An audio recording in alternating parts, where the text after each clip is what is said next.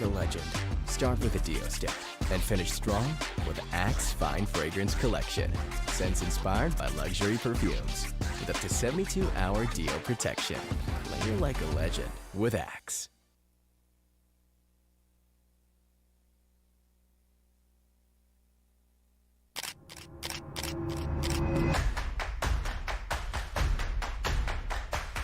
Ito yung pinaka-crucial factor natin. Daling, shoutcasting, and being the better co-caster.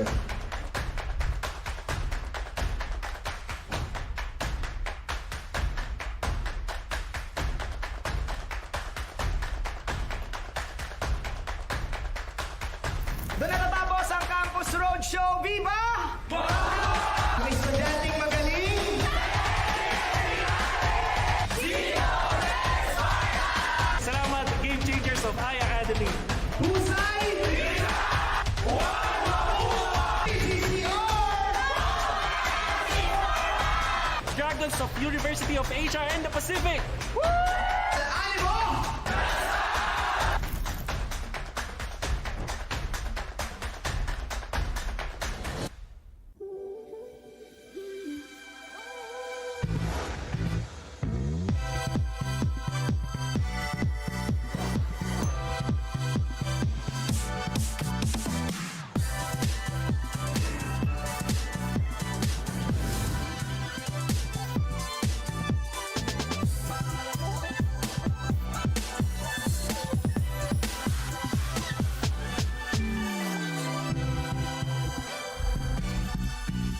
Realme 15 Series 5G.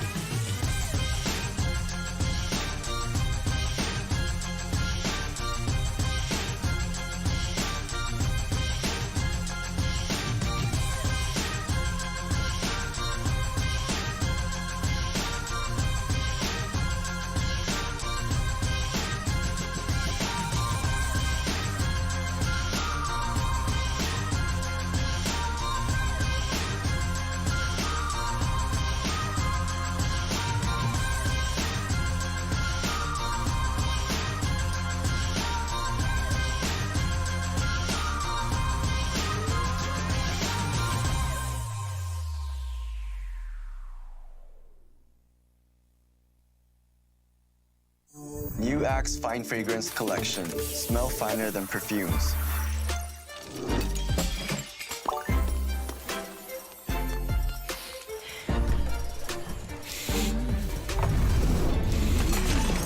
Hi, Mark. Hi, How are you? I'm fine. Oh, he's fine. He's fine. He's fine! Smell finer than perfumes. With the new Axe Fine Fragrance Collection.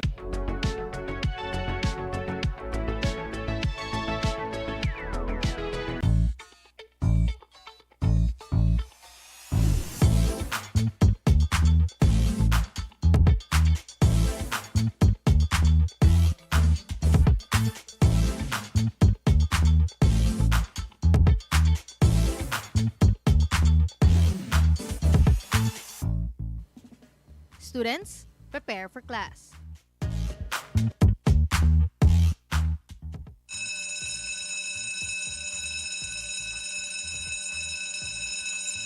play start.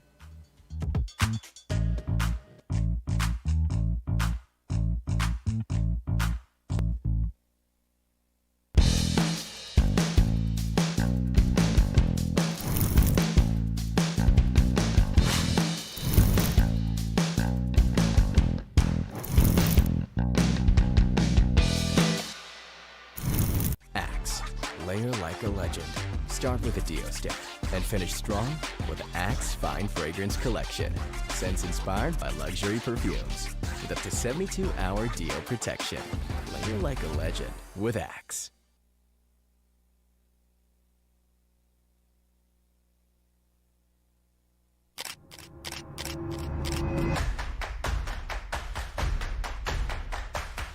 Ito yung pinaka-crucial factor natin.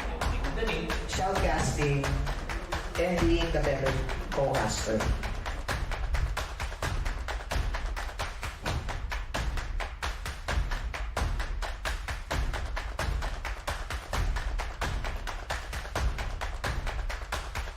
Doon na natapos ang Campus Roadshow. Viva! Mga estudyanteng magaling.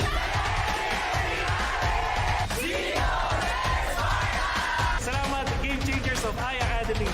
Husay! PCC Dragons of University of Asia and the Pacific. Animo!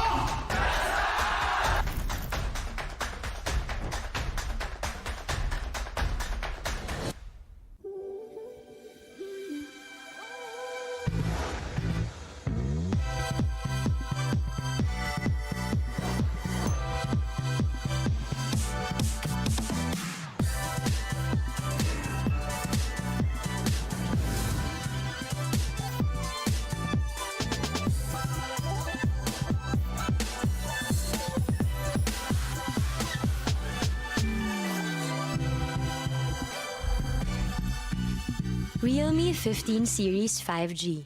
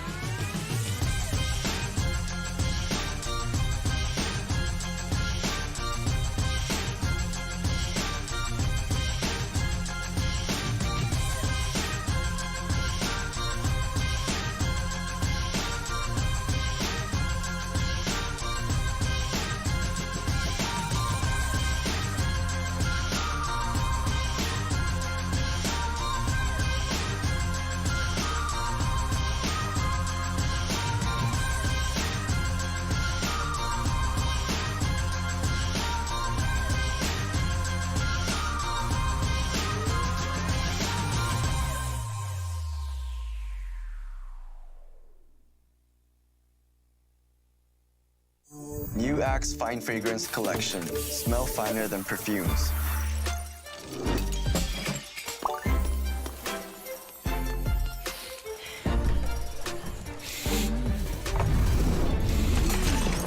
Hi, Mark. Hi, How are you? I'm fine. Oh, he's fine. He's fine. He's fine! Smell finer than perfumes. With the new Axe Fine Fragrance Collection.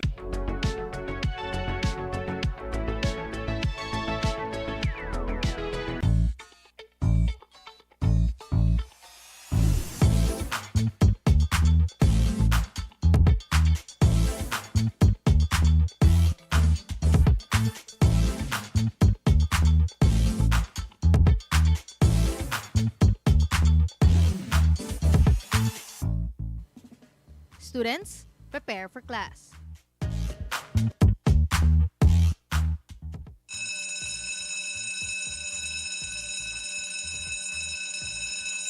Play start.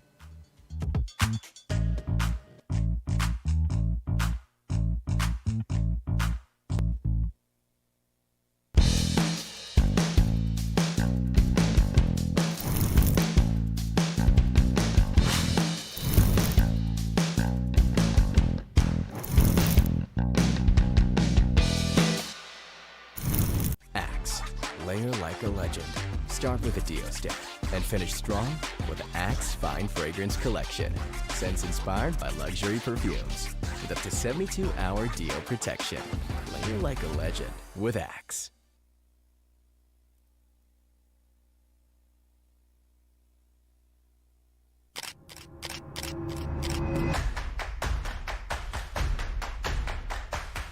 Ito yung pinaka-crucial factor natin.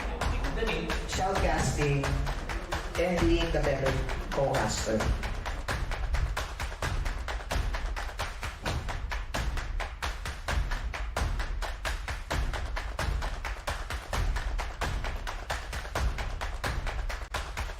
Doon natatapos ang Campus Roadshow. Viva! Mga estudyanteng magaling.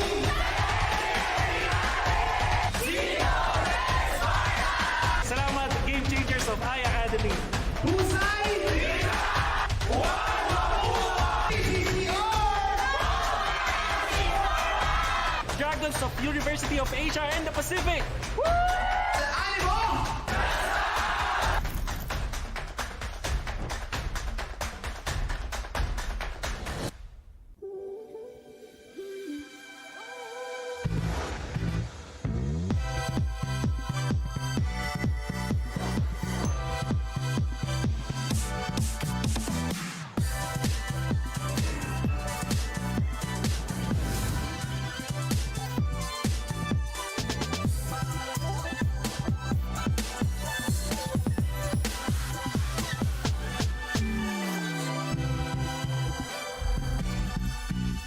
Realme 15 Series 5G.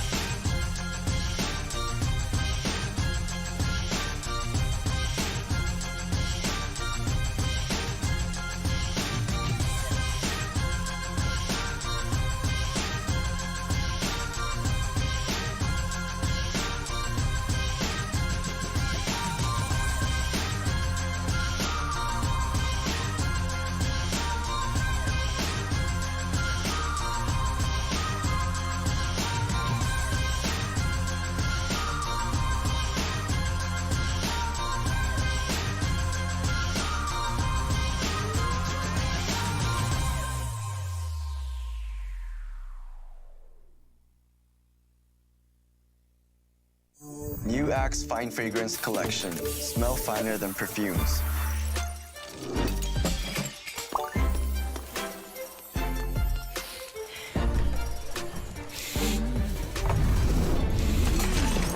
Hi, Mark. Hi, How are you? I'm fine.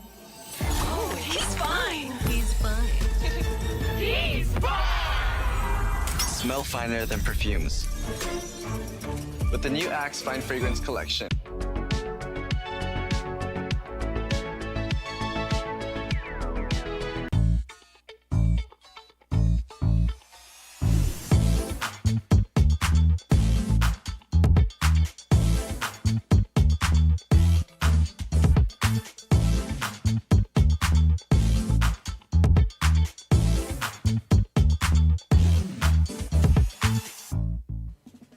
Students, prepare for class.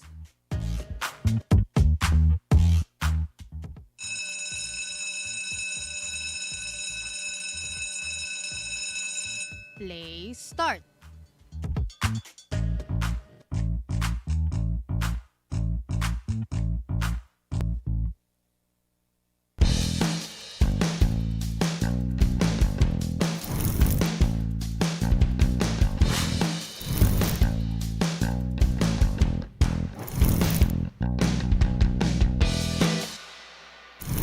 Axe. Layer like a legend. Start with a Dio stick and finish strong with Axe Fine Fragrance Collection. Scents inspired by luxury perfumes with up to 72-hour Dio protection. Layer like a legend with Axe.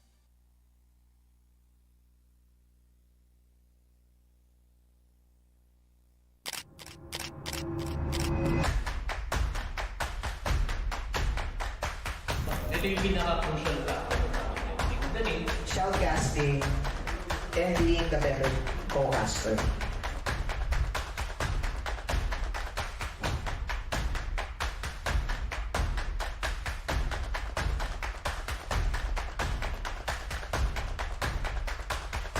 Doon na natapos ang Campus Roadshow. Viva! Mga estudyanteng magaling!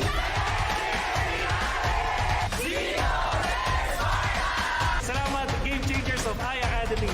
Husay! PCC Dragons of University of Asia and the Pacific. Animo!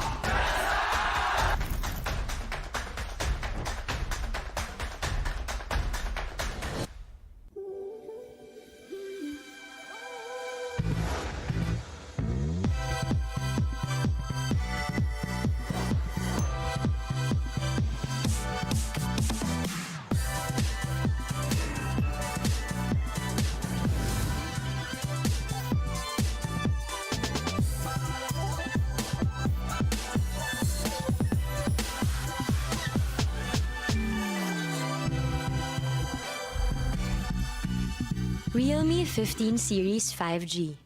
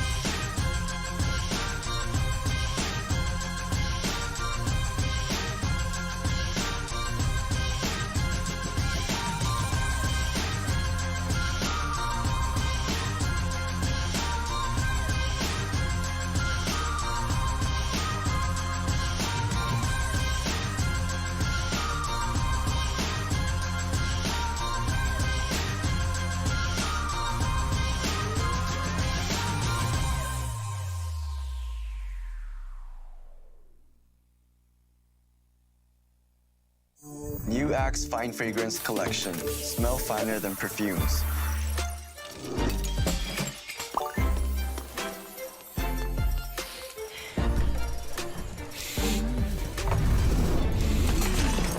Hi, Mark. Hi, How are you? I'm fine. Oh, he's fine. He's fine. Smell finer than perfumes. With the new Axe Fine Fragrance Collection.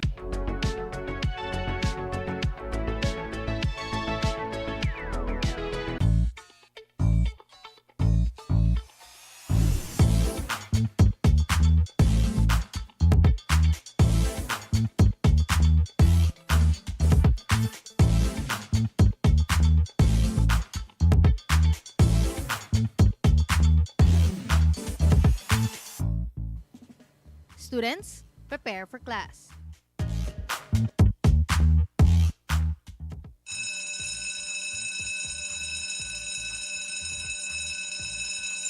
Play start.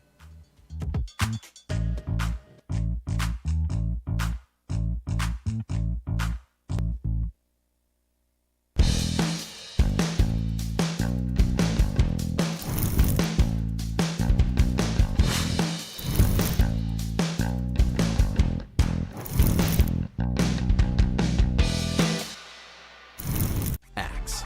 Layer like a legend. Start with a Dio stick and finish strong with Axe Fine Fragrance Collection.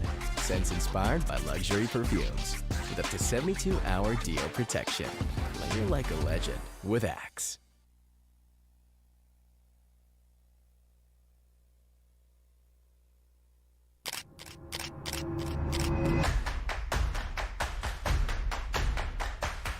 Ito yung pinaka-crucial factor namin. Magaling. Shoutcasting and being the better co-caster.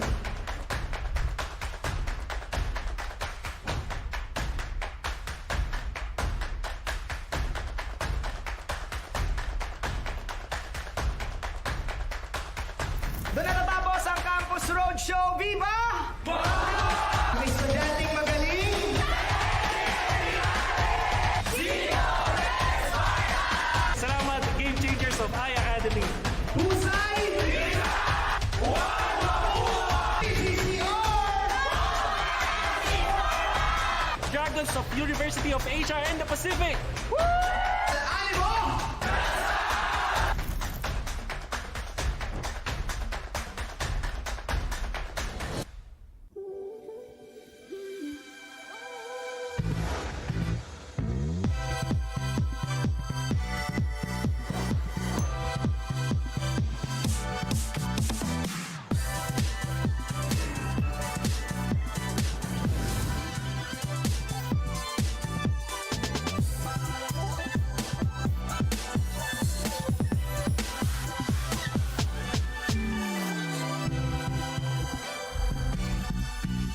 Realme 15 Series 5G.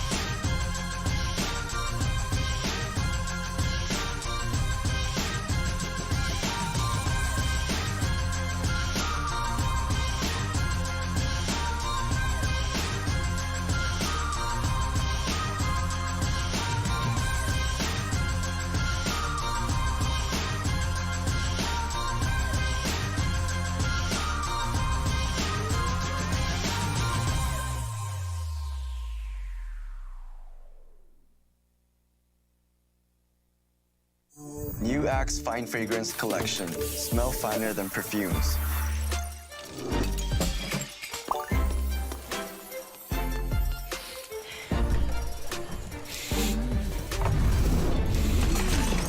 Hi, Mark. Hi, How are you? I'm fine. Oh, he's fine. He's fine.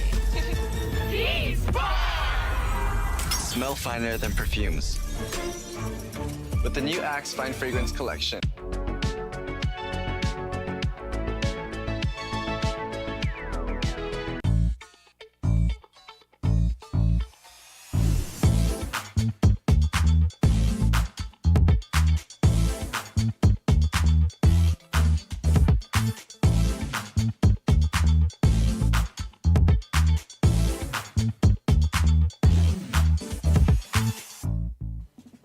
Students, prepare for class.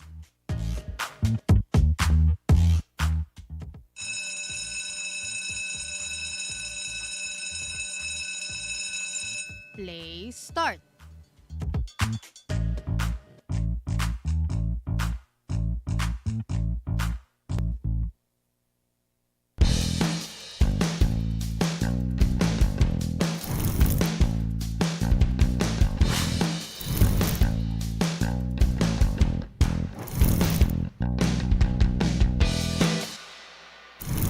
Axe. Layer like a legend. Start with a Dio stick and finish strong with Axe Fine Fragrance Collection. Scents inspired by luxury perfumes with up to 72-hour Dio protection. Layer like a legend with Axe.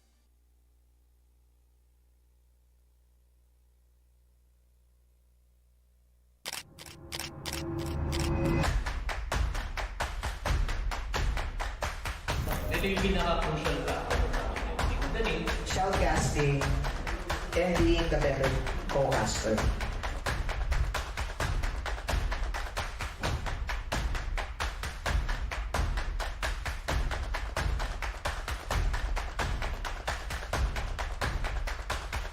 Doon na natapos ang Campus Roadshow. Viva! May estudyanteng magaling.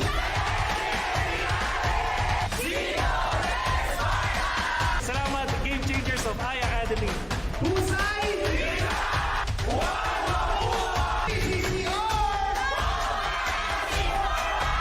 Dragons of University of Asia and the Pacific. Animo!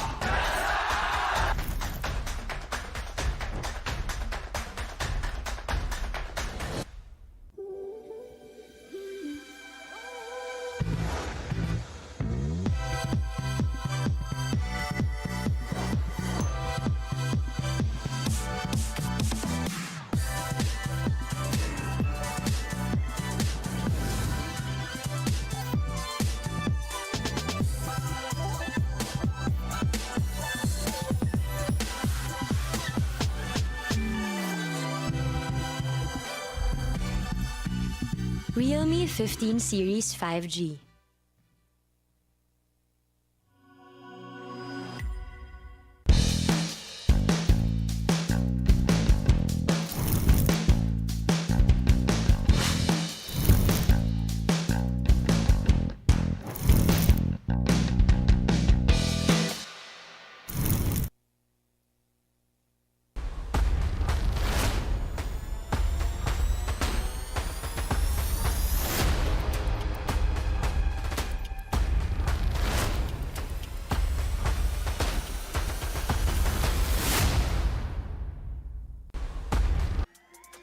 At andito na nga tayo sa pinaka-inaabangan ng lahat na playoffs weekend for the PCC, Philippine Collegiate Championship, MLBB, at syempre kami ang inyong maasamang shoutcasters, Aaron and Gretchen.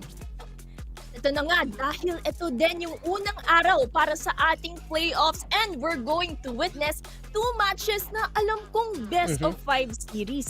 Kaya yan ang abangan natin at syempre sa mga viewers natin dyan, don't forget comment down below din kung sino ang sinusuportahan nyo na teams para at least maramdaman din nila at malay nyo, auto-buff yan sa kanila kapag naglalaro sila.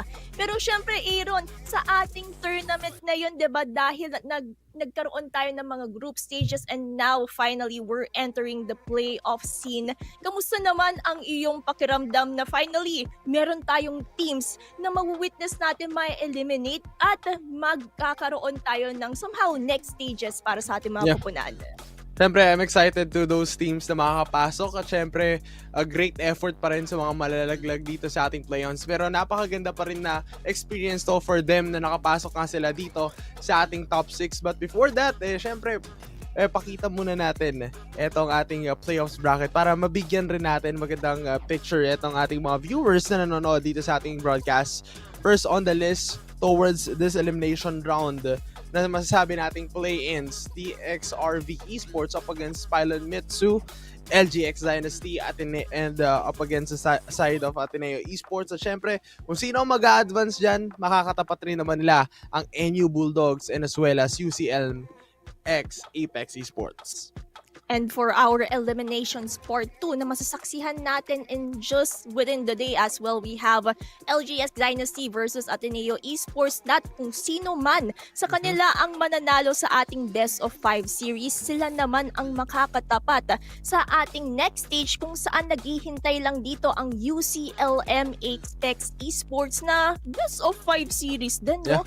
So, Aaron, di ba parang puro bakbakan ang masasaksihan natin dito sa ating bracketing kasi puro best of 5. So that means mapupush to the limit talaga yung ating mga players when it comes to their drafting. Lalo't-lalo na ang ating playoffs is currently on a global ban setting.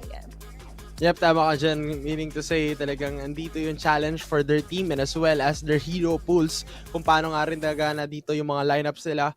But again, this is gonna be a fun and exciting moment para sa ating mga viewers and supporters dahil sa Campus Playfest 2025, the biggest year-end celebration in esports and gaming ay gaganapin yan sa December 7 and 8, 2025 sa Music Hall na magaganap sa SM Mall of Asia.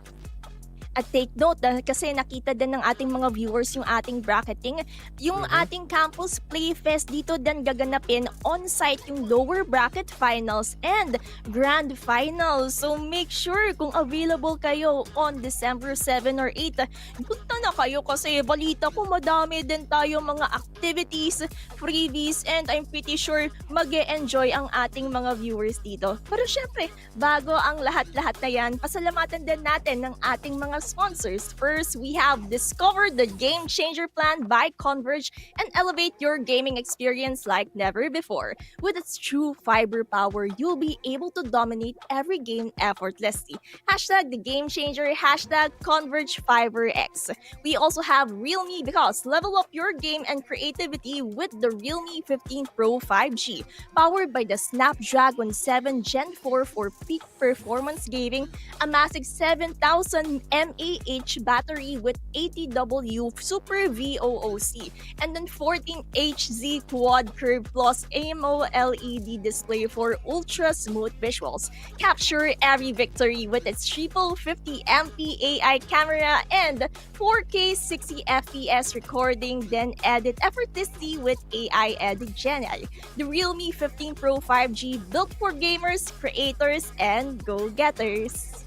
Yep, tama ka dyan, Christian. And as well as Gcash is taking the world of gaming by storm, providing gamers with an effortless and convenient way to make payments, especially those that don't have their own credit cards, whether it's grabbing new hardware and titles from stores like Data Blitz or Game One, or purchasing the latest titles in Nintendo eShop, Steam, or instantly topping up diamonds in Mobile Legends. And Gcash is every gamer's power-up partner. Of course, from paying via QR with options to split payments with G-Gives, paying directly online rather than going through gray market sellers on social media marketplaces, paying with your GCash card and online stores with no PH marketplaces for low conversions or fees, and simply topping up with your Steam, MLBB, PSN credits via prepaid pins. GCash offers a suite of services reinforcing its status as the #1 finance super app that supports success for all users. So, what are you waiting for? Unlock your next game gear and in-game upgrades with GCash. Grabe nga Tama ka naman dyan. yan eh. Oo nga, Yep, diba, tama ka Aaron? dyan. And yep, Pero katulad syempre, nga naman. hindi na natin papaarangkadahin. Hindi na natin papahintayin yung ating mga viewers dahil sisimulan na natin ang first match natin, the best of 5 for today. This would be between LGX Dynasty versus Ateneo Esports. Yep, tama ka dyan dahil LGX Dynasty isa sa mga teams na witness namin from their group na makikita nga rin natin later on. We have Dan, Lark, etong si Daddy, Ryan, and as well as Solen Clemente. Isa sa mga masasabi natin dito ay kakaiba etong lakas na kanilang team. Talagang sinubukan na rin talaga sila ng panahon dun sa kanilang group stage, and this time around na nasa play-in sila, kakalabanin naman nila ang Ateneo Esports. And of course, for Ateneo Esports, na-witness din natin sila during their Group B stage performances, and all I can say, Miracle, Psyche, Cure, Mirena, Jamix, Xanix really made a statement when it comes to their strategies. Maganda yung pinakita nilang galawan, and I'm pretty excited to see kung kamusta nga ba yung magiging performance nila, lalo na ang daming at stake for today. Kasi once again, kung sino man ang matatalo sa best of 5 series na to, sila ay hindi na makaka-move on dahil eliminations ang ating day number 1.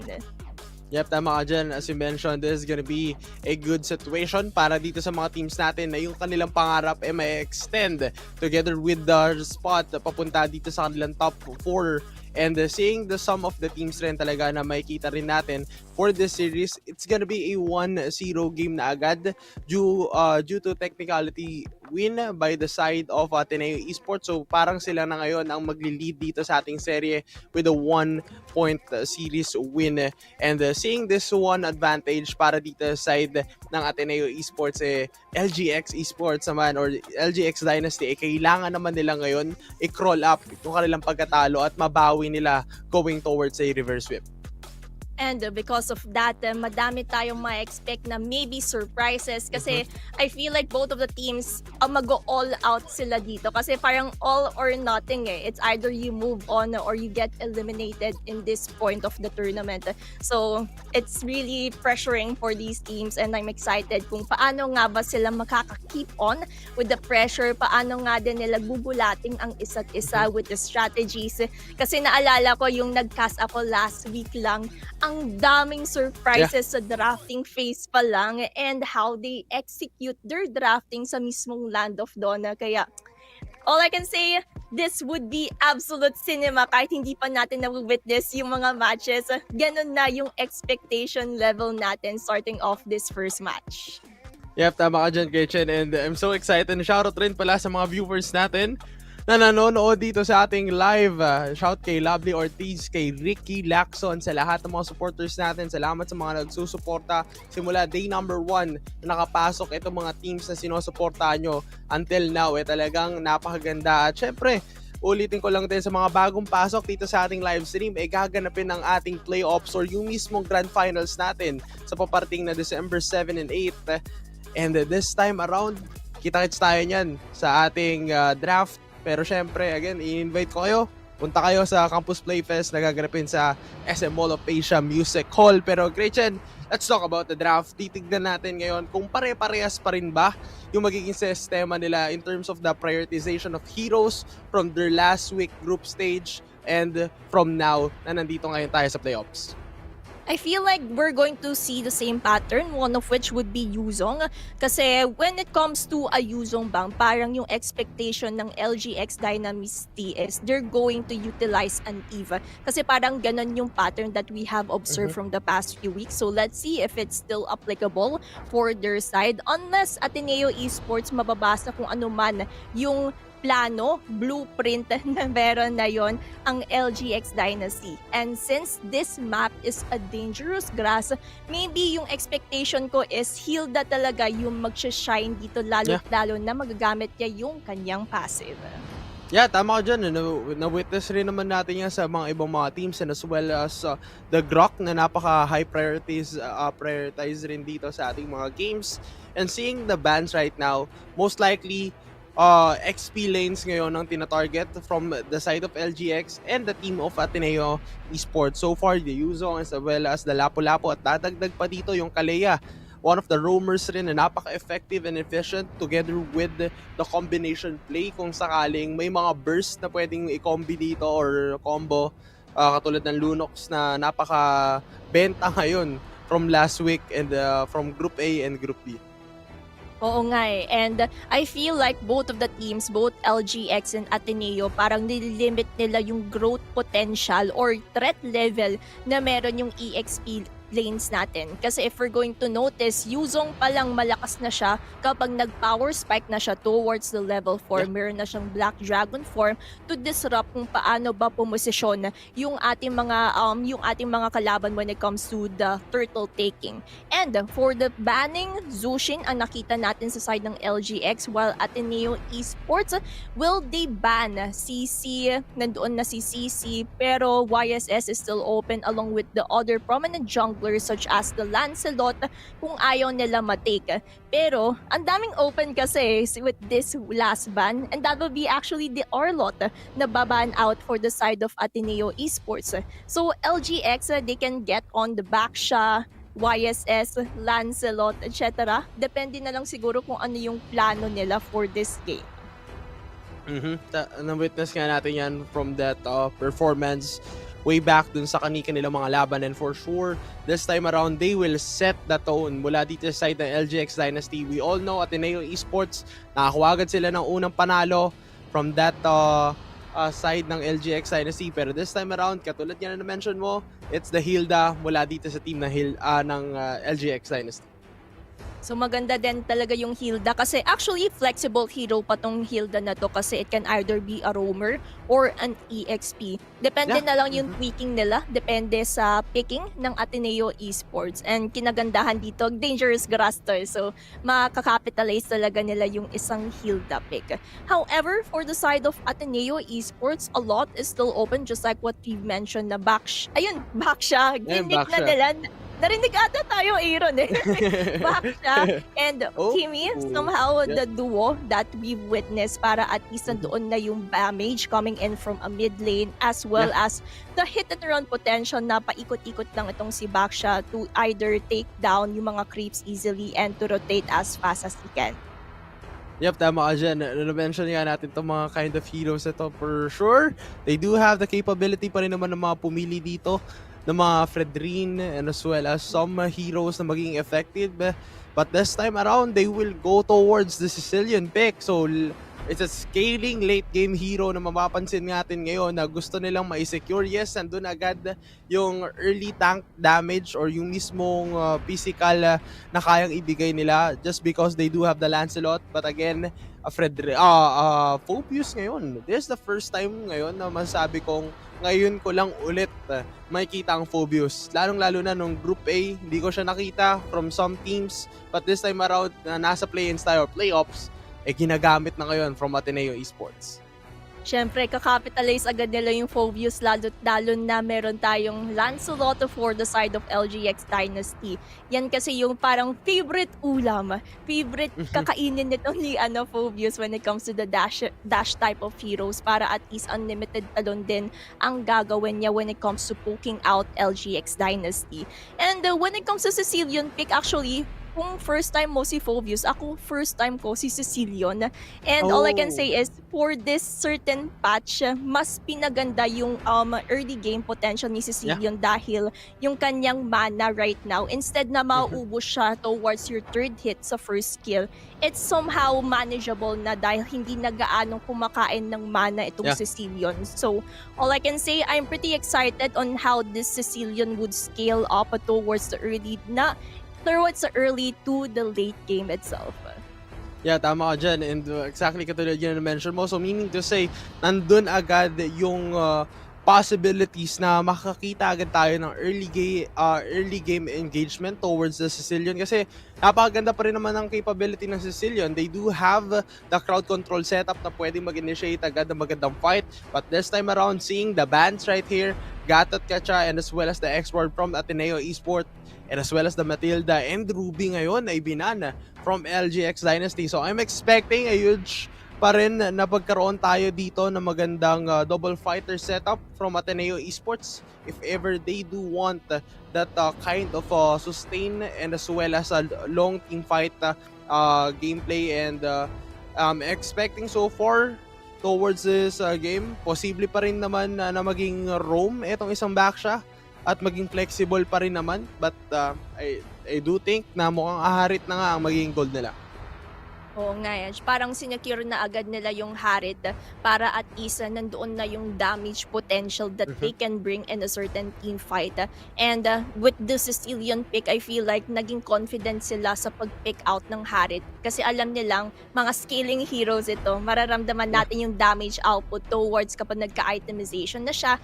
And for the side of Sicilian kapag nakapag-stack up na siya. So at least nandyan yung somehow insurance aka ng dalawang teams to have that damage all throughout the early, mid, and right now late game yung hina-highlight natin. For the side of LGX Dynasty, we're going to see the Esmeralda. Uy, okay. ayos to Esmeralda Maganda. in terms of making sure na makakain niya yung mga shields ng Ateneo Esports as well as the usual matchup between a Harit and a Granger. Yep, tama ka dyan. Napakaganda rin to na it's a huge adjustment na pwedeng gawin nga nila at this point, but this time around it's a badang roam with that insane setup na pwede niyang ibigay all throughout this game kasi alam naman natin more on lapit o kumbaga gusto agad maging magandang early adjustment towards the damage mula dito sa side ng LGX Dynasty, kaya more on papasok ang gusto nilang gawin, pero Ateneo Esports, they want that kind of setup, pero let's see kung paano nga ba talaga magra-run para dito sa laban ng Ateneo Esports and as well as LGX Dynasty. This is the game number 2. Ladies and gentlemen, lamang ng unang panalo itong team ng Ateneo Esports. And looking at their overall composition right now, we can definitely see kung paano nila gagawin yung sequencing of skills at kita mo naman yung bakbakan agad sa mid lane. Nakita din naman natin na yan din naman kasi yung potential ng dalawang teams. Although, itong Hilda na to somehow limiting ng kung paano gumalaw mag-invade ang Ateneo Esports when it comes to it. That would be a first blood coming in from Rian na napakasakit na ng ating LGX Dynasty. Yep, that is so too early mula dito sa kanilang team. Saktong 50 seconds talaga nakuha agad nila yung unang pitas na yun. That means nakakuha lang rin agad sila ng magandang capability running out this Esmeralda towards their team composition. But looking at Ateneo Esports, nandun sana yung attempt nila na gusto nilang kunin agad si Lark. But Lark having the flicker and as well as the setup provided by their team LGX Dynasty, nakakuha sila ng magandang counter hit. Kaya kahit paano, Ateneo Esports, nasayang ang kanilang naging effort dun.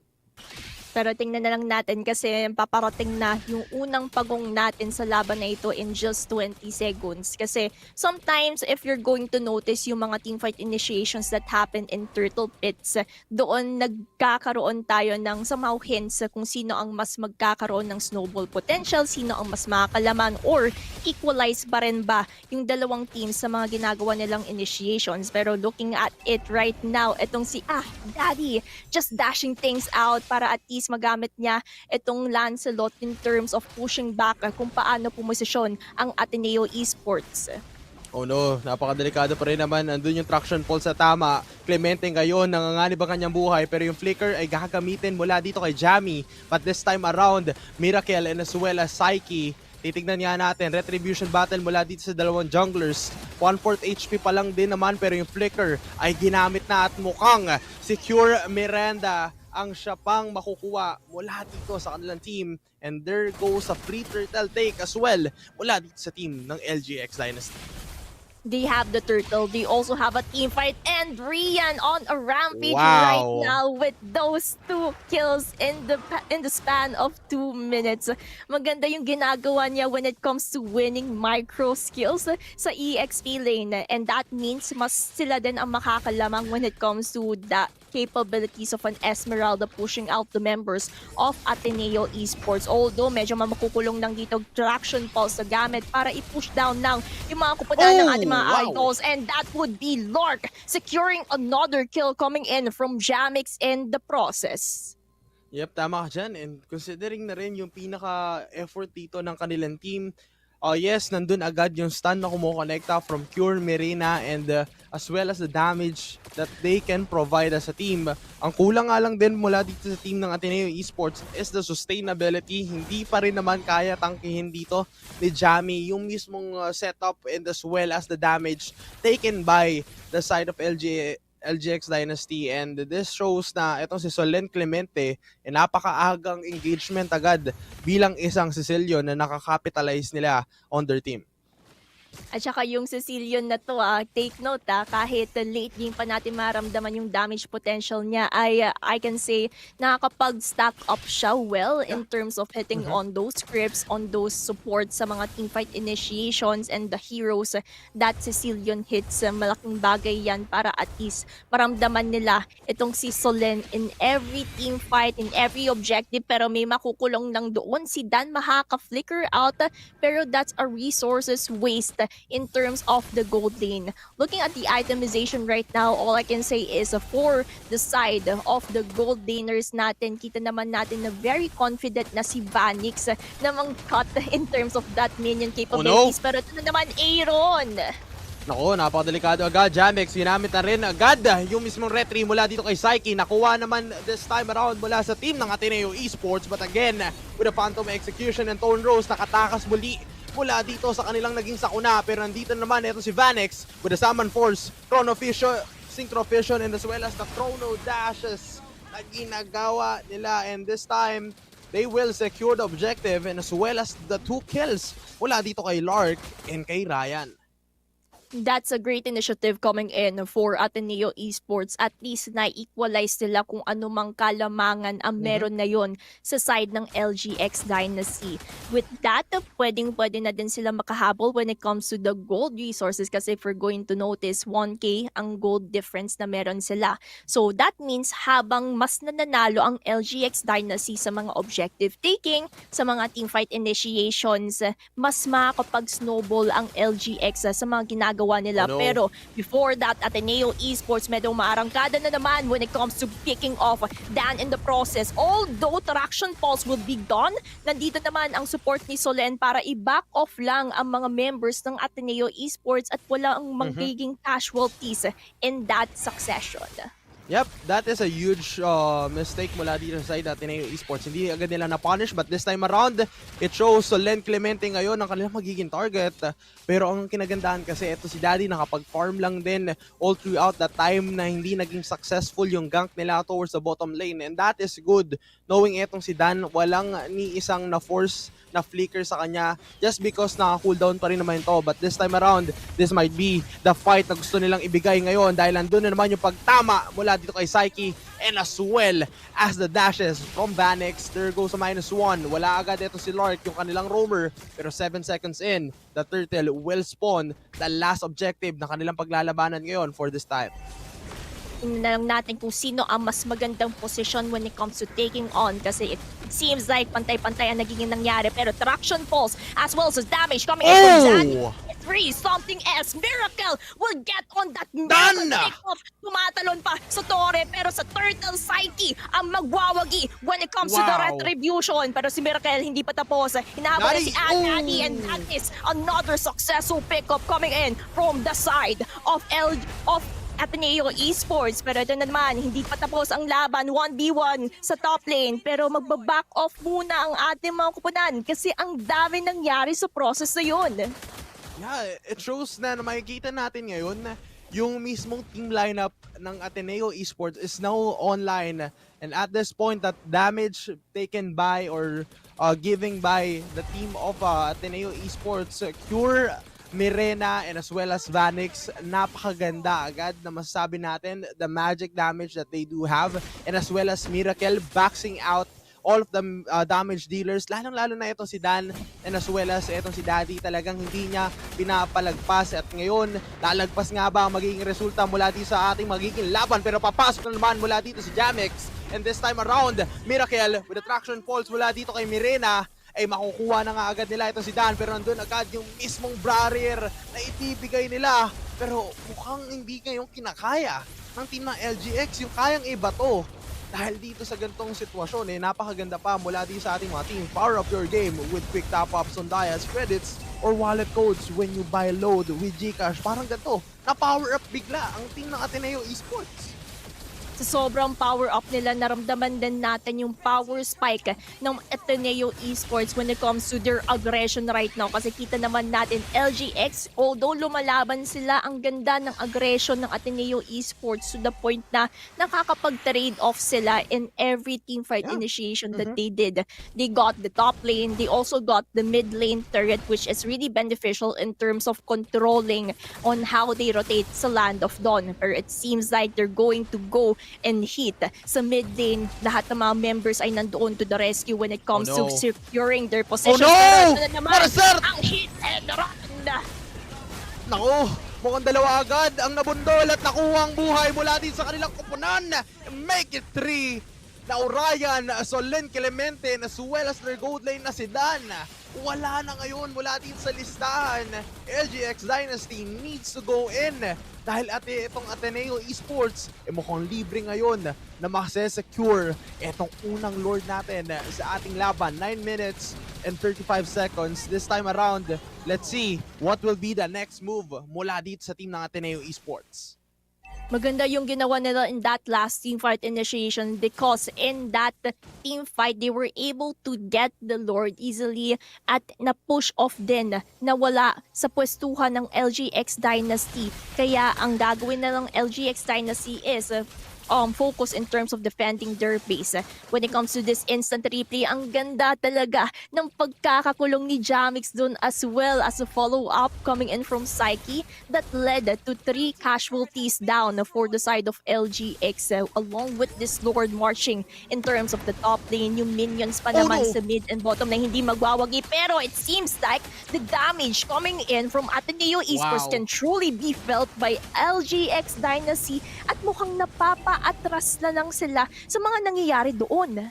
Yeah, totoo lang. Kumbaga, they are now being threatened by the team of Ateneo Esports, and this time around, Ateneo Esports sobrang tapang ngayon ng kanilang lineup just because Psyche, siya yung pinaka nagiging initiator sa mga team fights nila at susundan niya ng mga traction falls and as well as the summon force may dagdag slow effect and as well as the damage output ng kanilang magic damage dealers, and napakalaking epekto yon. Kaya nakikita agad natin na lumamang bigla itong team na Ateneo Esports, and this time around, they are now going in. At mukhang isa na naman ang mawawala itong si Danny, ang kanilang tatay mula dito sa kanilang pamilya, ang mapipitas agad. Pero si Vanex with a flicker, gagamit nga lang din itong si Lark, pero hindi na matatakas dahil napakasakit rin naman ng mga sapak mula dito kay Jamix, and as well as the wall talagang surrounded by the members from Ateneo Esports, itong team ng LGX Dynasty. And because of that, LGX Dynasty is currently on a quarantine zone. 2 members na lang are left to defend their base against Ateneo Esports. But at process, flicker in along with that pader para makapick off lang ng isang member, which is Dan. Napaka-importante yun. Pero it seems like ito naman, si Bossing Vanix ay naipit lang dahil maganda din naman ang initiation coming in from Solen on that process, and that is a winning condition for LGX Dynasty. Kasi isang member lang na mapatumba nila under Ateneo Esports would really need a lot. But it seems like pure Merena, killing spree na nga, hindi pa tapos ang pag-aarangkada nila, ang hunt nila towards taking down the Dynasty. Yep. And showing these items na makikita natin ngayon dito sa ating mga screens, pantay na nga lang din halos eto mid lane up against the gold laner of LGX Dynasty. They do have the Sky Piercer, pero sa gantong sitwasyon kasi, masasabi nating lamang na lamang etong si Pure Mirena. That's because he has that 3 kills ngayon. So meaning to say, almost 20 stack or 30 stack dito sa kanyang laban na ito. And this time around, the second Lord of the game will go towards the hands of Ateneo Esports. So Dan ngayon, hindi niya nakakapitalize yung Sky Piercer niya just because napakakunat at napakasakit agad na nawawalang mga buhay mula dito sa side ng LGX Dynasty pag gumulong na naman itong sa Psyche later on. And as well as yung mismo mga setup natin, nakikita natin na medyo nagko-collapse lang din just because the surprise pick off, the flicker in setup from the side of Jamix, talagang ayun yung nakakagulat na parte na nakikita natin dito sa ating mga teams. At saka for Ateneo Esports, it seems like they're always targeting the squishy heroes. Sadyang si Dan lang parate yung nagiging casualty in the process, which is actually beneficial for Ateneo. At least yung damage output na supposedly dapat ramdam natin along with that Sky Piercer ay hindi na natin naramdaman. Pero ito na naman, Traction Pulse along with ng LGX ay ramdam natin, but it seems like Ateneo Esports will choose to chill down. We wait nila yung mga minions coming in from the mid lane because they know if they overextend, LGX Dynasty can turn the tables around in terms of this game. Oh no, pumlicker nga lang din itong si Miracle. Wala siyang tinamaan na isa pero tatlo agad yung magandang setup with a fast break and a fast crack combination from the team of Ateneo Esports, and 2-man down already, Ryan and Dan. Isa na naman sa magiging problema na ito. Madedepensahan nga ba na maganda mula dito sa team na Ateneo Esports or LGX Dynasty? They will be continually falling down with a wipeout. Ateneo Esports, they will secure their second win of the series. Isa na lang for Ateneo Esports. One more win and they can proceed in the next stage. However, for the side of LGX Dynasty, if they wanted to really win this series, dapat a miracle should happen. They need a reverse sweep to change their destiny in terms of this tournament. Yep, tama ka dyan, Gretchen, and as well as the crowd na nakikita natin ngayon dito sa chat. Sobrang mainit, hindi lang sa laban kundi sa ating chat. Nababasa ko at nakikita ko rin talaga itong mga supporters na todong-todo yung kanilang mga effort, and as well as that wonderful mid-game comeback just because nakuha nga itong early adjustment ng team ng LGX Dynasty from their lineup na nakakuha nga ng mga minimal errors etong Ateneo Esports. But again, mid-game, nakita agad natin yung spike ng kanilang lineup, na maximize agad nila yung pinaka-fully setup na gusto nung i-provide dito ng isang badang, and as well as their jungler sa isang back siya. Dito natin makikita sa post-game result kung paano nga ba talaga nag-workout itong lineup ng team ng Ateneo Esports. For the side of Ateneo Esports, it is really evident na na-maximize sila yung damage dealers, highlighting Cure Merena, Vanix in the process. Kasi tingnan mo naman yung KDA ni Cure Merena, meron siyang Sky Piercer along with 6 kills sa isang death lang. So that means malaking-laki na din yung stack niya sa Sky Piercer, kaya natutunaw niya yung supposedly frontliners from the side of LGX Dynasty with that Sky Piercer passive. And of course, dahil sila nga ang nagkaroon ng snowball. And if I'm not mistaken, na-observe natin yung snowball na ito towards the mid-game kasi dito talaga nag-shine yung Ateneo Esports kung paano sila mag-deal ng damage. And because of that, hindi na agad nakaka-catch up ang LGX Dynasty kasi they really need that momentum pa. They really need to buy more time pa kung gusto nila makaarangkada sa mga damage output. And our Realme match MVP for this game would be Psyche. Siya yung paikot-ikot lang na nag-hit and run sa ating mapa, and that goes to show sa highlights, Aaron, no? Kita naman natin yung somehow snowball potential coming in from the side of Ateneo Esports. Yeah, to be honest, kumbaga may kita nga natin dito sa mga setups na to, siya yung nag-initiate, and as well as the traction falls mula dito kay Kyun Merena. Just because the setup is being maximized from their team, dadagdag pa dyan itong si Miracle. Alam niya lagi yung assignment niya is to just backs out, tatalo na niya lang, wag niya nang papalaroin na maganda itong mga panggugulong mga heroes na nakikita natin from the team of LGX Dynasty. And as well as the flickers na nabebait kumbaga ayan makikita natin dito sa play na ito, Jamix and as well as Psyche, nung nakita nila nag-flicker out etong si Solen Clemente, they have the initiative na pwede na natin tong i-go, wala nang pantakas to, talagang fully committed etong team ng Ateneo Esports. Wala silang decision na nagdadalawang isip sila or hindi nila alam kung sino yung pinaka-right target. Talagang kung sino yung pinaka-nakikita nila na nahuli, committed sila at gusto nila agad makuha yung mga kills na yan. Kumbaga, no hesitation. Kung magko-commit ka, i-100% commitment mo yan. At na-witness natin yan sa site ng Ateneo Esports kung paano sila nagsasama-sama, paano din yung synchronization ng kanilang mga respective skills. That's why it proves to show game number 2 is a side talaga winning moment for the side of Ateneo Esports. Pero syempre, sa ating mga viewers dyan, take note, this is a best of 5 series. So road to 3 points ang kailangan ng ating mga teams kung gusto nila ma-take on this series. Pero syempre, before we proceed sa ating game number 3, we would be heading on a short break lang para at least makahinga tayo sa absolute cinema moments na nangyari ng game number 2. And Aaron and Gretchen will be right back.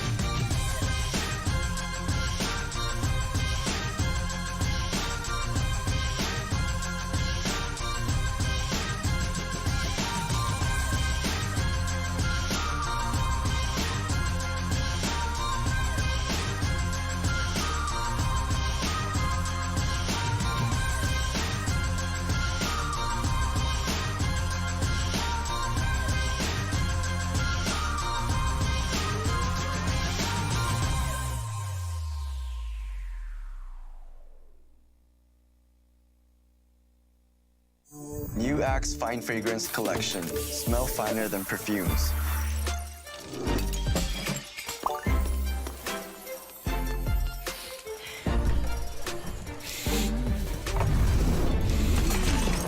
Hi, Mark. Hi, How are you? I'm fine. Oh, he's fine. He's fine. He's Smell finer than perfumes. With the new Axe Fine Fragrance Collection.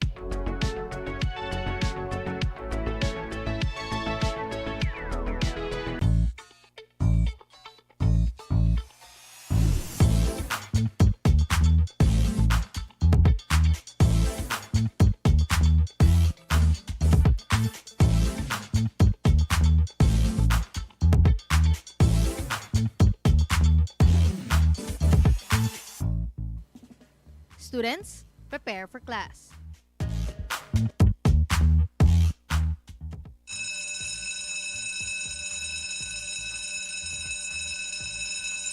Play start.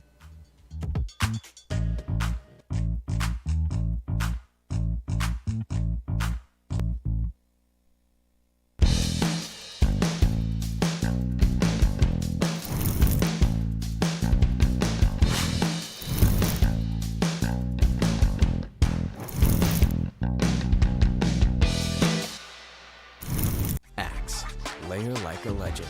Start with a Dio stick and finish strong with Axe Fine Fragrance Collection.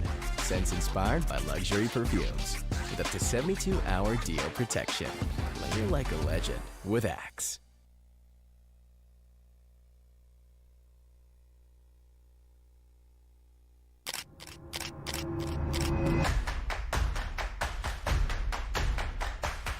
Ito yung pinaka-crucial factor natin.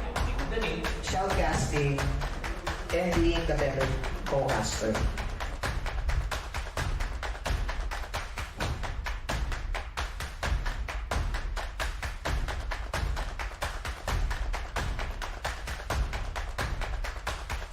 Doon natatapos ang Show, Viva! May estudyanteng magaling!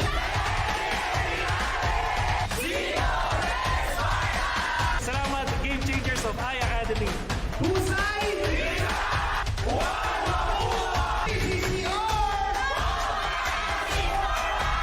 Dragons of University of Asia and the Pacific.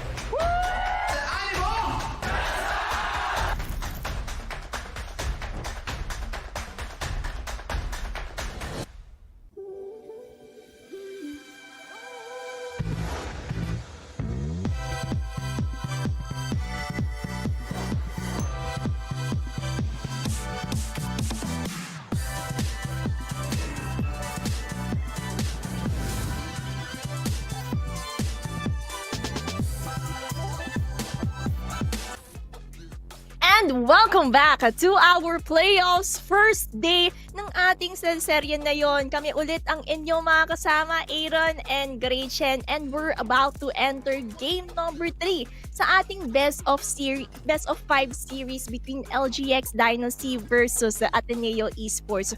Pero syempre, bago ang lahat-lahat na yon, bago din tayo mag-draft recap, pasalamatan natin ang ating mga partners and sponsors. Discover the Game Changer plan by Converge and elevate your gaming experience like never before. With its true fiber power, you'll be able to dominate every game effortlessly. Hashtag the Game Changer, hashtag Converge FiberX. At syempre, nandyan rin naman ang Realme. Level up your game and creativity with the Realme 15 Pro 5G, powered by Snapdragon 7 Gen 4 for peak gaming performance, a massive 7,000 mAh battery with 80 watts Super VOOC, and the 144Hz Quad Curve Plus AMOLED display for ultra smooth visual. Capture every victory with its triple 50MP AI camera and 4K 60fps recording, then edit effortlessly with AI Edit Genie. The Realme 15 Pro 5G, built for gamers, creators, and go-getters. And of course, power up your game with quick top-ups on Dias, credits, or wallet codes when you buy load with GCash.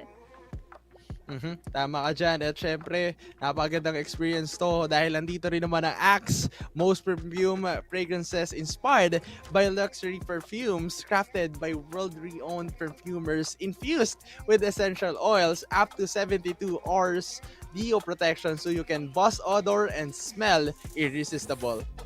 And of course, level up your collegiate gaming experience and join the action at CCE Play, your gateway to tournaments, roadshows, and the future of collegiate esports. Visit cceplay.com for more info. And speaking of which, Aaron, nandito na ang biggest year-end celebration in esports and gaming this December 7 to 8. Dito lang yan sa SM MOA Fest. So don't forget, kung available kayo, SM MOA Music Hall po ang destination natin para makapunta tayo sa Campus Playfest na I'm pretty sure a lot of our viewers is excited. Kasi to recap lang, dito po gaganapin ang lower bracket finals and grand finals.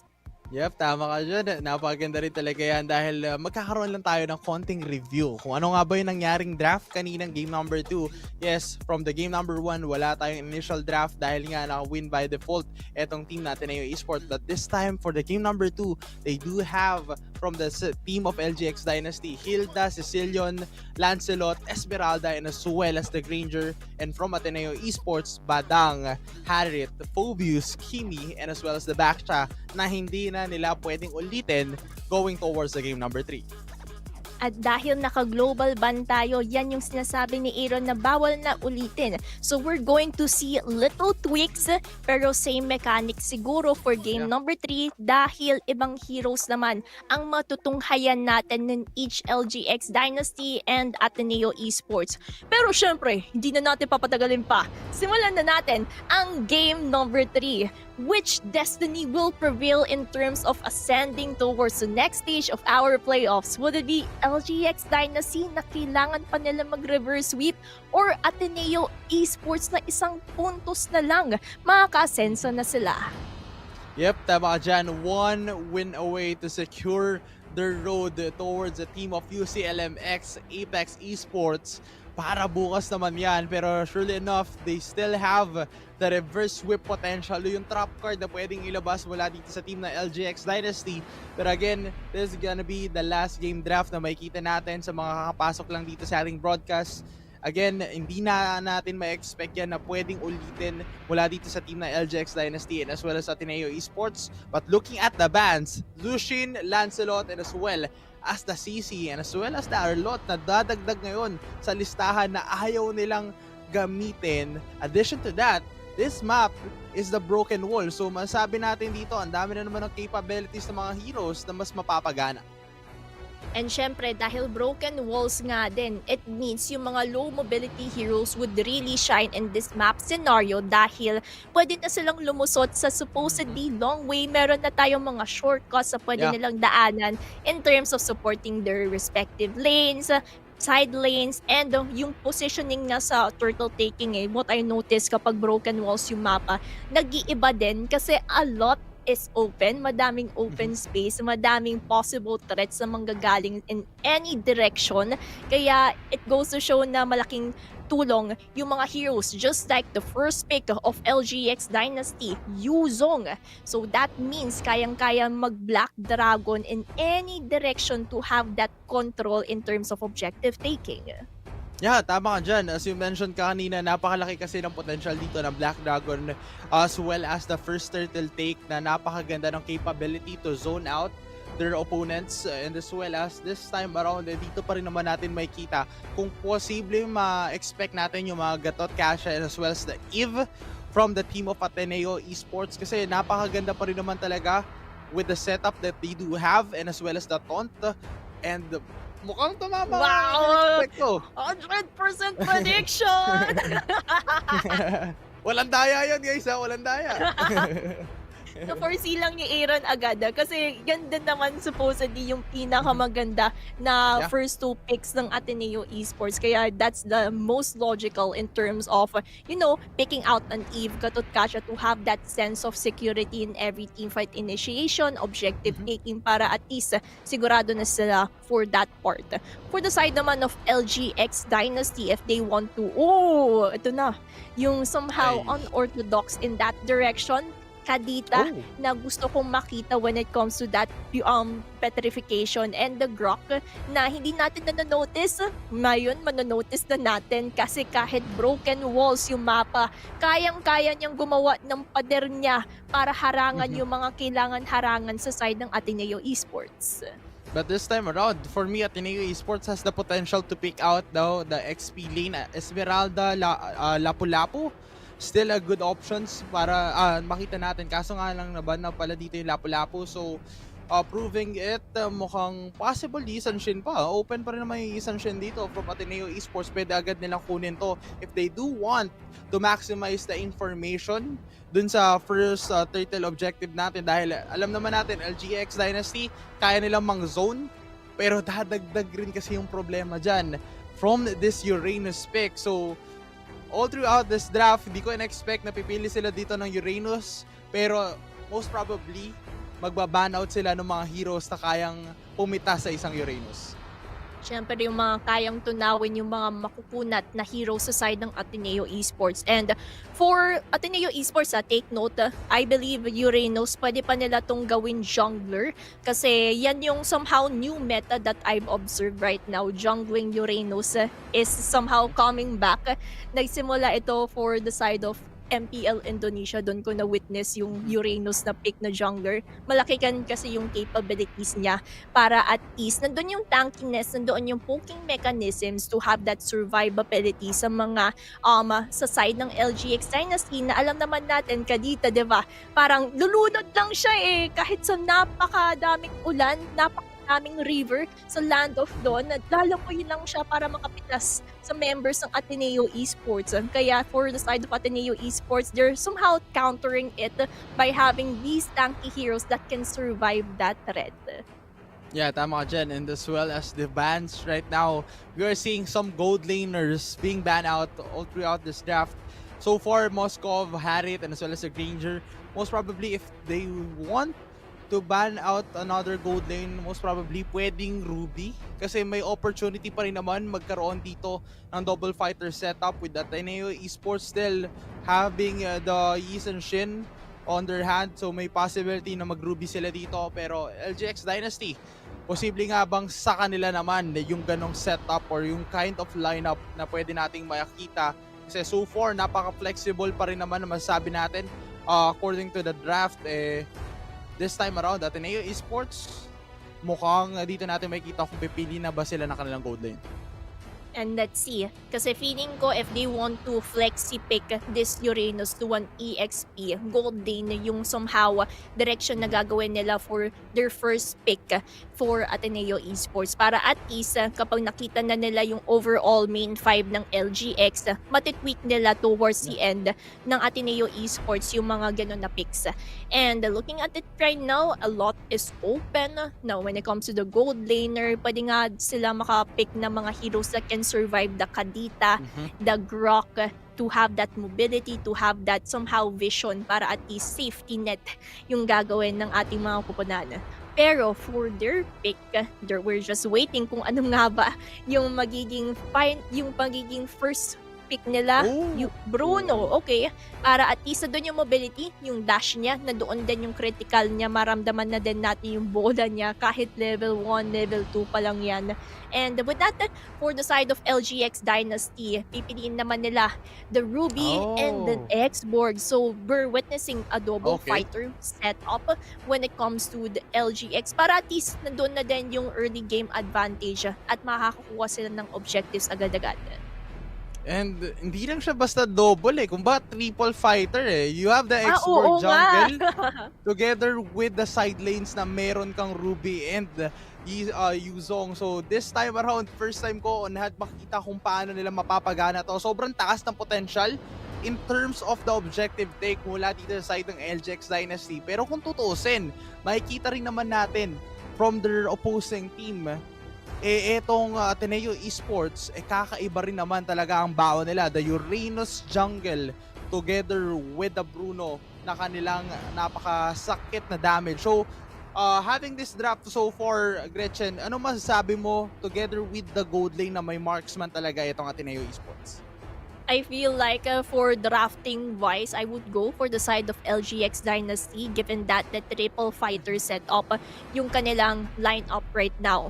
But for the side of Ateneo Esports, kung alam nila yung early game advantage or kaya yung potential nila in terms of securing the turtle trade, maa-asenso actually yung lineup ng Ateneo Esports kapag na-funnel nila lahat ng damage output nila dito sa isang Bruno at naprotektahan agad-agad. So it really boils down to the execution of the players to see kung paano aasenso talaga yung lineup nila. Kasi nandyan yung balance It's like a balance between both of the teams. It really boils down talaga kung paano nila gagawin yung execution.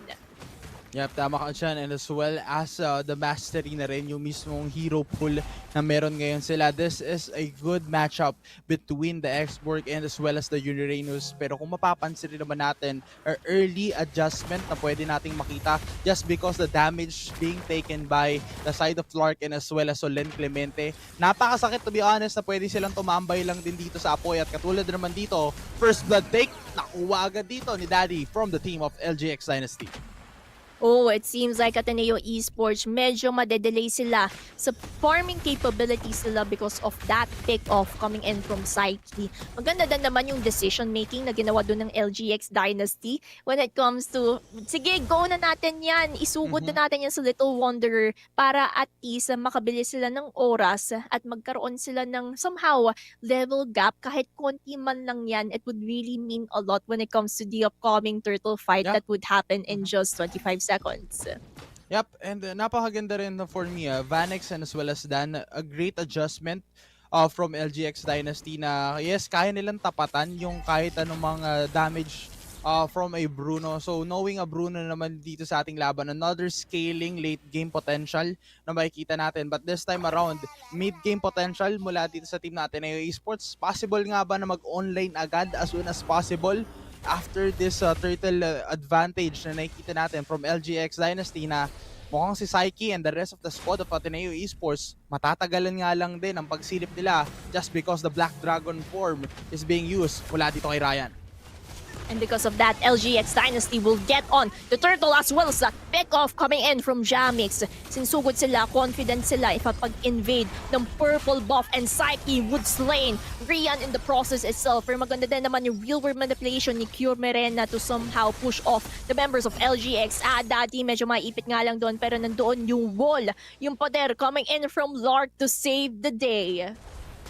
Napakagandang survivability. Kumbaga, nakikita agad natin yung tulungan at yung sistema na kaya nilang ibigay. As of now, Dan having the rotation towards the mid, na cut off guard nga lang din agad yung positioning dito ni Cure Mirena and as well as Jamix at because of the pixel bush na tinataguan dito ni Solen Clemente. So meaning to say, Solen Clemente has that capability na pwedeng mang surprise pick off, knowing you have that kadita na alam mo naman abangan lang rin ang kaya mong ibigay para nandun yung surprise -1 if ever masecure nila yung ganong kind of combination play. At alam din naman ni Solen Clemente yung capabilities of the broken wall. Pero before that, sumusugod yung mga members ng Ateneo Esports. Maramdaman na natin yung damage output coming in from both of the teams. AOG, walang mangyayari naman doon as Dan lumilikod sa side ng Ateneo Esports. Pero may dragon para makatakas sa tricky situation na yun at walang casualties na mangyayari sa teamfight na yun. Yeah, pero ang kinagandahan kasi doon, na buy time nga lang din nila. At looking at the top lane, makikita natin si Vanix nakapag-push around lang pero RWM ay ginamit. Wala agad yung Firaga Armor, though nandun agad yung Purify with Cure Mirena having the capability to go inside this game and as well as the slow effect. Makikita agad natin yung I'm Offended Flicker ay hindi magiging effective. Pero again, na-mention ko nga kanina yung posibleng makita natin just because the time is being capitalized mula dito kay Vanex as well as the kill na nakuha nga ulit dito na LGX Dynasty. Pero ang problema kasi nila, tamo, nakapag-push na 4 minutes pa lang dito sa ating laban, nawala agad at naubos yung energy shield dun sa mismong top lane. Parang sinasabi ni Vanix dito, sige, bahala kayo dyan, mag-teamfight lang kayo. Basta ako, focus sa goal, focus lang ako sa tore. Kasi yan din naman yung kailangan ni Vanix para maramdaman natin yung damage output mula kay Bruno. Oh, wow! Seems like everything will go according to the plan. Mapakasakit na damage coming in from LGX Dynasty when it comes. And meron pang real-world manipulation to pick off Rian in the process. That would be a 1-1 trade for both of the teams. Grabe, super smooth ang nagiging transition para dito sa dalawang teams natin. Pero Daddy ngayon, so far, low on gas ngayon. Yung kanyang Pinaga Armor, kailangan niya lang din i-farm around etong ating mga players from the team of Ateneo Esports. Pero this time around, it's a sandwich play. Ginamit na nga lang din yung Last Insanity. Kaso nga lang may ipit with a huge wall mula dito kay Lark. A good save in between that game. Pero so far, it's a change of lanes na ngayon mula dito sa team ng Ateneo Esports dahil bumababa na ngayon ang kanilang gold laner na si Vanix. And look at the difference between Dan and Vanix. That's around 900-800. Kaya it really means a lot kung paano nagsiscale up dito ang isang Bruno sa larong ito. Kasi from what I'm seeing right now, it seems like a deja vu from what we have witnessed nung game number 2. Early game, LGX really has that advantage point. Pero pagdating ng mid-game, nakukuha ng Ateneo Esports yung momentum nila. Just like this one, Miracle! Getting that miracle pick-up coming in from Solen itself. May papasok na Dragon, may tatalon. Pero wala bang mapipick off dito dahil napakatibay ni Psyche in the process itself. Ateneo Esports magagamit ng real-world manipulation to pick off Daddy, Rian. 3 members down without any trades for the side of Ateneo Esports. Again, all of that skills na ipin-provide dito ng LGX Dynasty na buhay, nakapag-survive, napakagandang tulong na ibinigay para ma-maintain na makakuha ng magandang free hit. Ito si Vanex. Ateneo Esports so far, a perfect combination play, the layering of skills and as well as the awareness na kailangan nilang maprotektahan itong si Vanex as their damage dealer and as well as Cure Mirena talagang napakatapang ngayon ng isang Eve. Naharap ngayon sa problema, pero ang problema ngayon nila ay yung rough waves sa ikinasa. Kaso nga lang, siya pa ang mabibigyan, and as well as the penalty zone. Mukhang dalawa ang makukuha. Wala ngayon yung Piraga Armol, Dan as well. Tectonic charge ay ikinasa. Walang magandang follow-up mula di sa kanilang team, and as well as Jamix with the AOG zoning out the two members from the team of LGX Dynasty, and there goes another 3-man down mula dito sa team ng LGX. Ganda ng ginagawa ng Ateneo Esports ha. This is like the same scenario as game number 2. Really clearly dominating in terms of the mid lane. And look at that pick off. Rian, pumabawi lang din sa damage. Pero hindi nga nakabawi sa last teamfight initiations yung LGX Dynasty. Dahil first of all, nakita naman natin na si Cure Merena na pick off niya agad si Solen. Which clearly means a lot. Dahil yung surprise element coming in from a rough waves ay hindi na nagiging posible because of that pick off. And because of that, nag-crumble down yung defenses ng LGX Dynasty in terms of that stronghold that they have. Pero syempre, no need to wait for that upgrade. Just grab the newest hardware and scan to pay with GCash or go flexible with G-Gifts installments at your go-to gaming needs. At yung need na yon ng LGX Dynasty para makapag-survive sila sa mga upcoming moments ahead would be their synchronization, especially utilizing Solen Lark in the process itself. Pero ito na naman, Aaron, nagsisimula na naman sila. Nako, nilabas na yung Dragon. Ito na nga ba magiging mahirap na laban mula dito sa side ni Ryan and the rest of the crew from LGX Dynasty. Buhay pa rin naman itong si Jamix with a revitalize, pero napakasakit lang din kasi sa mga gantong scenario na nakakuha pa rin naman ng magandang free hit and as well as the damage taken by the rest of the members of LGX Dynasty. Jamix ngayon tumatambay na nga lang din dun sa painit at lumalagablab na apoy mula dito sa side ng LGX, and there goes the cancel mula dun sa mismong stun na kumonekta kay Dan, at hindi na rin na-connecta pa yung Avatar of the Guardian, kaya na -1 ngayon or na-shutdown na rin etong si Jamix sa kanyang ginagawang pagzozone. Pero gusto ko yung ginagawa ni Vanex dito ha. Parang sinasabi niya, tore na naman ako guys. Bahala kayo sa team fight. Basta ako focus lang sa goal. Pero ang ating mga kupunahan when it comes to this team fight initiation, deal with manipulation, ikakasa. Pero yung mga members ng Ateneo Esports ay sinisugod yung mga low HP ng LGX. Pero si Solen, nakakapawi din naman. Dan na nga, di bang kanyang buhay inahabol ni Psyche. But this is a survive coming in from LGX. Dalawang members ang nawala sa side ng LGX habang isa sa side ng Ateneo. Wow, that was huge to be honest. Nakita agad natin, nakasurvive pa rin naman yung mga damage dealer dito na Ateneo Esports, and as well as yung pagtatambay nila dito sa napaka-true damage na kayang ibigay dito ni Daddy. But meanwhile, towards that play, ginamit ulit nila dito yung mismong rough waves to burst down itong si Psyche. Pero sabi ni Psyche, ayan na ba yun? Parang binuhusan lang ng tabo no? Pero walang naging epekto para dito sa team ng Ateneo Esports, showing off this true damage and as well as the burst damage. Pero mukhang kakayanin nata nila, hindi sila magiging sapat dahil 4 na naman na makukuha mula sa penalty zone and as well as the Avatar of the Guardian. 2 members down, Dan and Ryan. But again, the Lord is now marching towards the top lane, at maganda pa ang minion wave management mula dito sa team ng Ateneo Esports. Ateneo Esports nakafocus na lang sa pagkukuha ng tore habang yung Lord nagmamarch lang towards the top lane itself. They will get on as many turrets as they can. Pero si Jamix, makakasalubong niya dito si Solen. Pero yung damage ko, Biro, that would be another pick-off for the side of Ateneo Esports. Hindi pa tapos yung laban.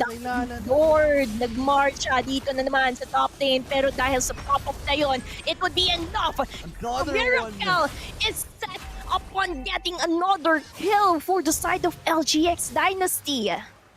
Napakalupit na ito, Gretchen. Literal, nakikita natin what a dominating show from Ateneo Esports, having the capability to win this game.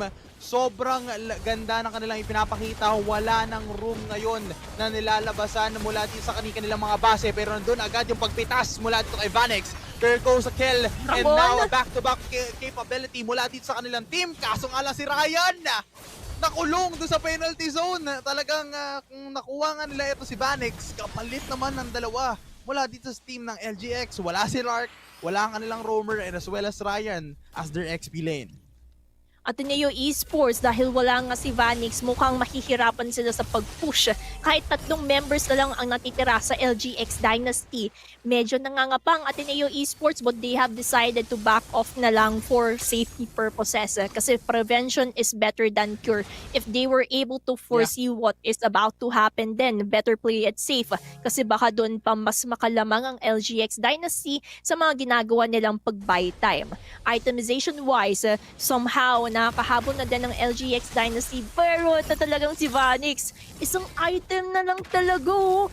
Yan kalaki yung naging decision making niya sa mga early game stages. Kasi 'di ba, habang nagti-team fight yung kanya mga kasama, siya focus lang talaga sa objectives, focus lang sa pag-farm, and it clearly paid off when it comes to the damage output that Vanix can bring, lalo't lalo na the KDA 916. That is a huge gap. Yeah, definitely. Talagang napakalaking kalamangan to. Just because it shows that the setup from Miracle and as well as Jamix, laging kumokonekta yung penalty zone or AOG. Either way, kung sino mauna sa kanila ay talagang nagiging successful pa rin. But this time around, mukhang ito naman si Daddy ang kanilang magiging punteriya. The X-Borg on hand mula dito sa team ng LGX Dynasty. Patuloy pa rin, binabasag ang Piraga Armor na force out nga lang din yung last Insanity to go out and to reset. Just because the Lord will be available mula dito sa team ng Ateneo Esports. And because of that, Lord, it can also be their one last push.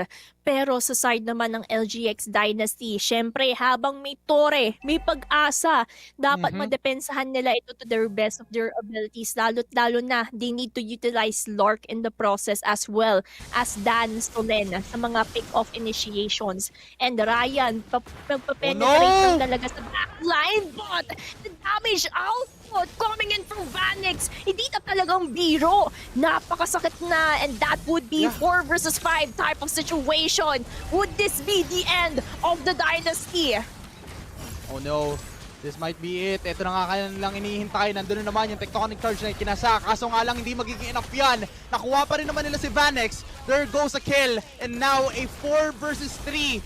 Depensa na maganda, pero yung real world manipulation ay gagamitin nila to zone out and to prolong the team fight. But surely enough, basag na rin naman yung top lane turret at ngayon pinupunteriya ito mula dito sa team na Ateneo Esports. Nandun yung I'm offended. Nakakuha pa rin naman sila na kill. Now the audition play mula dito sa team na Ateneo. 3 agad ang nawala para sa kanila. Napitas itong si Miracle and as well as Vanix. Showing off na sana dun sa mismong mga free hit niya. Kaso nga lang masyadong natuwa dahil sila nga ang lamang dito sa laban na ito. Kahit papano, nagkakaroon ng magandang pahinga ang team ng LGX Dynasty at buhay pa ang kanilang pangarap dito sa kanilang laban. Buhay na buhay pa at hindi sila susuko, hindi sila papayag na isweep lang sila dahil alam nila yung capabilities of Lord Solen in the teamfight initiations that is about to come. And look at Solen targeting Vanix in the process. Yan ang kailangan nilang gawin kung gusto nila mapatumba yung damage output coming in from Ateneo Esports. They need to continue on that, and I believe kayang-kaya nila itong labanan, especially with what's about to come. Napakalupit ha. Talagang nakita agad dito ni Solen Clemente yung kanyang mismong assignment. But this time, the assignment here is to survive mula dito kay Daddy. Wala ngayon yung kanyang Piraga Armor. Pero Tectonic Charge ngayon ay kinasa. Wala yung Immortality. Pero AOG with a huge jump. Nagamit na nga lang din yung mismong Rough Waves to burst down the members. Kaso pantakas lang daw yun. Ang problema ngayon nila ay may top lane minions mula dito sa team na Ateneo Esports. Now, they are now falling low. Conceal ay ginamit. Dan ngayon makakatakas pa kaya Narc. Makakakuha pa rin naman ng successful run to defend well, but the Lord is now available. Tatapusin na kaya nila ito. Nandun yung I'm offended, kaso kinasa pa rin naman para mabuhay with a real manipulation, and now the kill and the burn from that glowing wand.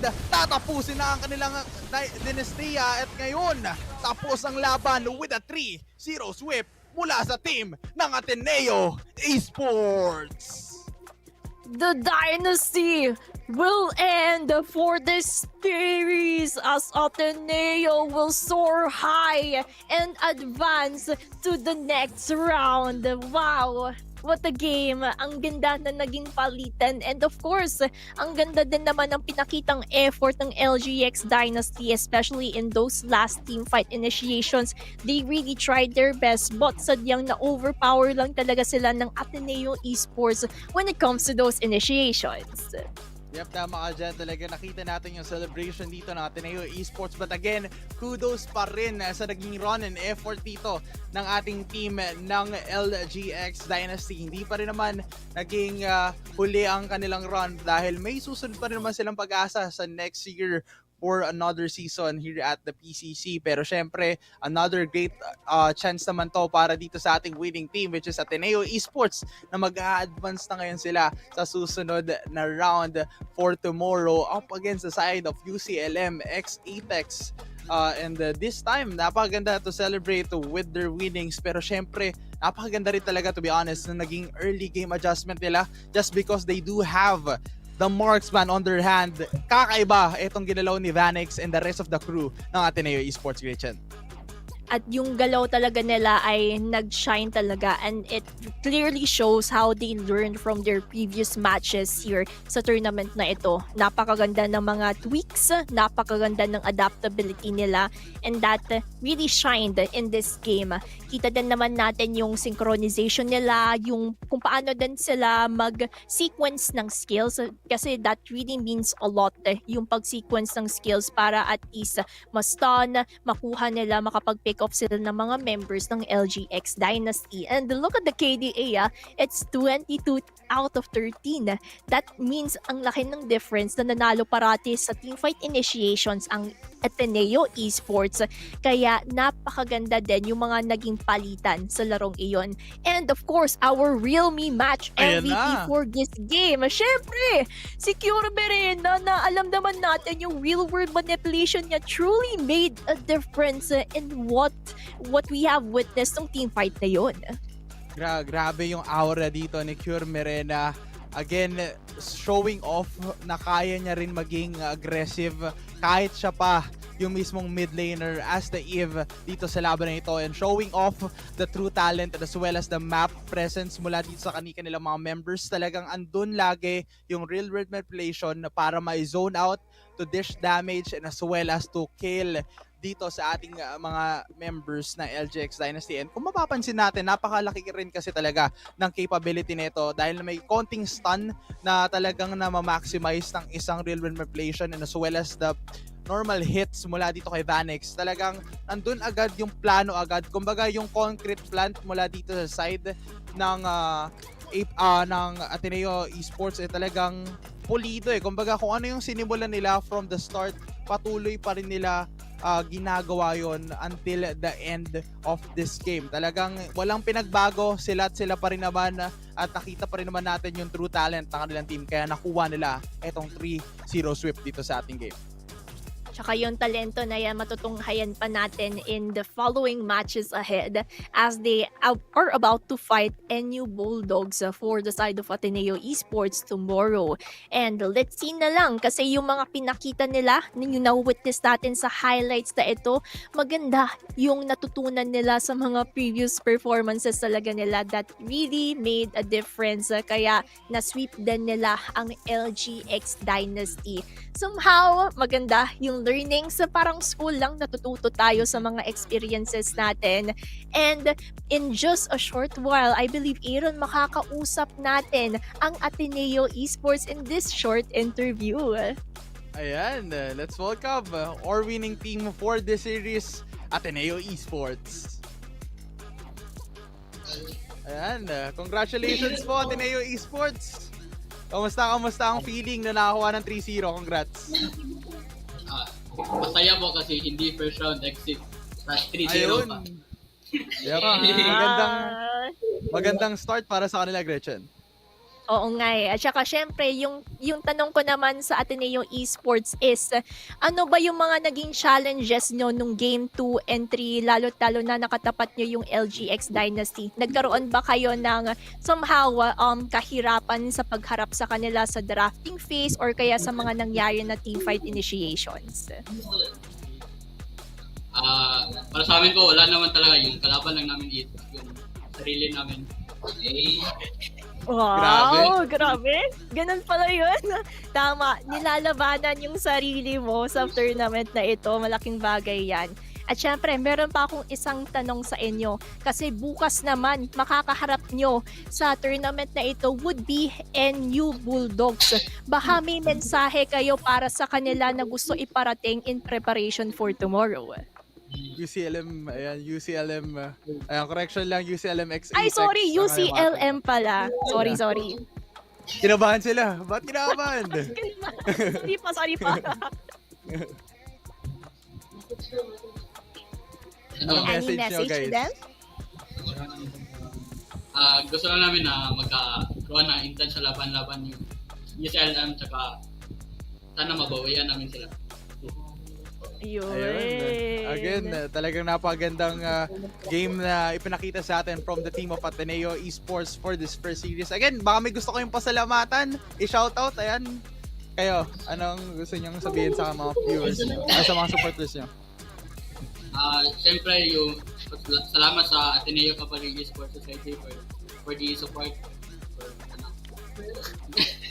Lagi sila nagsusupport yung sa venue, yung sa pagkain, and sa para yung laro lang yung i-worry namin. Again, congratulations sa Ateneo Esports.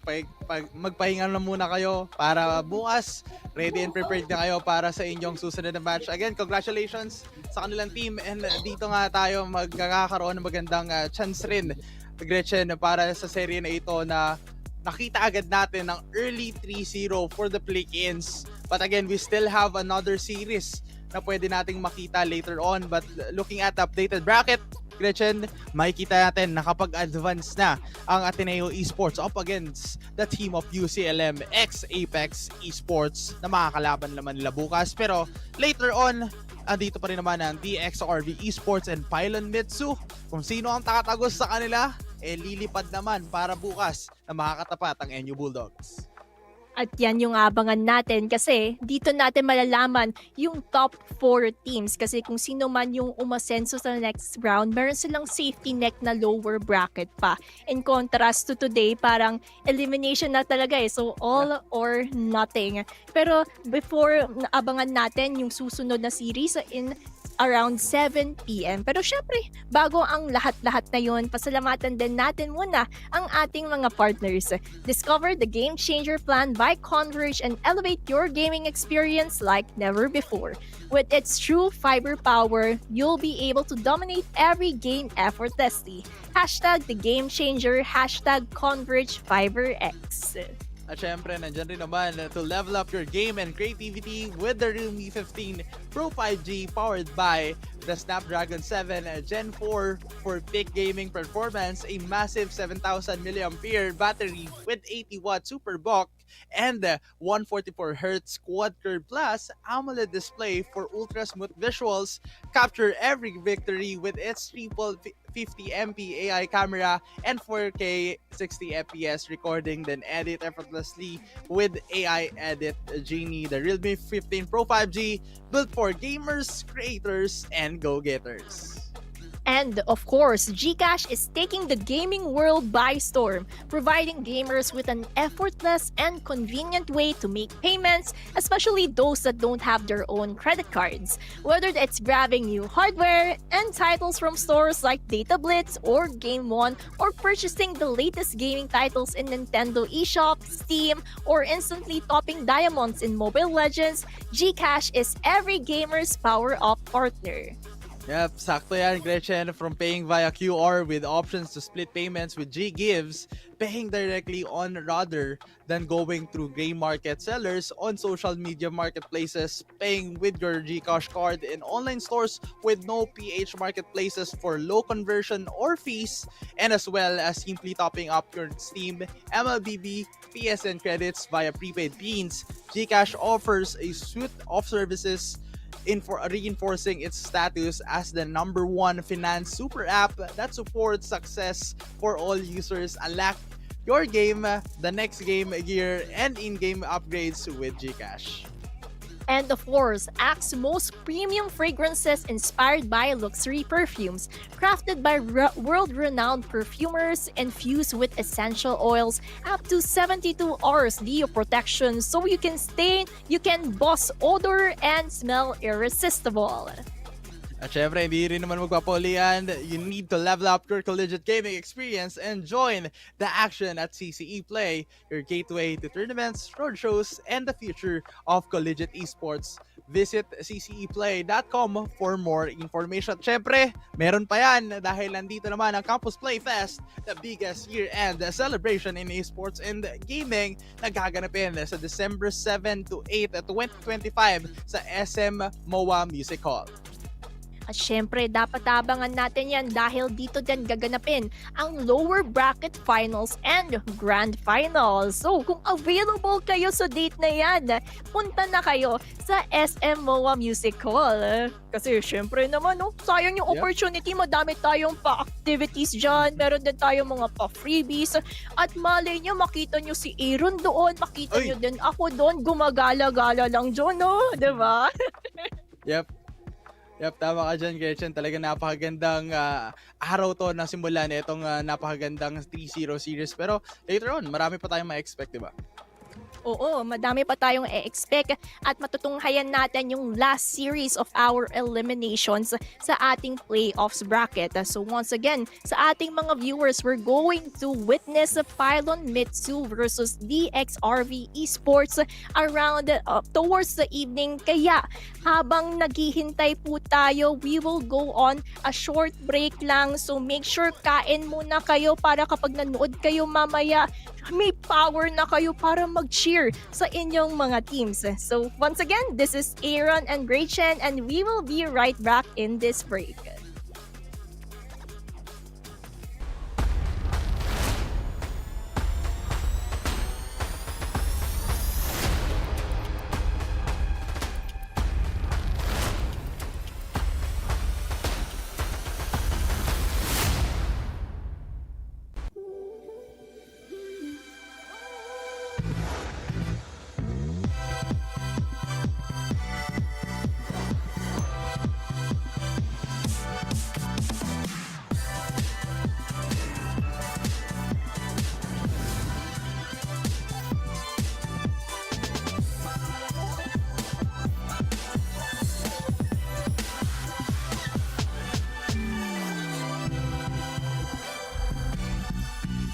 Realme 15 Series 5G.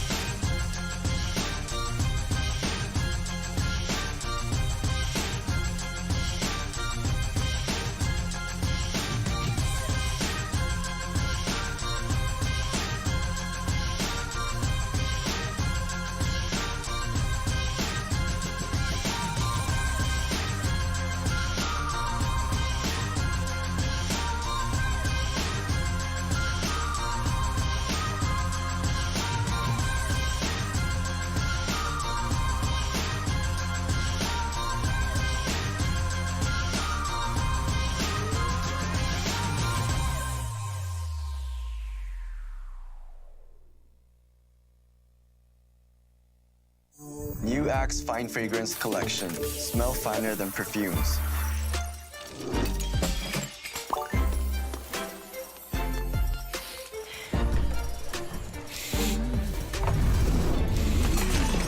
Hi, Mark. Hi, How are you? I'm fine.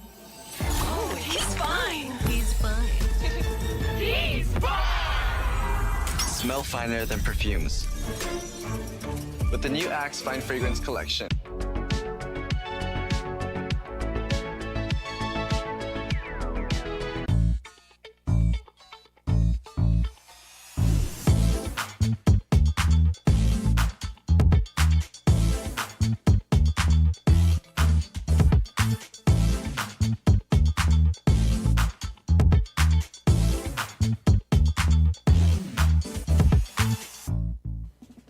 Students, prepare for class.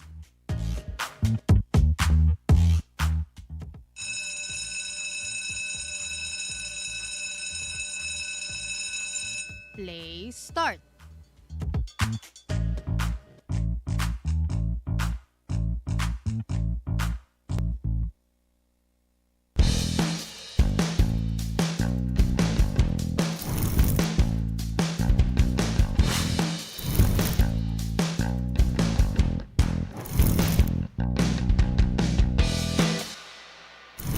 Axe.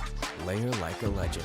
Start with a Dio stick and finish strong with Axe Fine Fragrance Collection. Scents inspired by luxury perfumes with up to 72-hour Dio protection. Layer like a legend with Axe.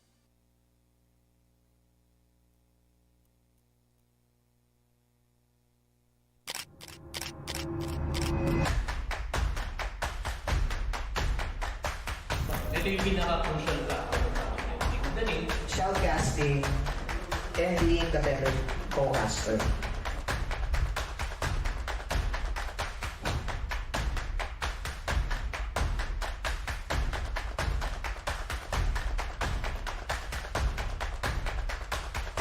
Doon natatapos ang Campus Roadshow. Viva! May estudyanteng magaling.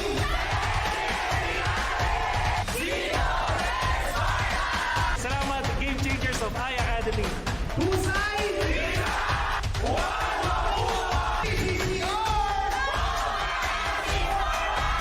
Dragons of University of Asia and the Pacific.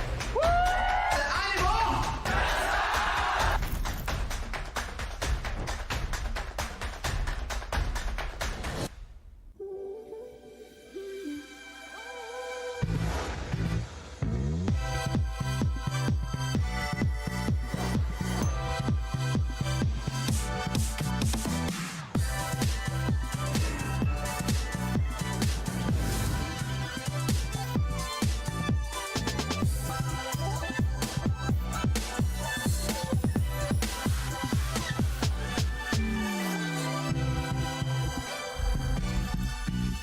Realme 15 Series 5G.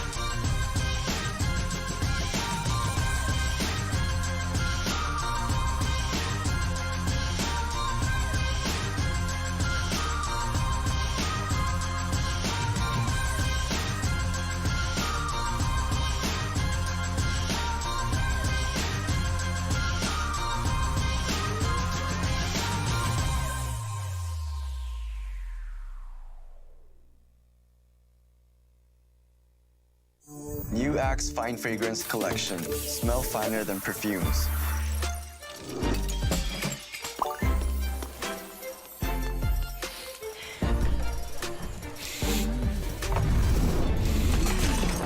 Hi, Mark. Hi, How are you? I'm fine. Oh, he's fine. He's fine. Smell finer than perfumes. With the new Axe Fine Fragrance Collection.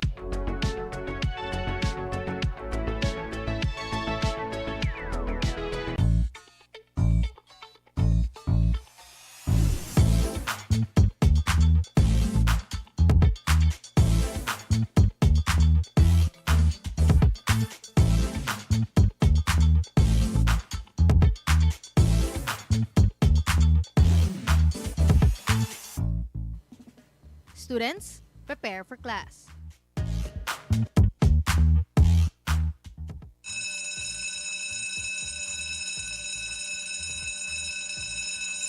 Play start.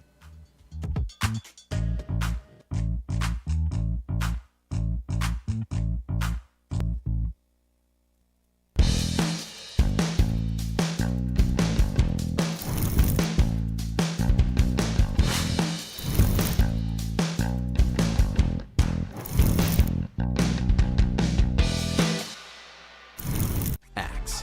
Layer like a legend. Start with a Dio stick and finish strong with Axe Fine Fragrance Collection.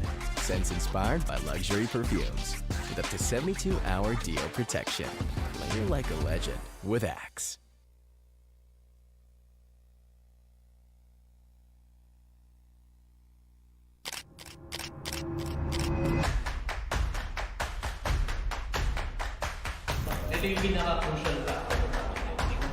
Shoutcasting and being the better co-caster.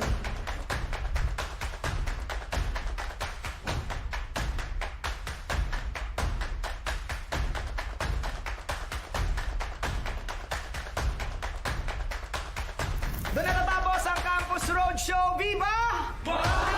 May estudyanteng magaling.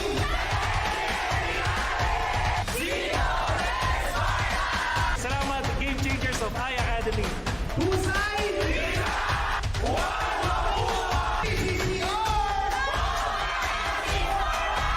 Dragons of University of Asia and the Pacific. Animo!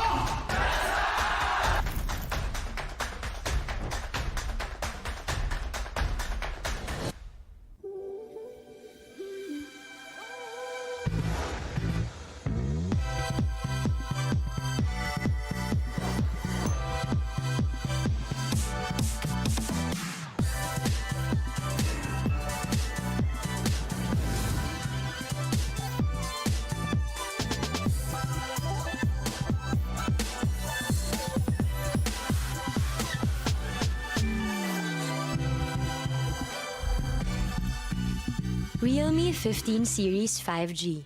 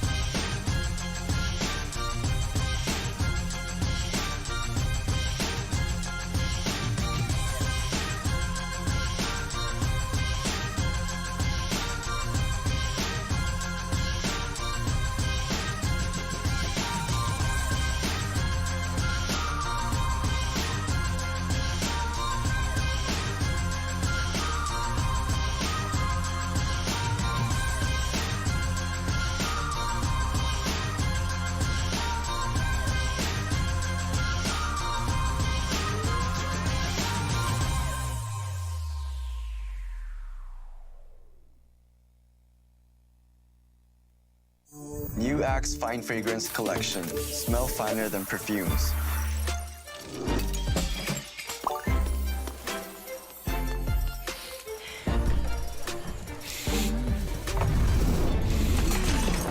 Hi, Mark. Hi, How are you? I'm fine. Oh, he's fine. He's fine. Smell finer than perfumes.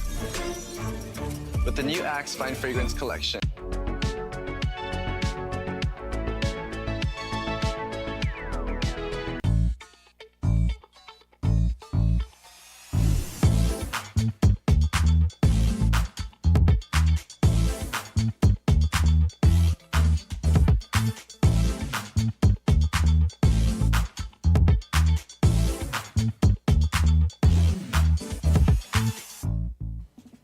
Students, prepare for class.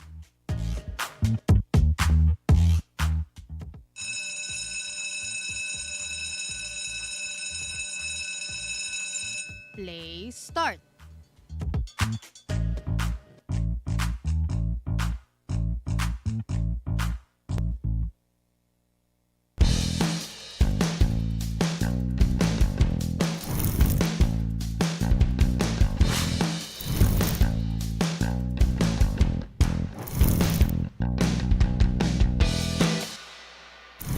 Axe. Layer like a legend. Start with a Dio stick and finish strong with Axe Fine Fragrance Collection. Scents inspired by luxury perfumes with up to 72-hour Dio protection. Layer like a legend with Axe.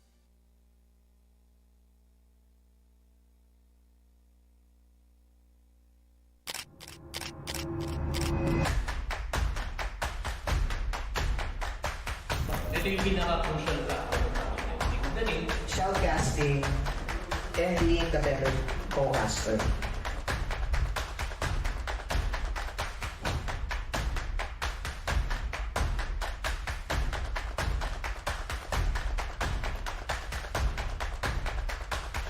Doon na natapos ang Campus Roadshow. Viva! May estudyanteng magaling.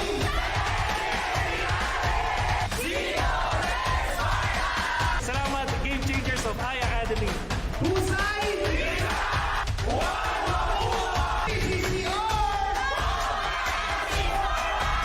Dragons of University of Asia and the Pacific. Animo!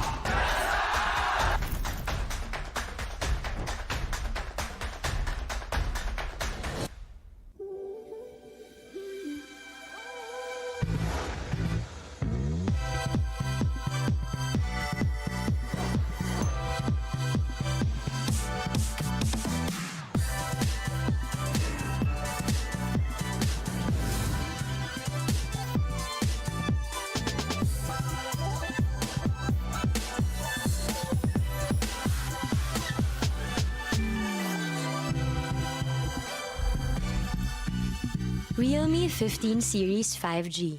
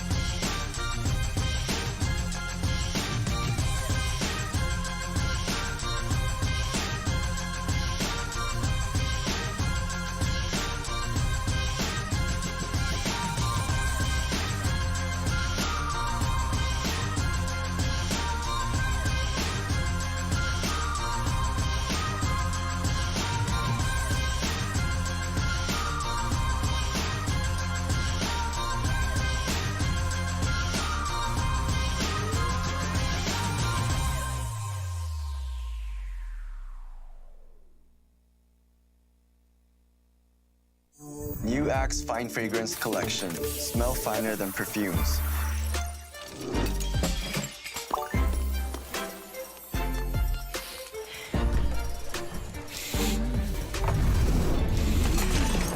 Hi, Mark. Hi, How are you? I'm fine. Oh, he's fine. He's fine. He's fine. Smell finer than perfumes. With the new Axe Fine Fragrance Collection.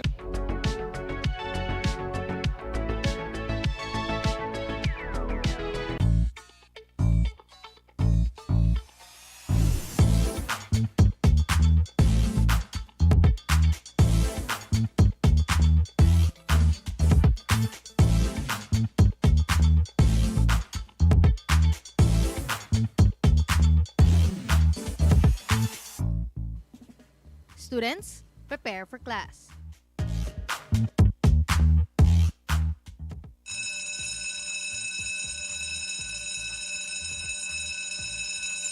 Play start.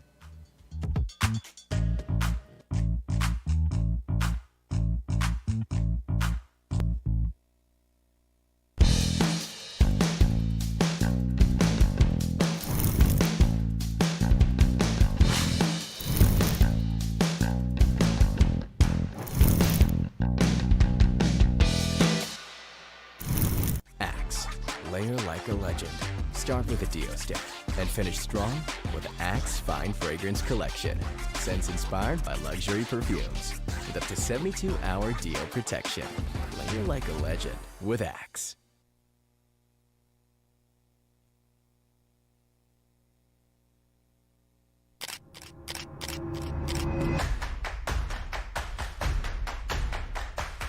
Ito yung pinaka-crucial factor. Shoutcasting and being the better co-caster.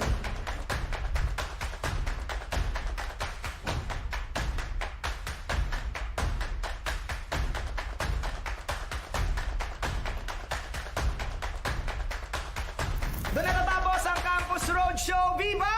Mga estudyanteng magaling.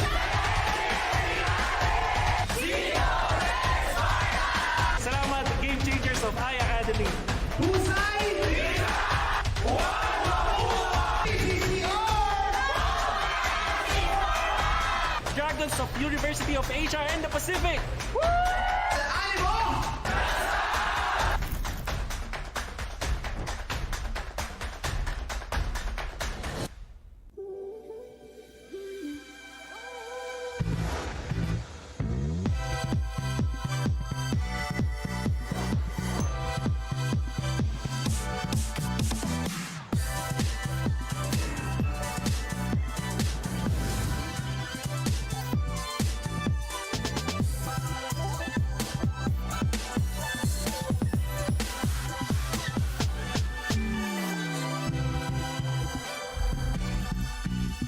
Realme 15 Series 5G.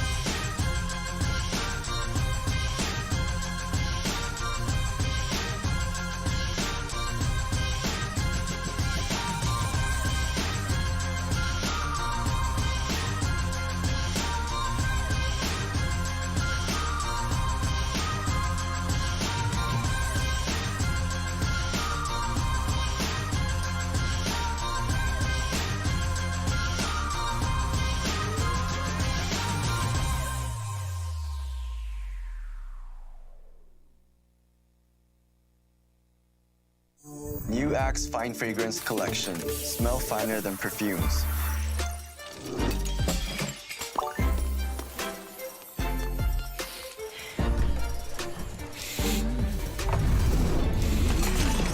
Hi, Mark. Hi, How are you? I'm fine. Oh, he's fine. He's fine. Smell finer than perfumes. With the new Axe Fine Fragrance Collection.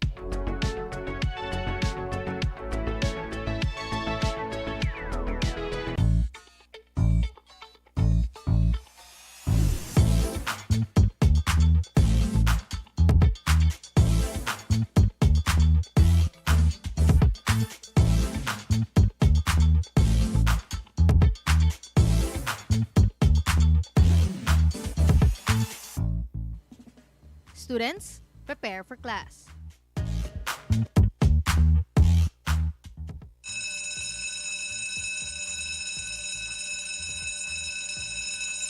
Play start.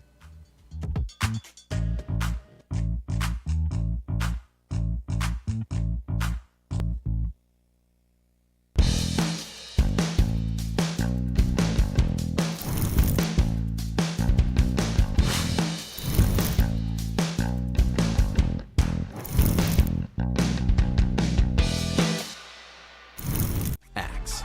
Layer like a legend. Start with a Dio stick and finish strong with Axe Fine Fragrance Collection.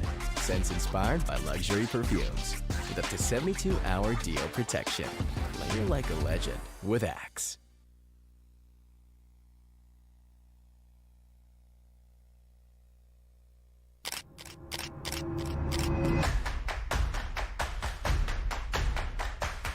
Ito yung pinaka-crucial ka. Shoutcasting and being the better co-caster.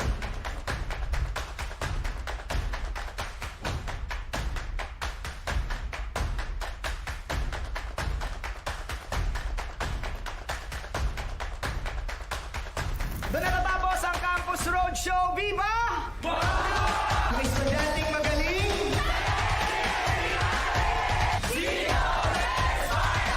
Salamat, Game Changers of High Academy. Husay! PCC! Dragons of University of Asia and the Pacific. Animo!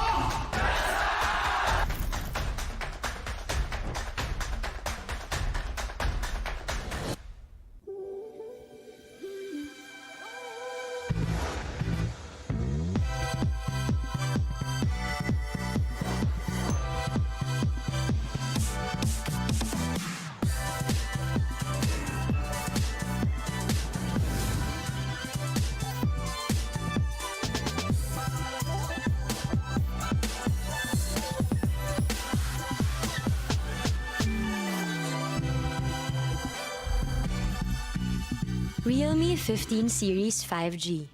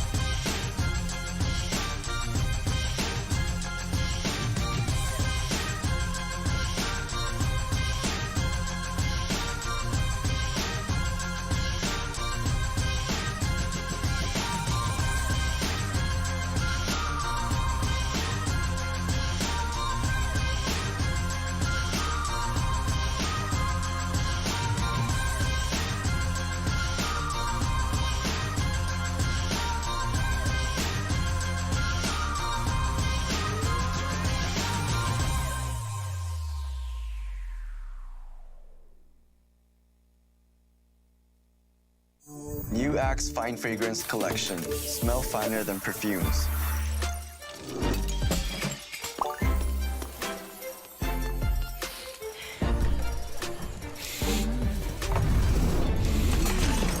Hi, Mark. Hi, How are you? I'm fine. Oh, he's fine. He's fine. He's Smell finer than perfumes. With the new Axe Fine Fragrance collection.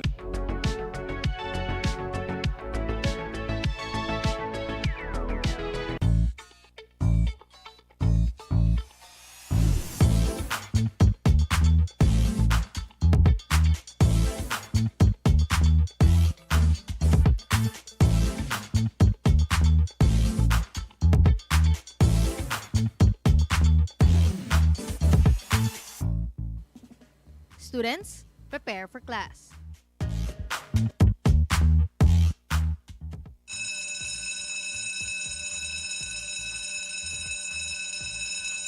Play start.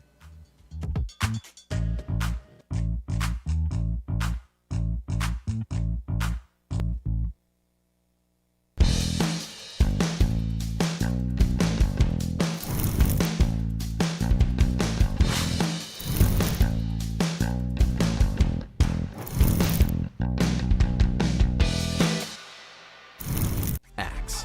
Layer like a legend. Start with a Dio stick and finish strong with Axe Fine Fragrance Collection. Scents inspired by luxury perfumes with up to 72-hour Dio protection. Layer like a legend with Axe.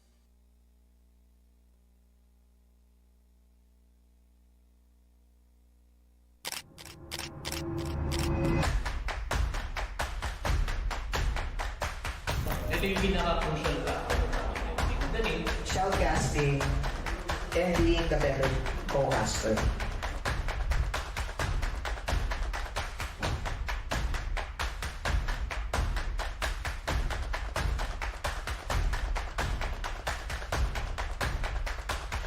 Doon na natapos ang Campus Roadshow. Viva! Mga estudyanteng magaling.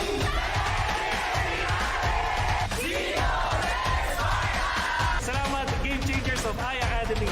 Husay! PCC Dragons of University of Asia and the Pacific. Animo!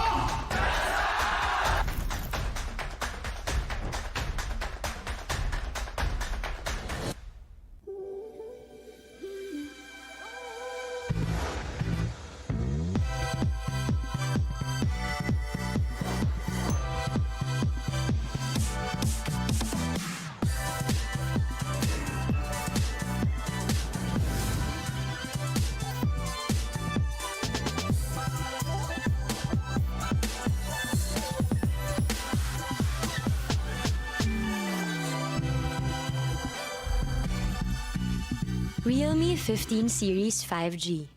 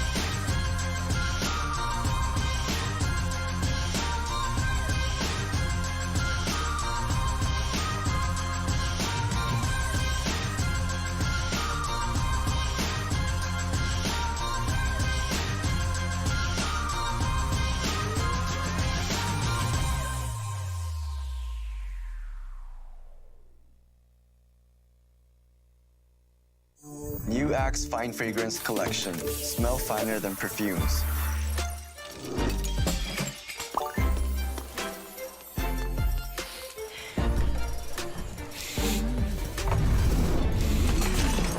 Hi, Mark. Hi, How are you? I'm fine.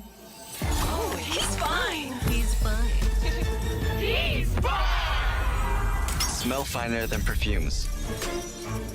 With the new Axe Fine Fragrance Collection.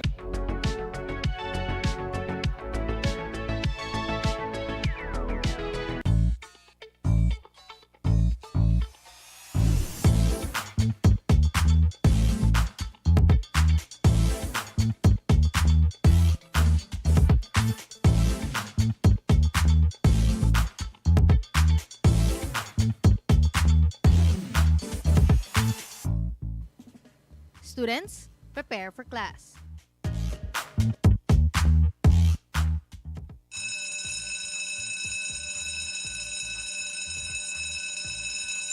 Play start.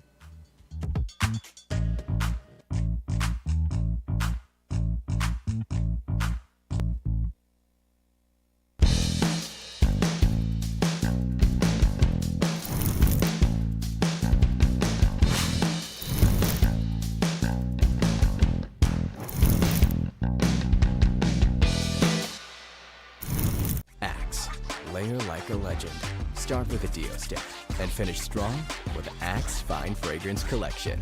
Scents inspired by luxury perfumes with up to 72-hour Dio protection. Layer like a legend with Axe.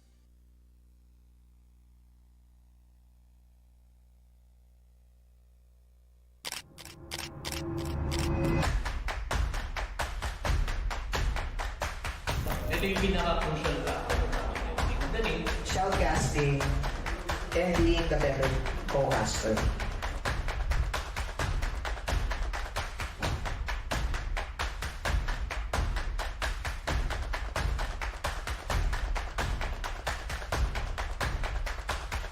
Doon na natapos ang Campus Roadshow. Viva! Mga estudyanteng magaling.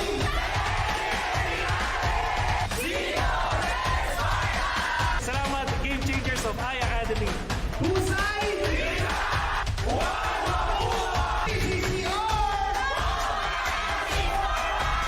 Dragons of University of Asia and the Pacific. Animo!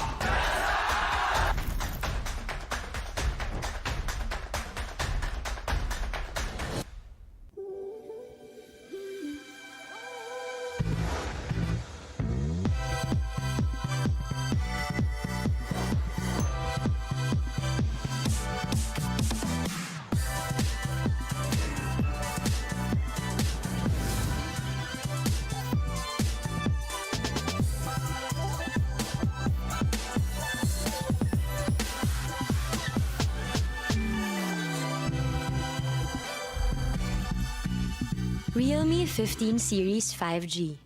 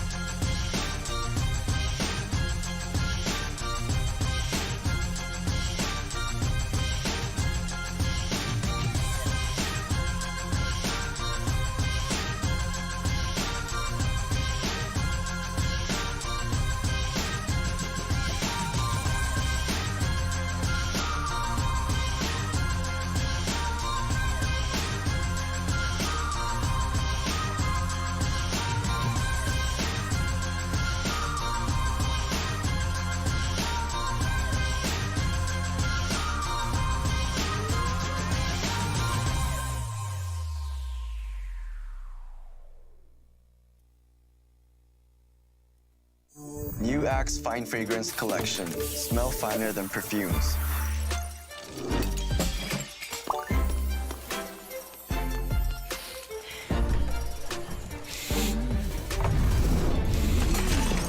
Hi, Mark. Hi, How are you? I'm fine. Oh, he's fine. He's fine. He's fine! Smell finer than perfumes. With the new Axe Fine Fragrance Collection.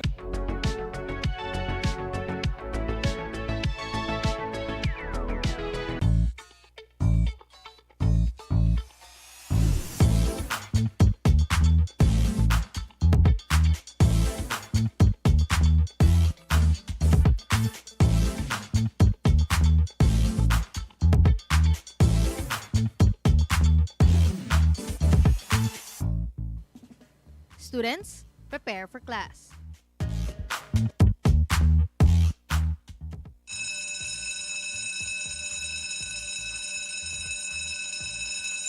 Play start.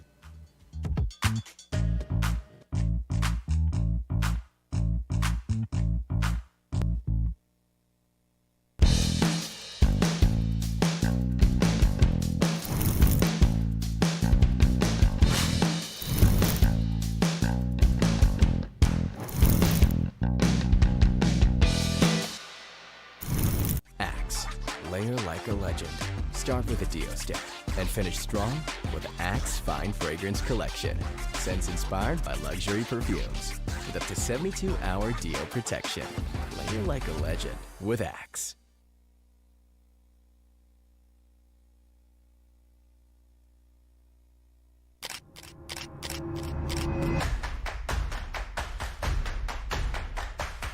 Ito yung pinaka-crucial ka. Shoutcasting and being the better co-caster.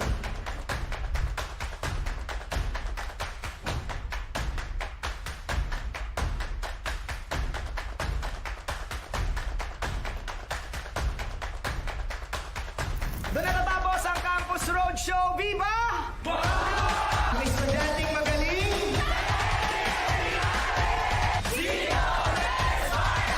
Salamat, Game Changers of Academy. Husay!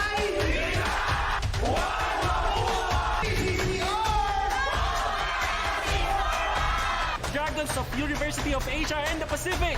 Animo!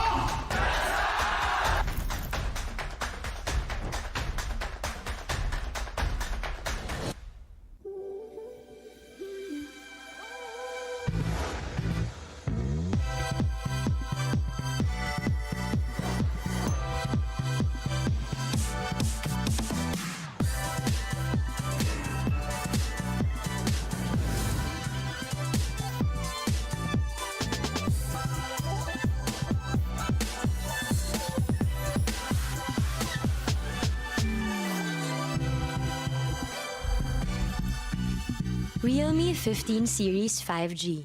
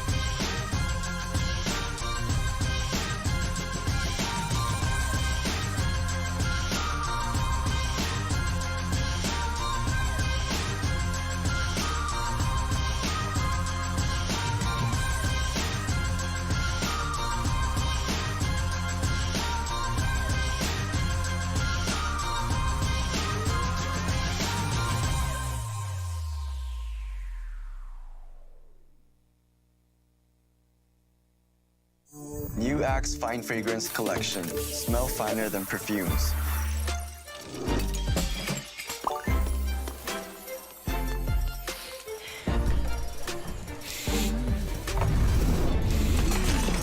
Hi, Mark. Hi, How are you? I'm fine. Oh, he's fine. He's fine. He's fine! Smell finer than perfumes. With the new Axe Fine Fragrance Collection.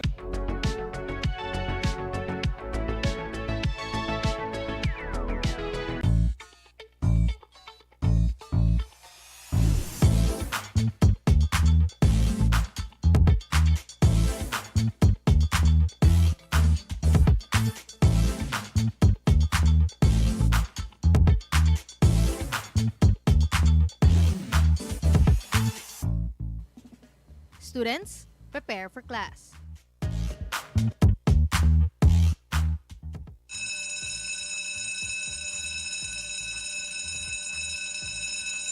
Play start.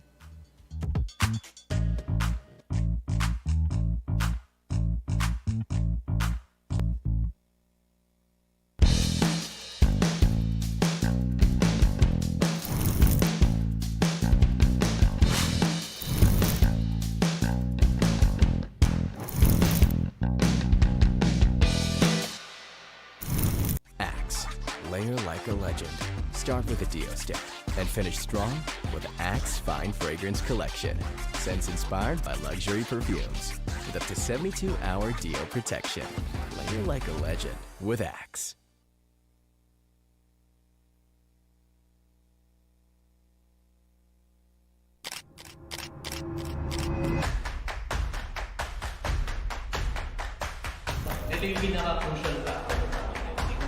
Shoutcasting and being the better co-caster.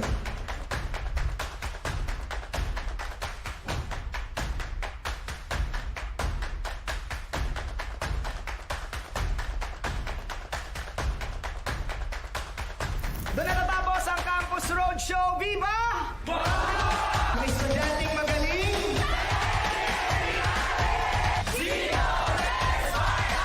Salamat, Game Changers of iAcademy.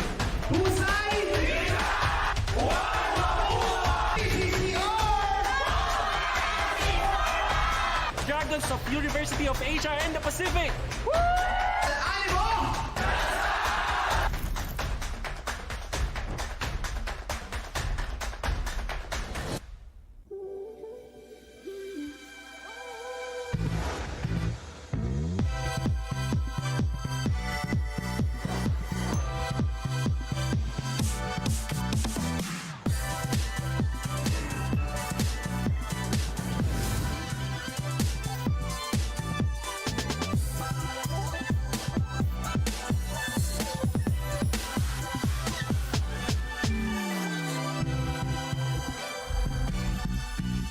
Realme 15 Series 5G.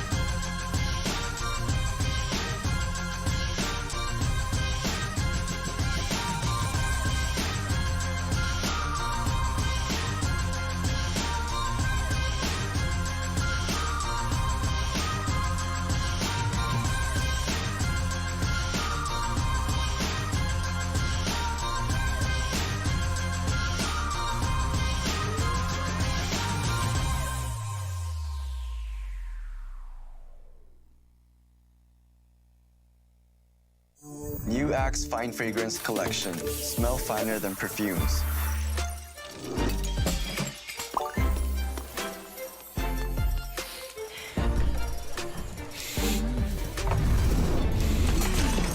Hi, Mark. Hi, How are you? I'm fine.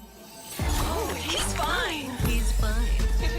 He's fine! Smell finer than perfumes. With the new Axe Fine Fragrance Collection.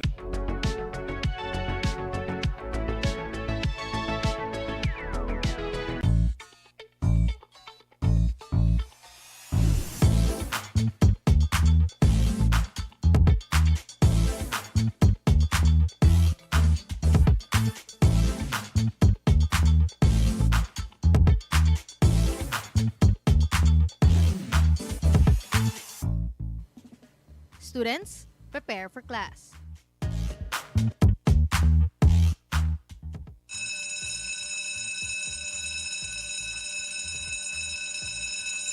Play start.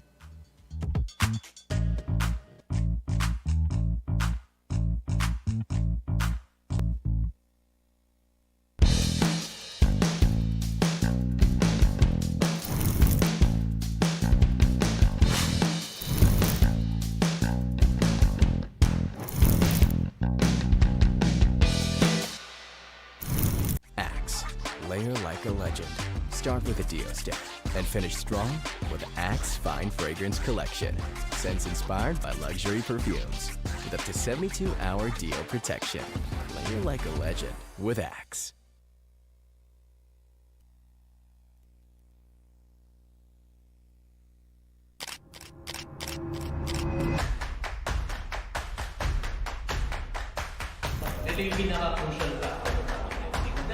Shoutcasting and being the better co-caster.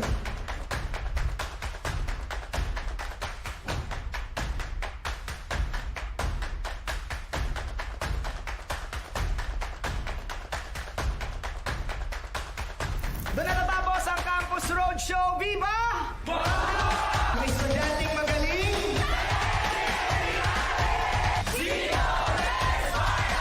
Salamat, Game Changers of Academy. Husay! PCC Dragons of University of Asia and the Pacific. Animo!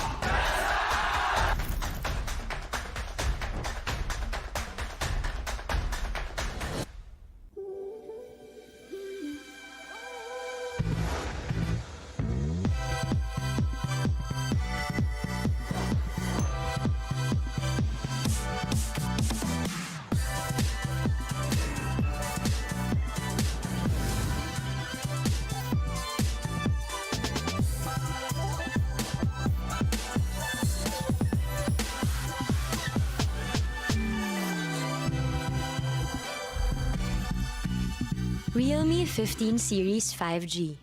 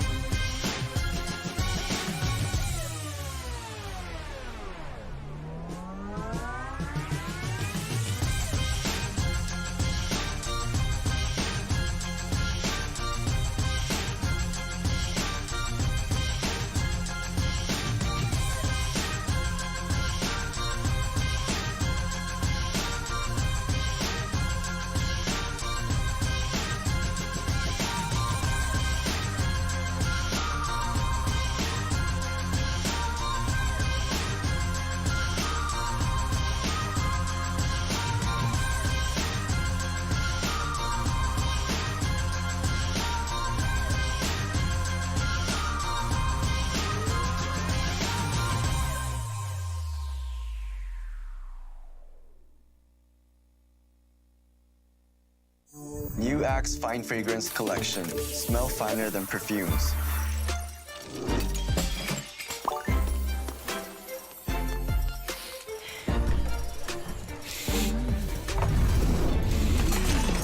Hi, Mark. Hi, How are you? I'm fine. Oh, he's fine. He's fine. He's Smell finer than perfumes. With the new Axe Fine Fragrance Collection.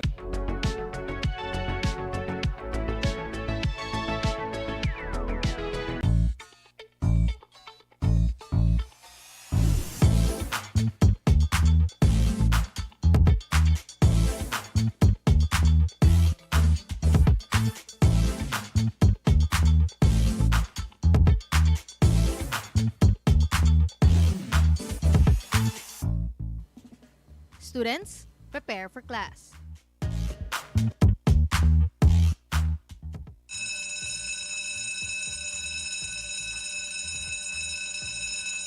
Play start.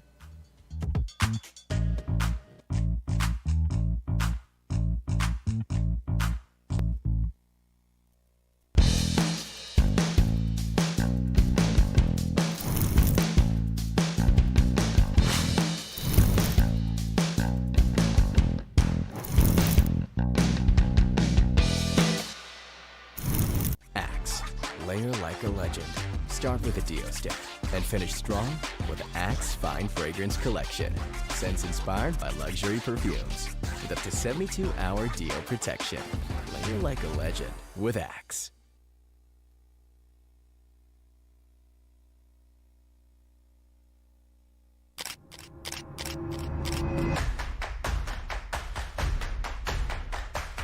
Ito yung pinaka-crucial ka. Shoutcasting and being the better co-caster.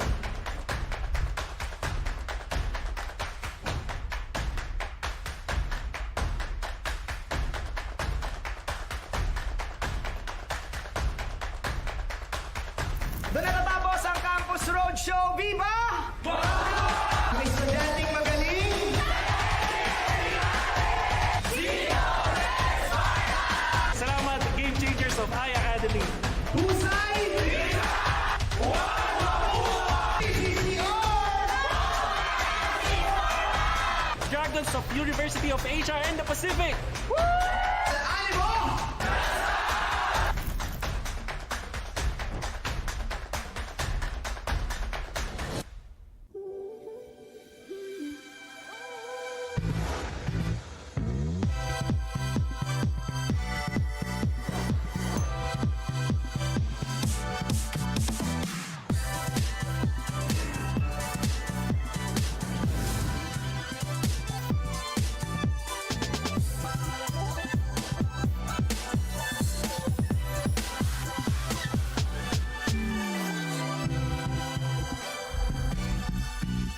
Realme 15 Series 5G.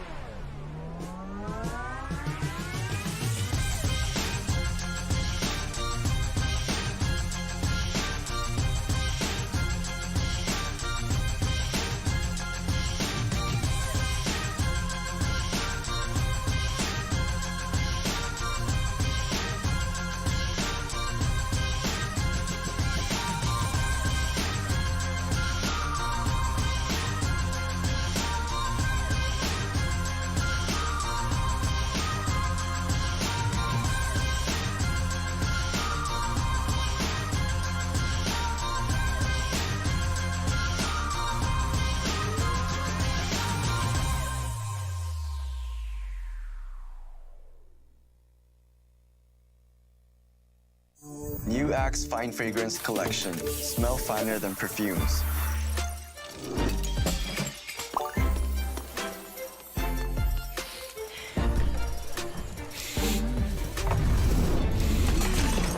Hi, Mark. Hi, How are you? I'm fine. Oh, he's fine. He's fine. He's Smell finer than perfumes. With the new Axe Fine Fragrance Collection.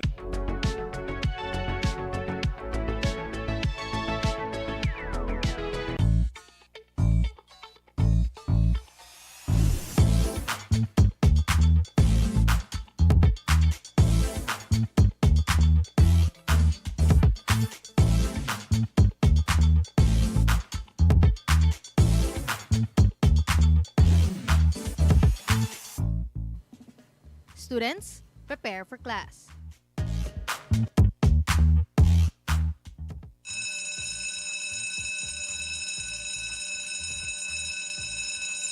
Play start.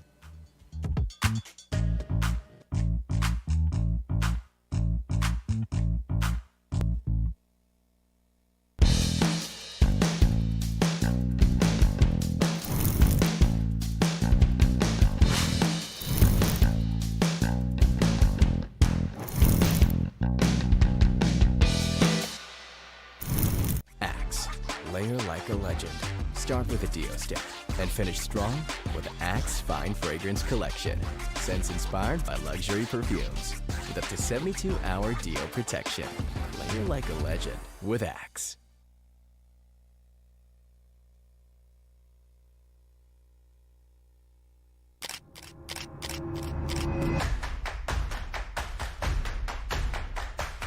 Ito yung pinaka-crucial ka.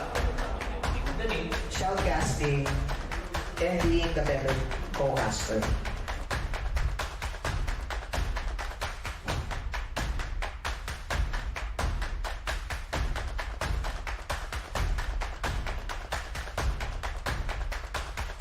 Doon na natapos ang Campus Roadshow. Viva!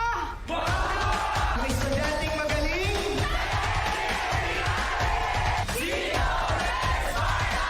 Salamat, Game Changers of Academy. Husay! PCC Dragons of University of Asia and the Pacific. Animo!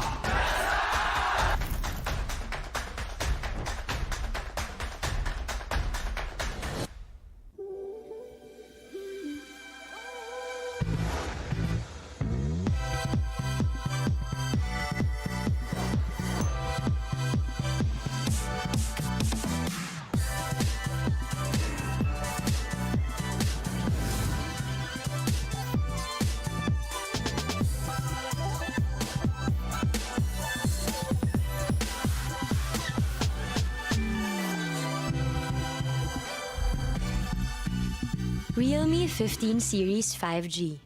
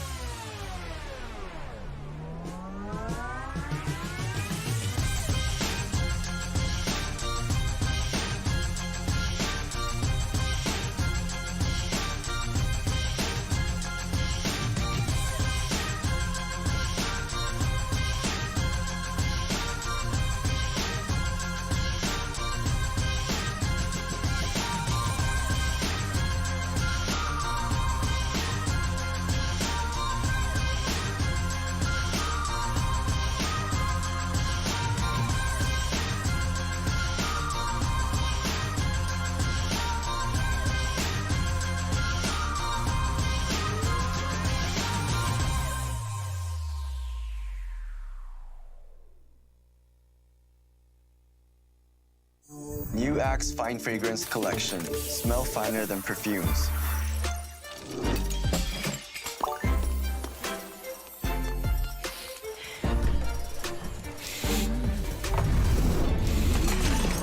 Hi, Mark. Hi, How are you? I'm fine.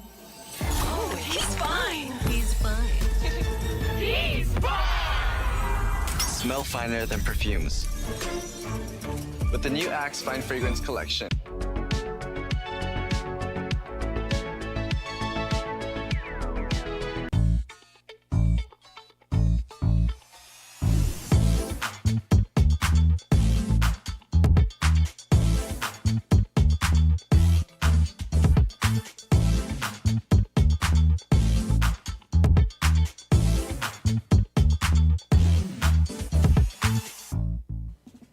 Students, prepare for class.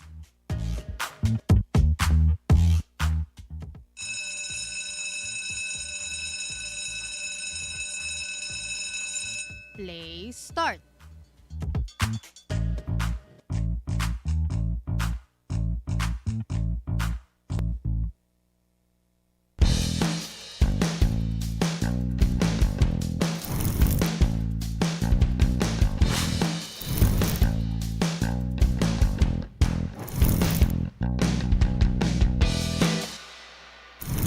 Axe. Layer like a legend.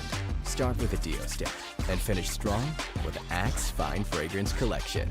Scents inspired by luxury perfumes with up to 72-hour Dio protection. Layer like a legend with Axe.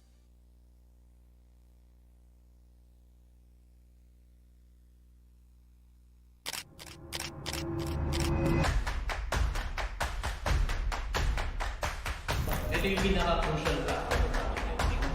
Shoutcasting and being the better co-caster.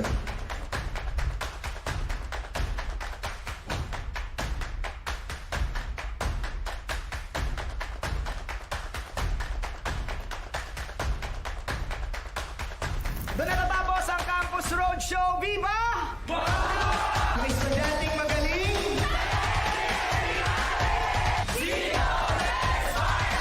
Salamat, Game Changers of I Academy. Husay! PCC Dragons of University of Asia and the Pacific. Animo!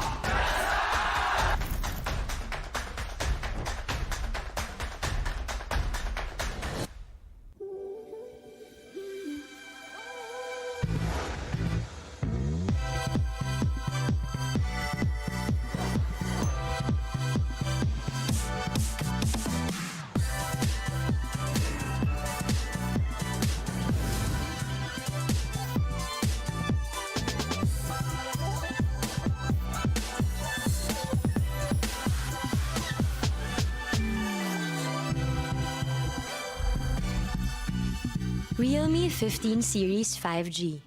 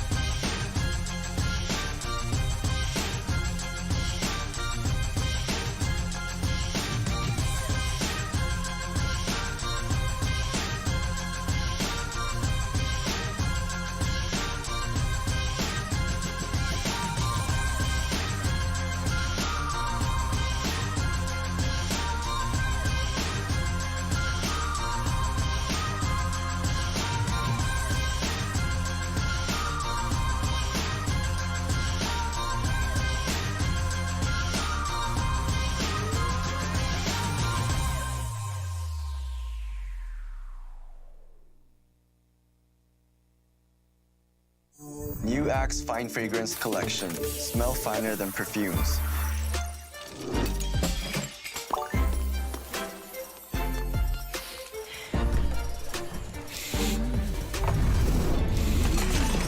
Hi, Mark. Hi, How are you? I'm fine. Oh, he's fine. He's fine. He's fine! Smell finer than perfumes. With the new Axe Fine Fragrance Collection.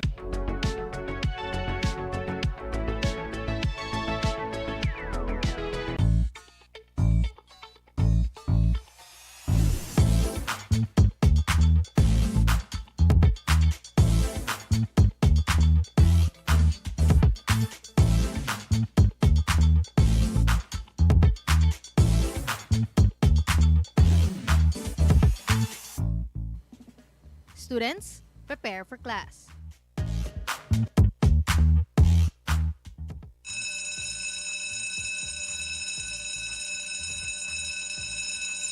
Play start.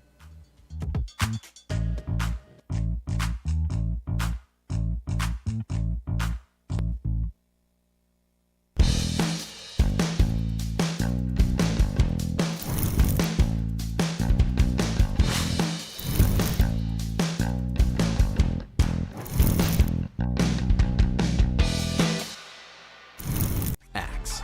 Layer like a legend. Start with a Dio stick and finish strong with Axe Fine Fragrance Collection. Scents inspired by luxury perfumes with up to 72-hour Dio protection. Layer like a legend with Axe.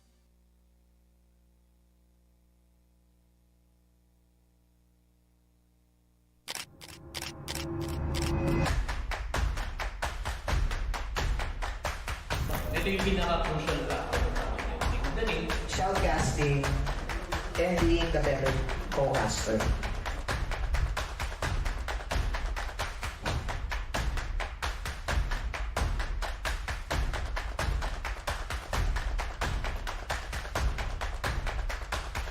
Doon na natapos ang Campus Roadshow. Viva! Mga estudyanteng magaling.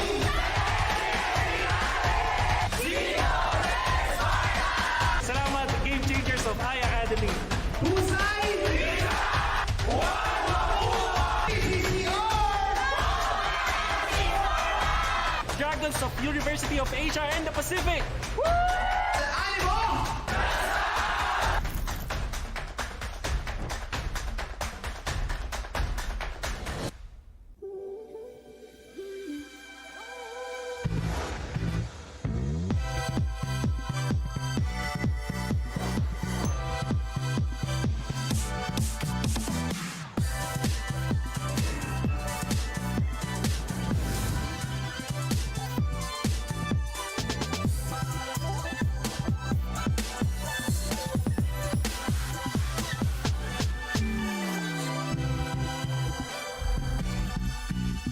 Realme 15 Series 5G.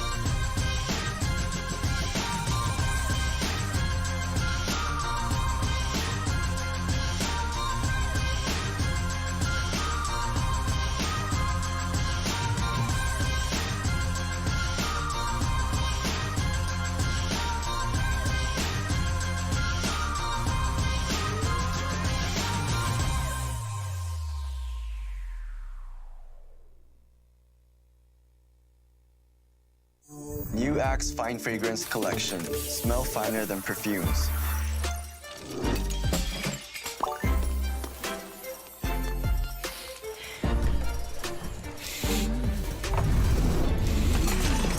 Hi, Mark. Hi, How are you? I'm fine. Oh, he's fine. He's fine. He's fine. Smell finer than perfumes. With the new Axe Fine Fragrance Collection.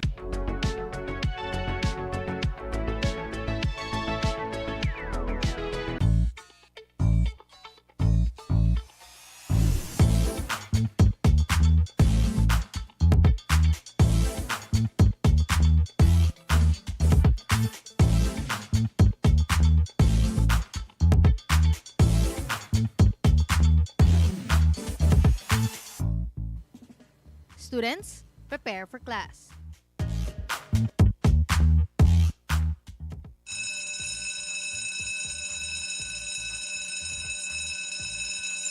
Play start.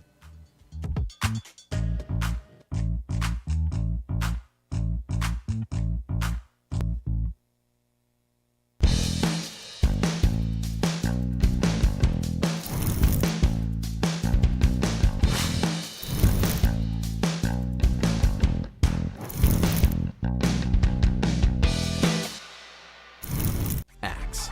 Layer like a legend. Start with a Dio stick and finish strong with Axe Fine Fragrance Collection. Scents inspired by luxury perfumes with up to 72-hour Dio protection. Layer like a legend with Axe.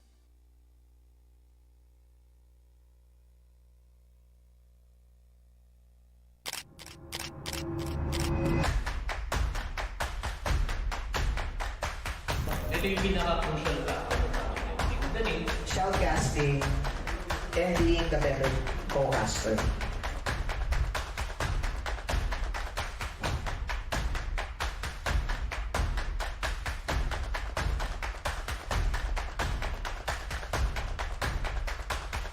Doon na natapos ang Campus Roadshow. Viva! Mga estudyanteng magaling. Salamat, Game Changers of iAcademy. Husay! PCC Dragons of University of Asia and the Pacific. Animo!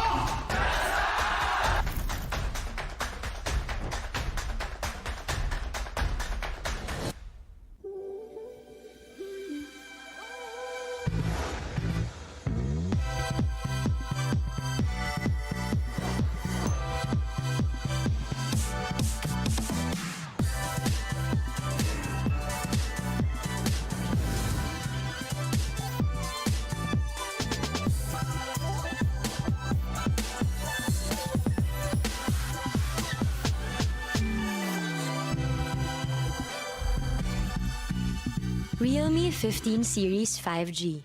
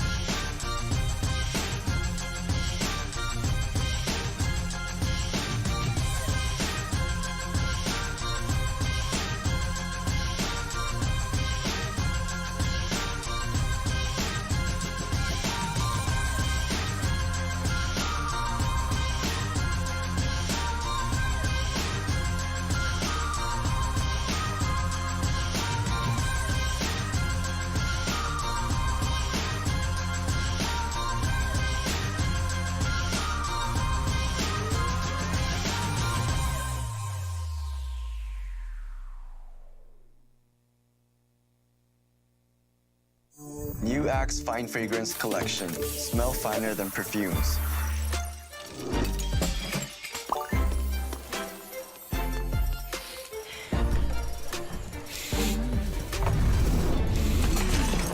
Hi, Mark. Hi, How are you? I'm fine. Oh, he's fine. He's fine. He's Smell finer than perfumes. With the new Axe Fine Fragrance Collection.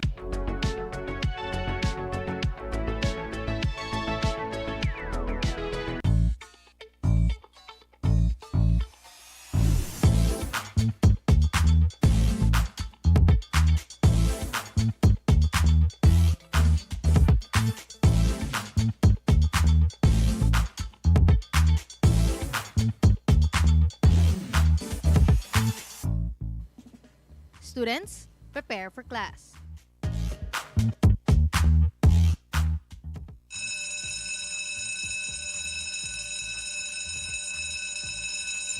Play start.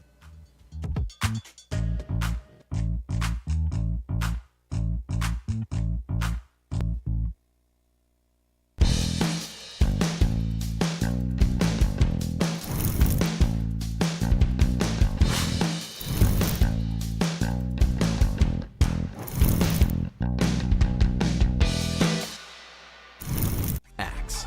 Layer like a legend. Start with a Dio stick and finish strong with Axe Fine Fragrance Collection. Scents inspired by luxury perfumes with up to 72-hour Dio protection. Layer like a legend with Axe.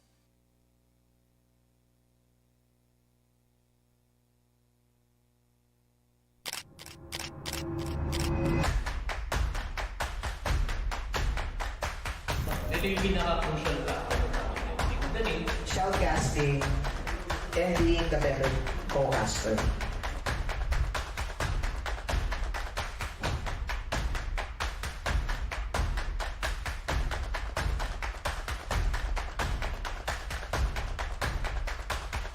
Doon na natapos ang Campus Roadshow. Viva!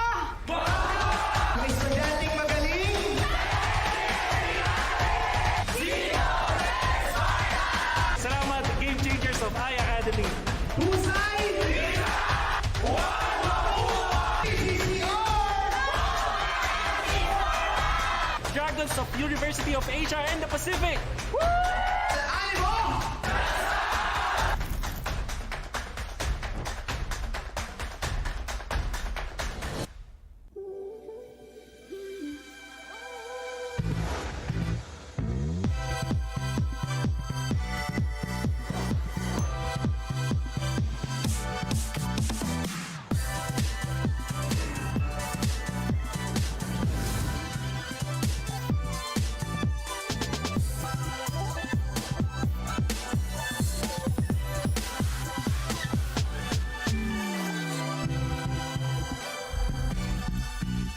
Realme 15 Series 5G.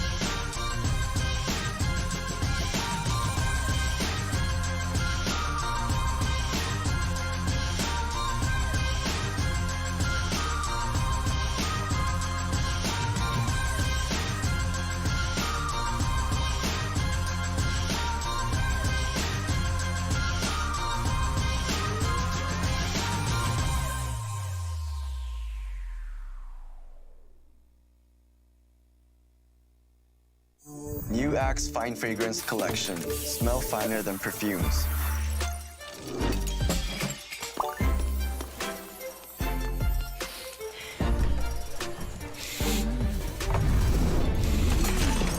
Hi, Mark. Hi, How are you? I'm fine. Oh, he's fine. He's fine. He's fine! Smell finer than perfumes. With the new Axe Fine Fragrance Collection.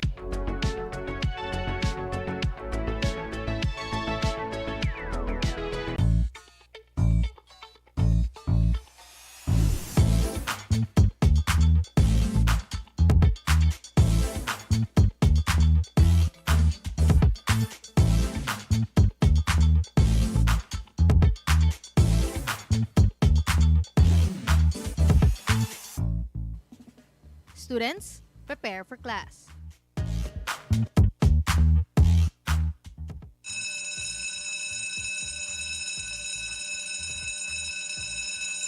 Play start.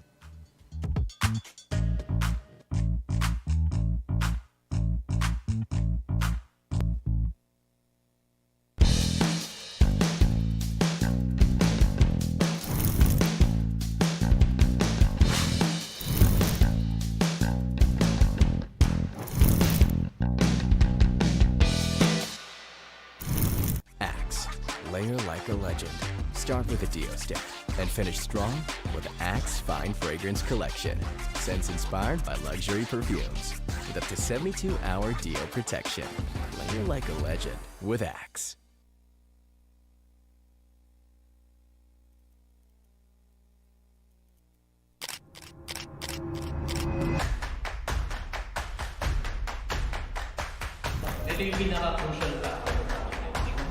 Shoutcasting and being the better co-caster.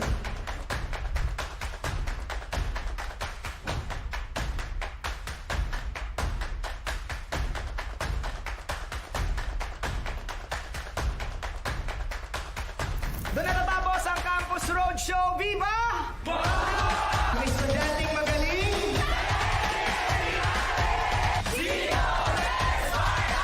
Salamat, Game Changers of iAcademy.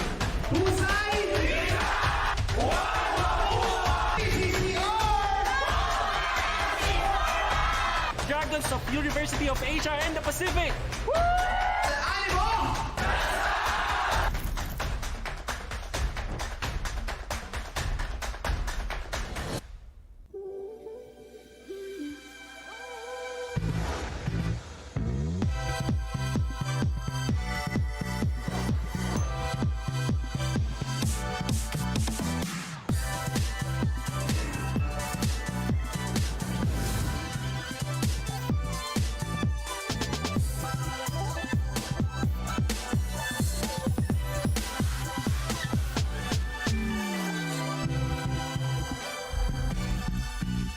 Realme 15 Series 5G.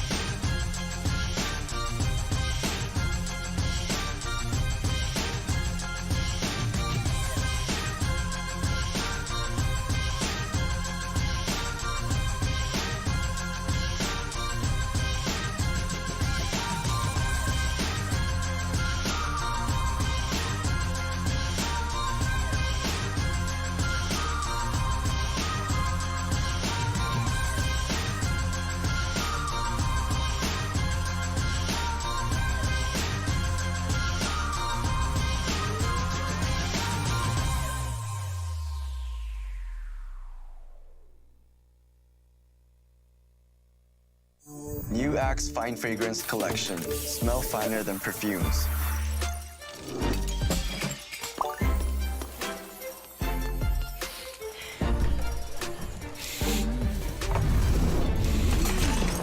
Hi, Mark. Hi, How are you? I'm fine.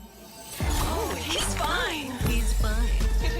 He's fine! Smell finer than perfumes. With the new Axe Fine Fragrance Collection.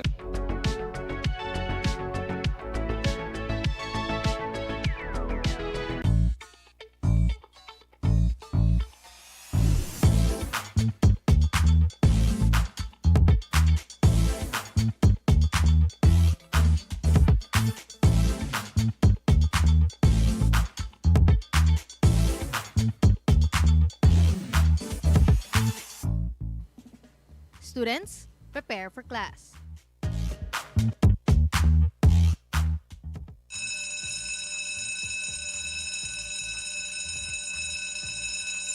Play start.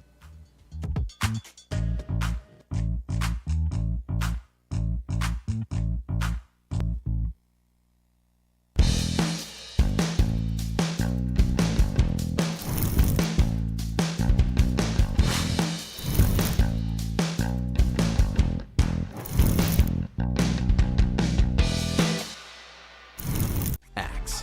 Layer like a legend. Start with a Dio stick and finish strong with the Axe Fine Fragrance Collection.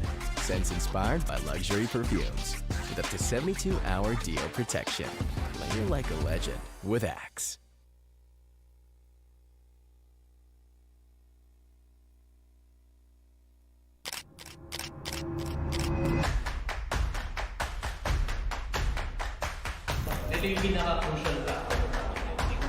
Shoutcasting and being the better co-caster.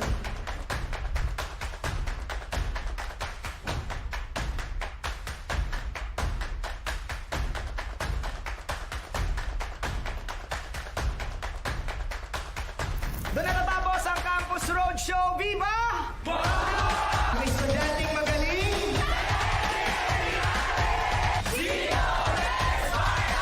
Salamat, Game Changers of iAcademy. Husay! PCC Dragons of University of Asia and the Pacific. Animo!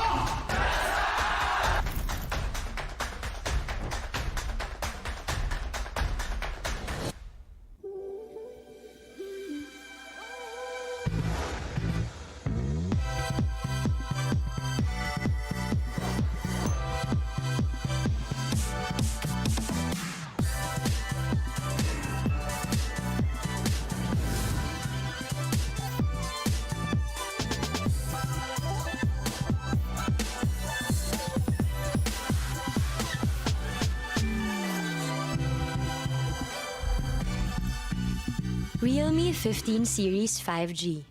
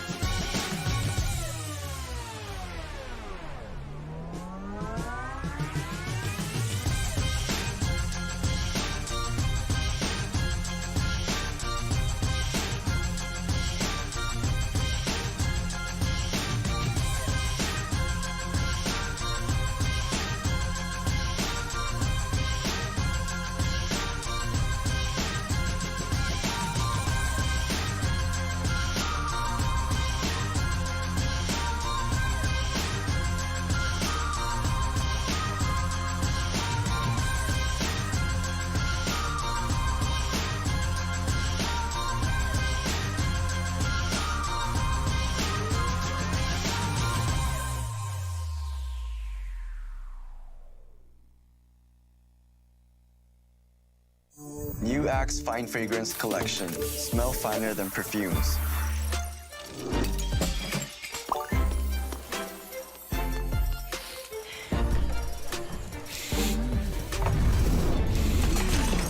Hi, Mark. Hi, How are you? I'm fine. Oh, he's fine. He's fine. He's Smell finer than perfumes. With the new Axe Fine Fragrance Collection.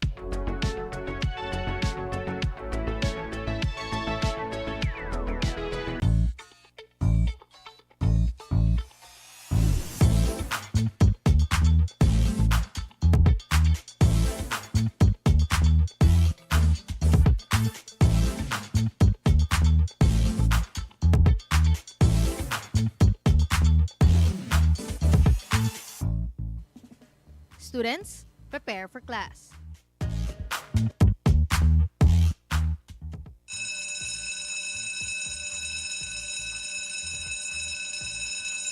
Play start.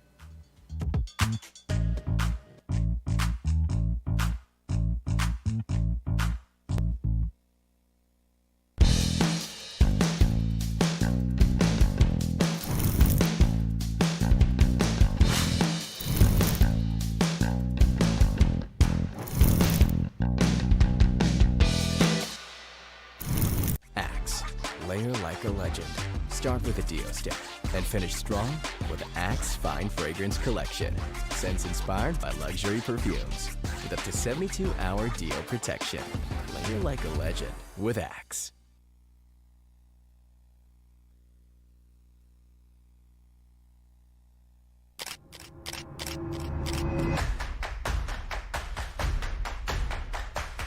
Ito yung pinaka-crucial factor.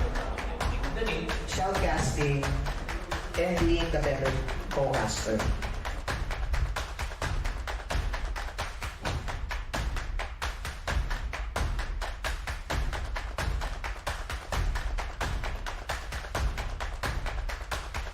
Doon natatapos ang Campus Roadshow. Viva! May estudyanteng magaling.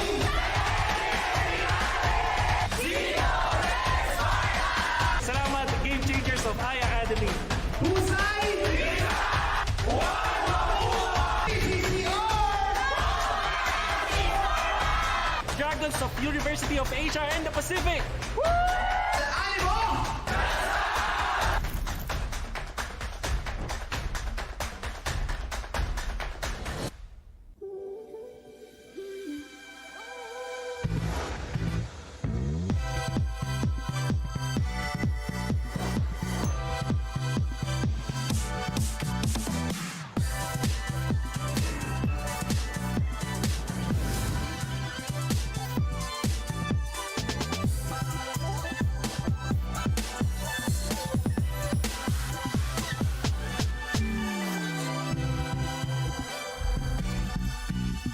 Realme 15 Series 5G.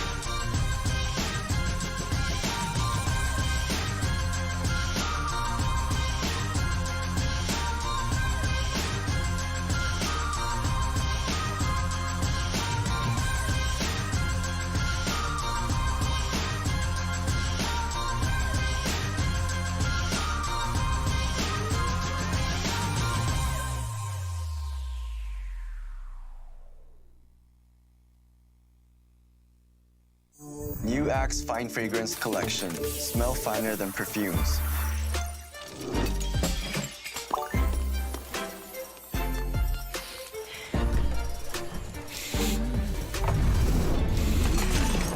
Hi, Mark. Hi, How are you? I'm fine. Oh, he's fine. He's fine. He's Smell finer than perfumes. With the new Axe Fine Fragrance Collection.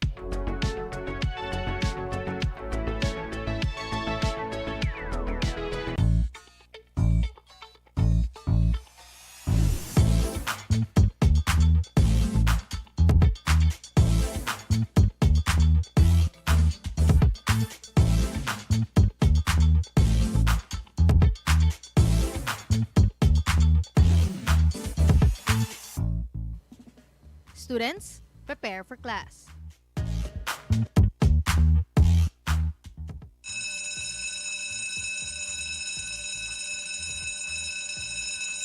Play start.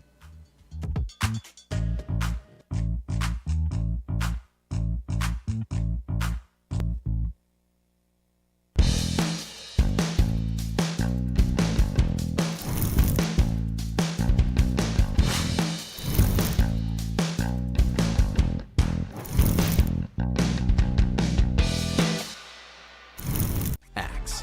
Layer like a legend. Start with a Dio stick and finish strong with Axe Fine Fragrance Collection.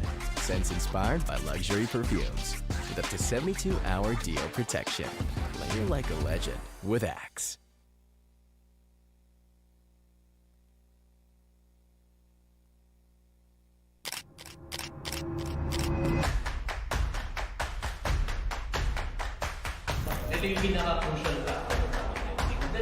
Shoutcasting and being the better co-caster.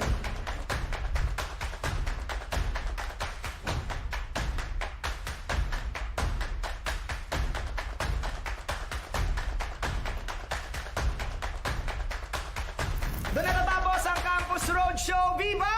Mga estudyanteng magaling.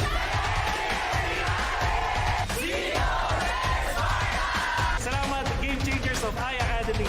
Husay! PCC Dragons of University of Asia and the Pacific. Animo!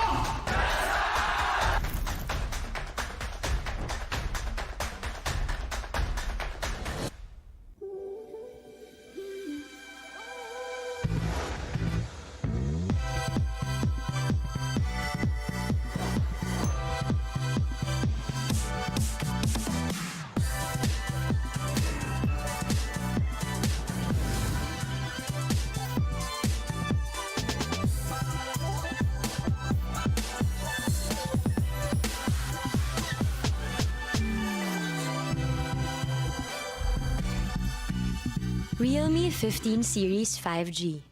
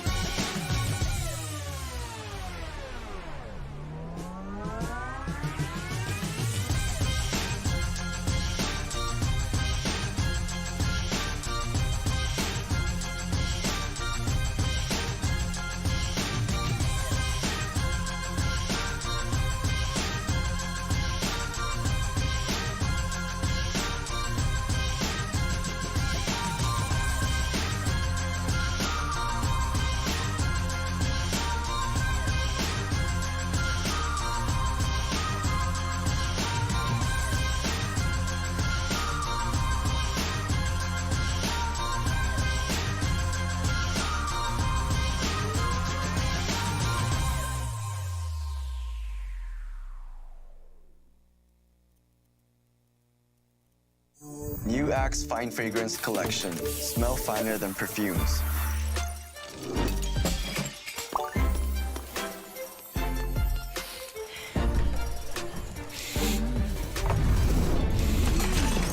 Hi, Mark. Hi, How are you? I'm fine. Oh, he's fine. He's fine. He's fine. Smell finer than perfumes. With the new Axe Fine Fragrance Collection.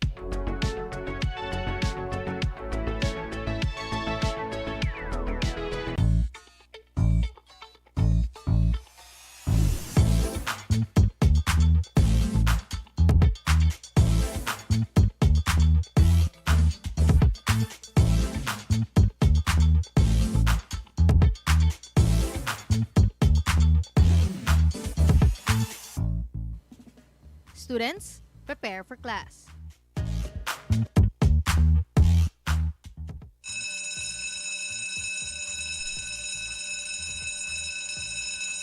Play start.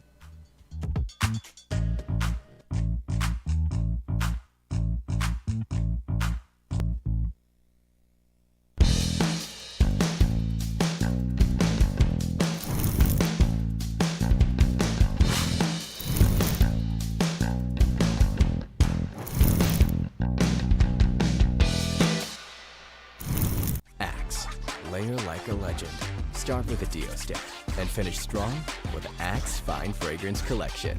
Scents inspired by luxury perfumes with up to 72-hour Dio protection.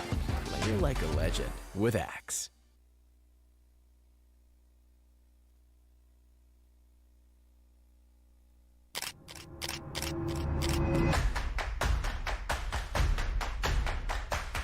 Ito yung pinaka-crucial factor.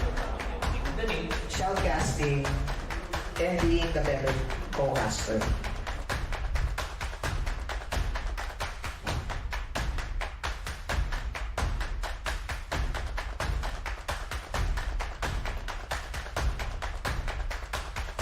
Doon natatapos ang Campus Roadshow. Viva! Mga estudyanteng magaling.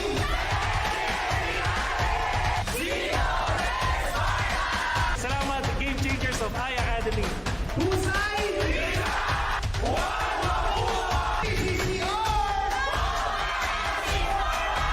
Dragons of University of Asia and the Pacific. Animo!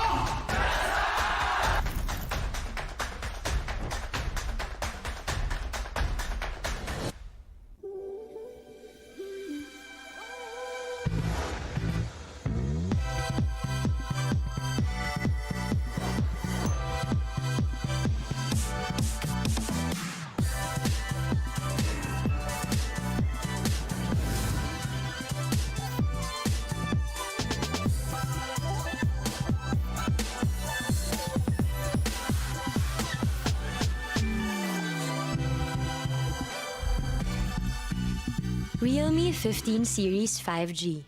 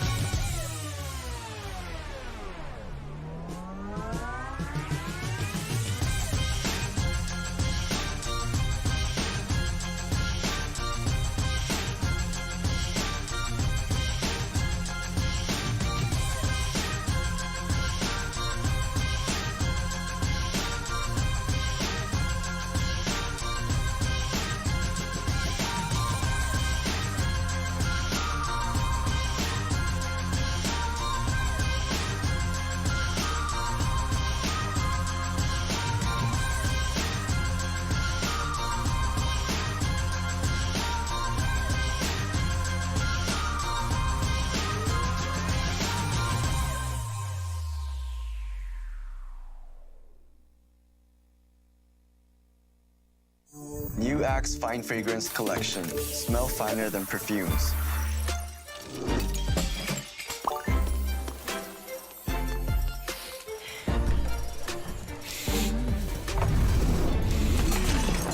Hi, Mark. Hi, How are you? I'm fine. Oh, he's fine. He's fine.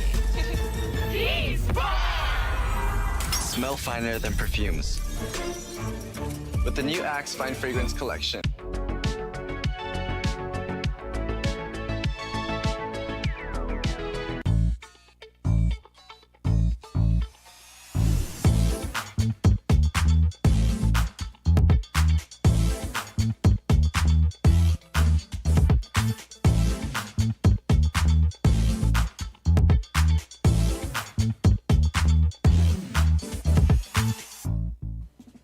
Students, prepare for class.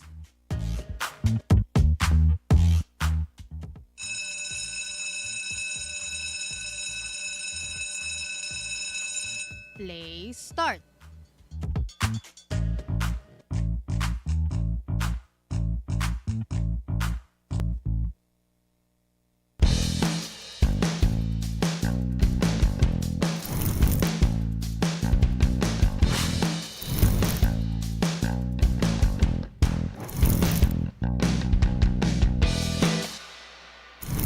Axe.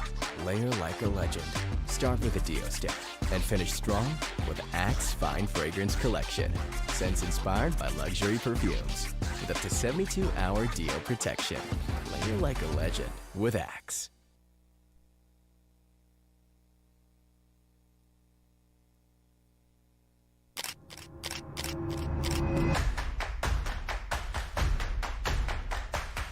Ito yung pinaka-crucial factor.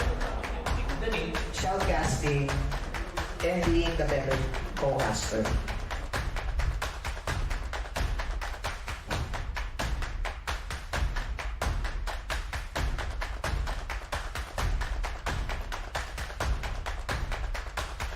Doon natatapos ang Campus Roadshow. Viva! Mga estudyanteng magaling.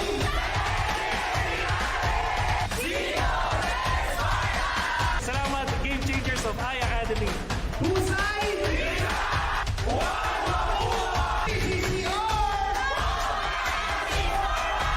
Dragons of University of Asia and the Pacific. Animo!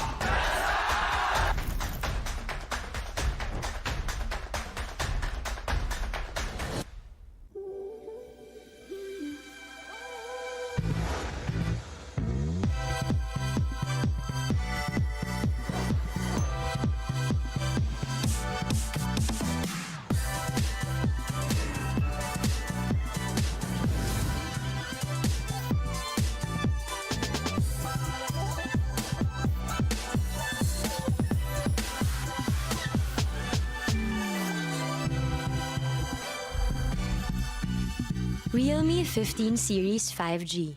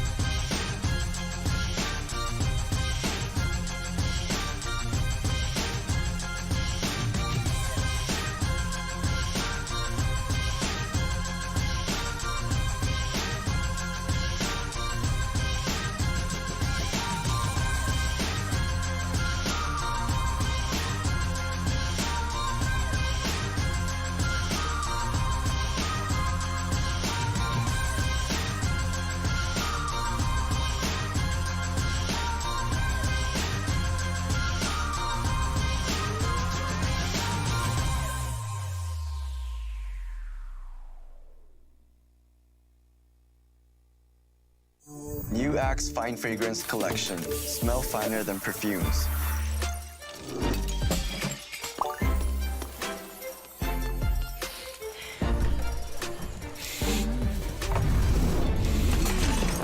Hi, Mark. Hi, How are you? I'm fine. Oh, he's fine. He's fine. He's Smell finer than perfumes. With the new Axe Fine Fragrance Collection.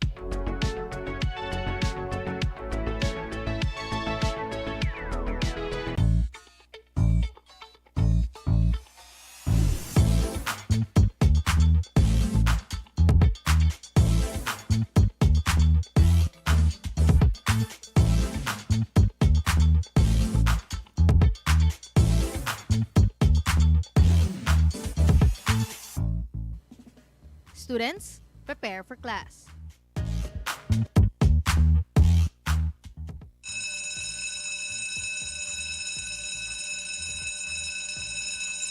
Play start.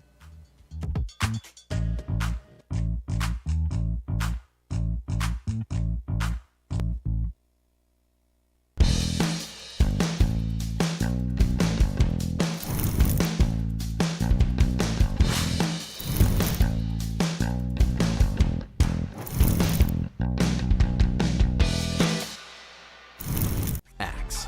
Layer like a legend. Start with a Deo stick and finish strong with Axe Fine Fragrance Collection. Scents inspired by luxury perfumes with up to 72-hour Deo protection. Layer like a legend with Axe.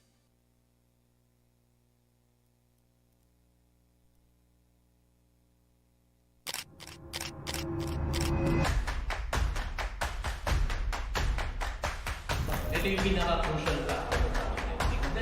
Shoutcasting and being the better co-caster.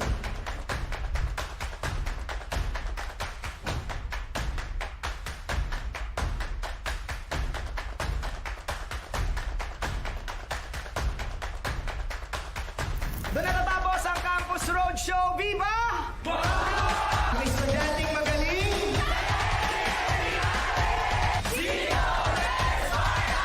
Salamat, Game Changers of iAcademy. Husay! PCC! Dragons of University of Asia and the Pacific. Animo!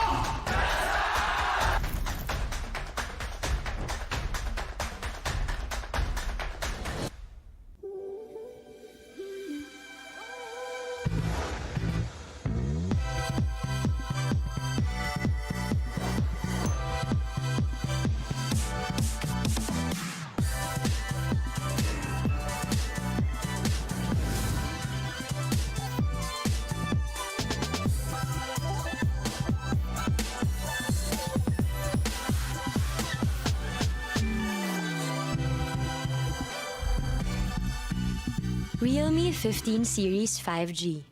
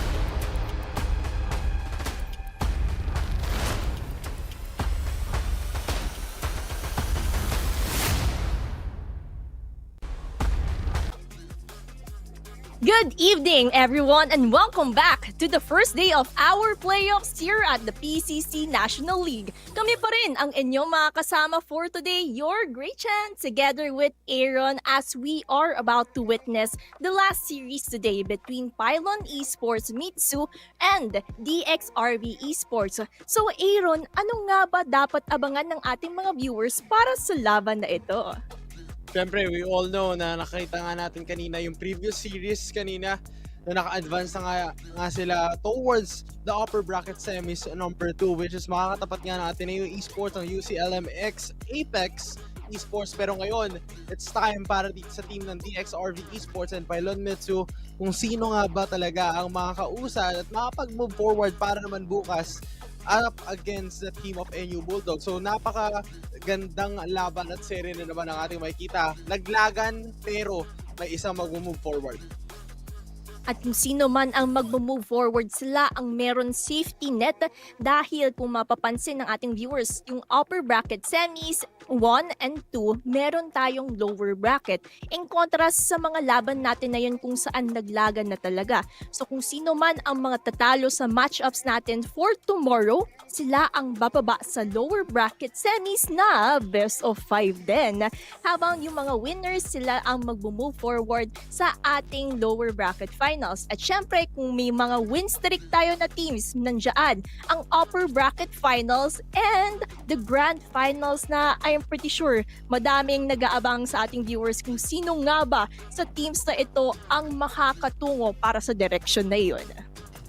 Yep, tama ka dyan. At yung direction na yun ay patungo sa Campus Play Fest 2025, the biggest year-end celebration in esports and gaming sa December 7 to 8 gaganapin ang ating Campus Play Fest. At isa doon sa mga araw na yon magiging araw naman para dito sa mga teams na makakapasok sa lower bracket finals and as well as the grand finals sa December 8. And I'm pretty sure madami sa inyo ang nag-aabang kasi hindi lang yung lower bracket grand finals ang makikita natin. Then meron din tayo syempre on-site activities na I'm pretty sure you guys will enjoy as well as meet yung content creators such as si Aaron, baka nandoon or baka ako nandoon din, no? Malay nyo at you just have to find out when you actually go there sa SM MOA Music Hall. Pero syempre bago ang lahat-lahat na yan, pasalamatan din natin ang ating mga partners. Discover the Game Changer plan by Converge and elevate your gaming experience like never before. With its true fiber power, you'll be able to dominate every game effortlessly. Hashtag the Game Changer, hashtag Converge Fiber X. At syempre, para mas maging maganda at dominating ang inyong mga gaming performance and level up your game and creativity with the Realme 15 Pro 5G powered by the Snapdragon 7 Gen 4 for peak gaming performance, a massive 7,000 mAh battery with 80-watt Super VOOC, and a 144Hz quad curve plus AMOLED display for ultra smooth visuals. Capture every victory in its triple 50MP AI camera and 4K 60 FPS recording, then edit effortlessly with the AI Edit Genie, the Realme 15 Pro 5G, built for gamers, creators, and go-getters. And of course, GCash is taking the gaming world by storm, providing gamers with an effortless and convenient way to make payments, especially those that don't have their own credit cards. Whether it's grabbing new hardware and titles from stores like Data Blitz or Game One, or purchasing the latest gaming titles in Nintendo eShop, Steam, or instantly topping up diamonds in Mobile Legends, GCash is every gamer's power-up partner.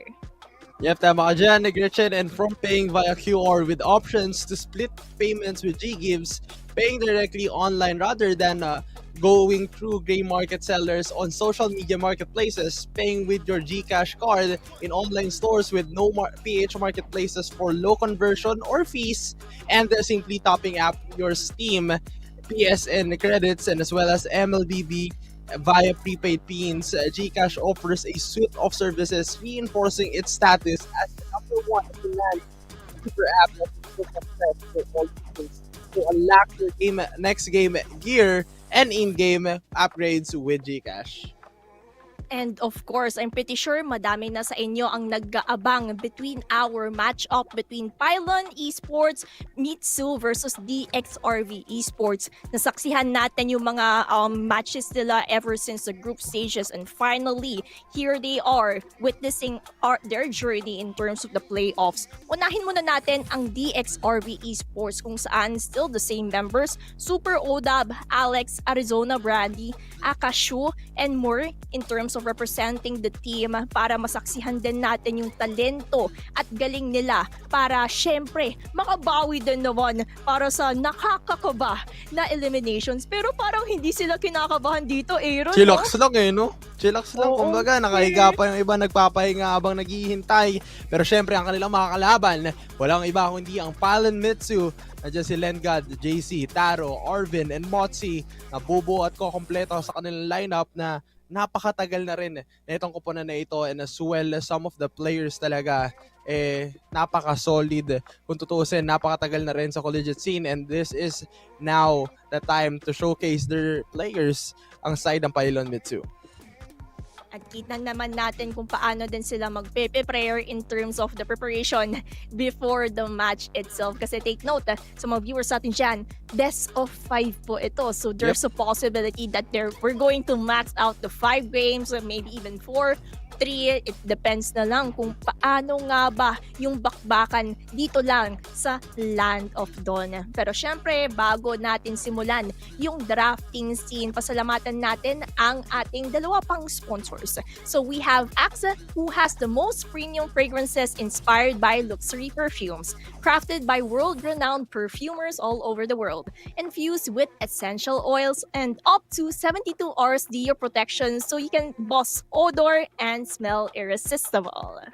At syempre, to level up your collegiate gaming experience and join the action at CCE Play, your gateway to tournaments, roadshows, and the future of Collegiate Esports. Don't forget to visit cceplay.com for more information. At ngayon, naalam na ngayon natin kung anong impormasyon, papunta tayo sa draft para alamin naman kung ano yung mga magiging pambato nila for this game number 1. Again, this is gonna be a good best of 5 setup na magiging serye natin. At syempre, global ban pa rin naman tayo. Walang pinagbago. Kung ano yung gagamitin niya na hero pool for this game number 1, hindi niya na maulit sa mga susunod pang laro. And syempre, for our game 1 for this series, Flying Clouds yung ating mapa. So sometimes kasi yung mga types of mapa, kung ano man yung mapipili ng randomizer natin, may effect somehow when it comes to the pickings, bannings ng ating dalawang koponan. But it seems like for DXRV Esports, they have prioritized to ban the Lancelot, Lapu-Lapu. Alam naman natin, one of the part of the meta heroes, alam din natin yung capabilities in terms of getting on objectives. For the side of Pylon Mittsu naman, Grok, nakita natin yung pader kanina, malaking tulong yung Grok talaga in terms of those setups, in terms of also mitigating kung ano nga ba yung pwedeng chase abilities ng kanilang magiging kalaban. And maybe we're going to see some bannings na somehow same formula as the first series, somehow tweak lang ito for this certain series. And yep, tama ka dyan, na-mention mo nga yung mga heroes na yon. And seeing the bans right now, Lancelot, Tapu-Lapu towards the side of DXRV Esports. And kung mapapansin naman natin, Pylon Mittsu banning out the Grok and as well as the Fredrin. Seeing this kind of heroes na napapansin natin, most likely ito yung mga heroes na kayang tumangki at nakakuha rin talaga ng enough damage. But looking at it, DXRV Esports, posible pa rin naman natin makita dito yung mga pag-prioritize ng mga XP lane katulad ng Esmeralda, Yuzong towards the team of DXRV. Alam naman natin yung capability ngayon na isang Yuzong is sobrang highly respected and as well as highly picked ngayon dito sa ating tournament, but seeing the kind of setup pa rin na gusto nilang ibigay sa atin, most probably if ever nga may mga ma-open pa na heroes, di rin malabo na makita natin yung mga prioritization sa mga mid and as well as the Gatot Kacha na napakabenta rin kanina dun sa ating first series. And maybe yan din yung possible i-ban out ng DXRV unless gusto nilang i-priority ito bilang their first 3 picks. So, kita naman natin nag-iisip talaga ng mabuti ang DXRV. Pero, ayan, sinagot na yung sinabi ni Aaron. Sabi nila, nakita namin si Gatot Kacha sa first series. I-ban out natin sa larong ito. Napo, mukhang nakapakahirap to mula dito sa lone teams natin. Nagkaalaman Oo basahan agad pero okay. Oh! As we mentioned nga kanina, yung mga kakaibang mga hero picks. First pick chip mula dito sa side ng DXRV Esports. Check na check agad para sa kanila. Pero Pylon Mittsu, having the system na meron silang chip dito sa kanilang kalaban. So may mga capabilities tayo na pwedeng makita dito na parang mga Minotaur, the AoE big AoE setup, as well as the Carmilla na pwede pang pang-counter once na biglang mag-TP agad sa shortcut mula dito sa team ng DXRV. Oo nga ang ganda ng mga capabilities, especially yung setup natin right now is a flying cloud. So ang laking kagandahan na pinili agad ng DXRV itong chip na ito. Pero syempre, may pangsagot din naman ang Pylon Mittsu when it comes to countering it by utilizing a Yuzong YSS na alam naman natin kapag YSS yung auto-pick ng jungler, they can do a double fighter setup para yung gagawin ng Pylon Mittsu is funnel strategy. The damage would mostly be coming from YSS pero meron silang madaming setup coming in from the fighters. Tama ka dyan. Kumbaga, for Protect 1 setup, that is a good sign na pwede natin makita dito at malookout pa sa team ng Pylon Mittsu. But so far, DXRV Esports still, they do have the capability na pumili dito ng mga like Kadeta mid, Eve.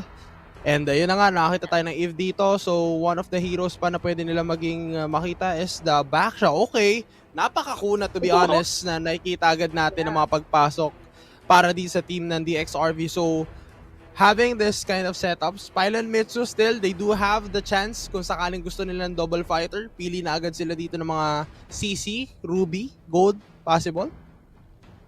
Pwede din para at least secured na yung fighter gold nila when the time comes. So either Ruby Gold, CC Gold. So it depends na lang kung yun yung pa-priority ng Pylon Mittsu. And another option that they can do is apart from the double fighter, they can also go for a plan B na double marksman setup naman.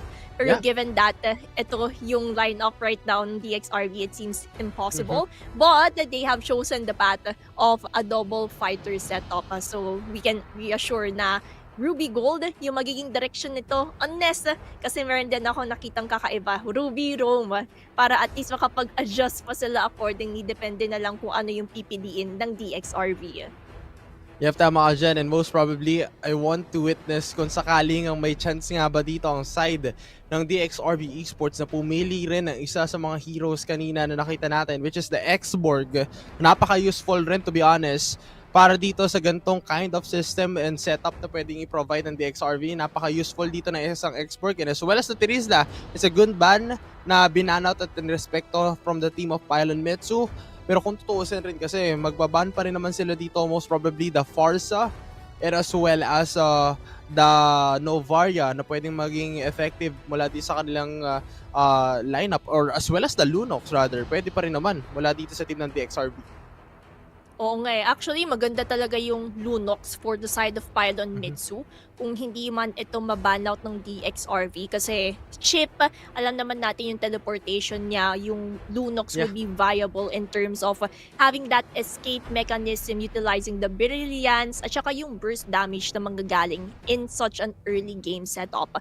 Pero when it comes naman sa banning ng DXRV Esports, it would be a Kalea para at least nandoon na yung impossibility na kung mag-ano man to, mag-Ruby Gold, secured na tayo in terms of banning this out para wala naman silang masyadong pick off.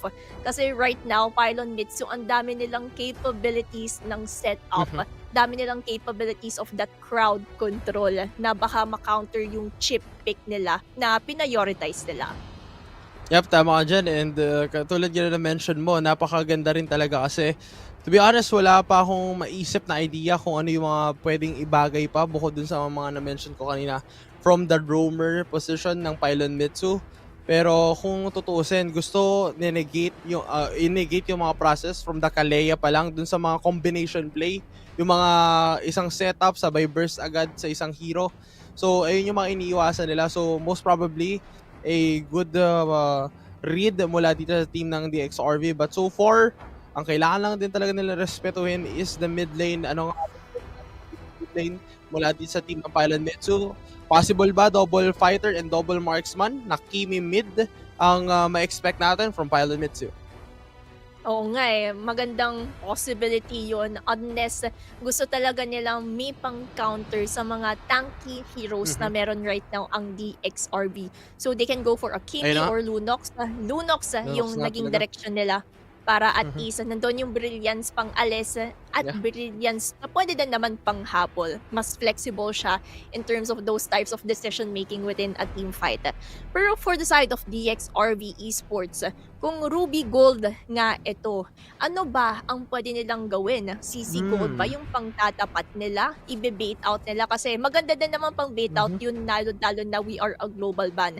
So that means kung ginamit na yung mga heroes na to, hindi na nilang pwedeng gamitin sa next game. But it seems like nalaman nila the marksman, which is a Leslie.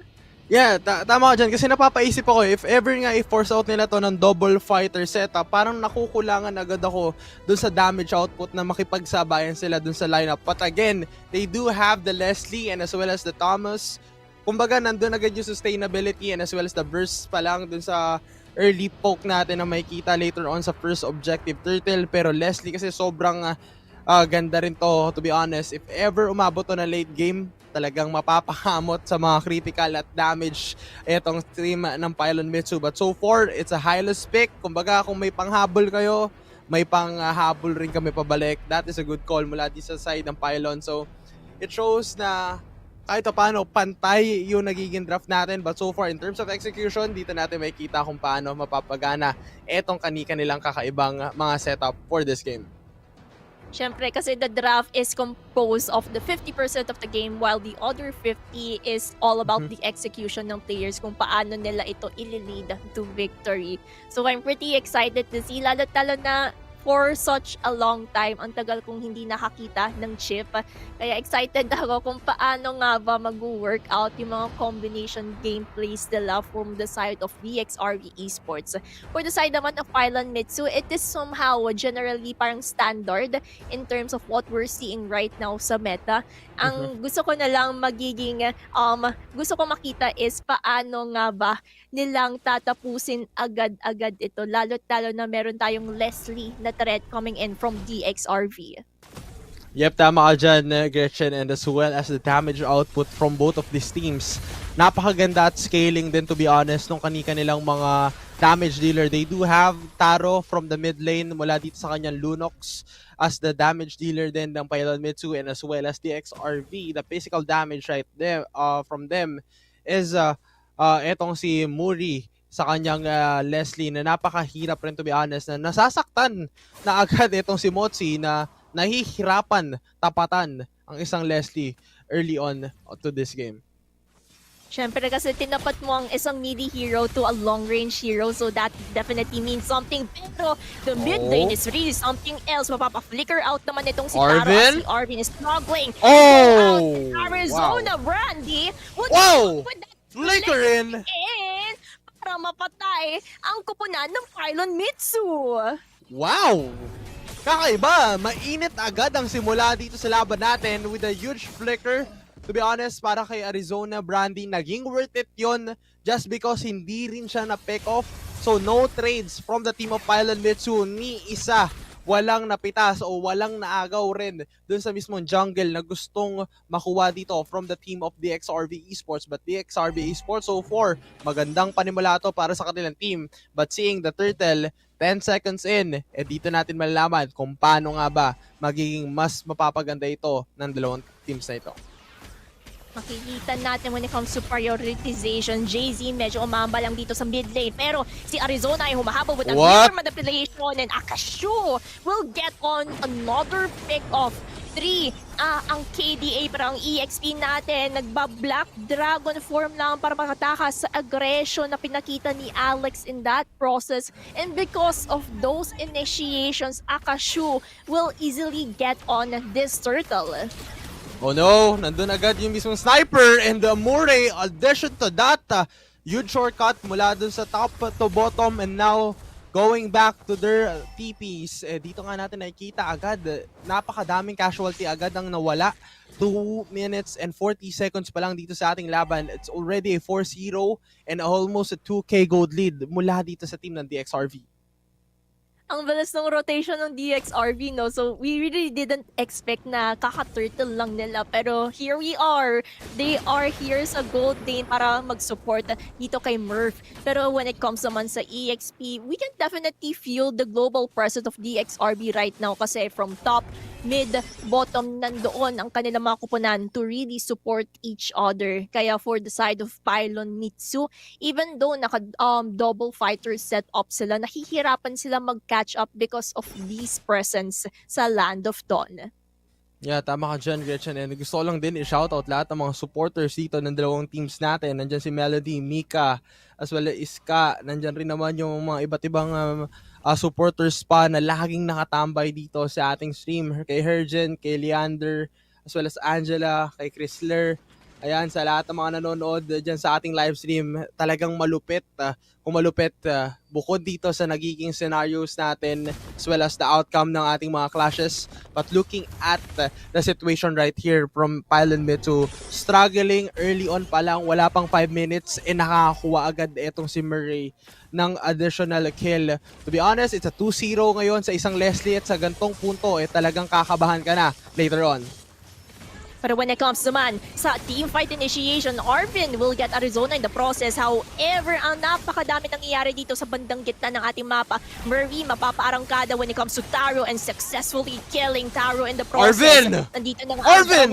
when it comes to transporting. Pero Alex, nakakuha pa din ng kill. Mapapaipit nga doon si Super Odab at yung mga members ng Pylon Mittsu. Tatlo ang nawala sa kanila.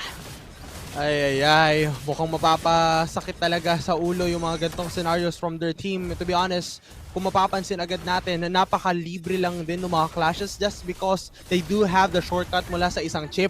Grabe yung presence dito ni Super Odab dahil nga sa kanyang presensya nagbibigay rin talaga ng malaking threat to from their team and as well as Akashu dun sa mismong gulong niya. Once na tumama to, pwede lang din mag-layer dito yung crowd control setup. So addition to that, parang more on 3 to 4 seconds na stun yun to cover it up. But let's see. Dito sa may baba, mukhang si Lengad pa ang kanilang bibigyan. Nandun na ba yung shortcut?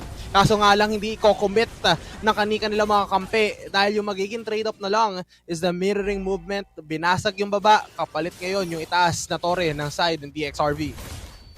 Pylon Mittsu, naghahanap sila as many trades as they can in terms of trying to equalize what DXRV is currently has a lead.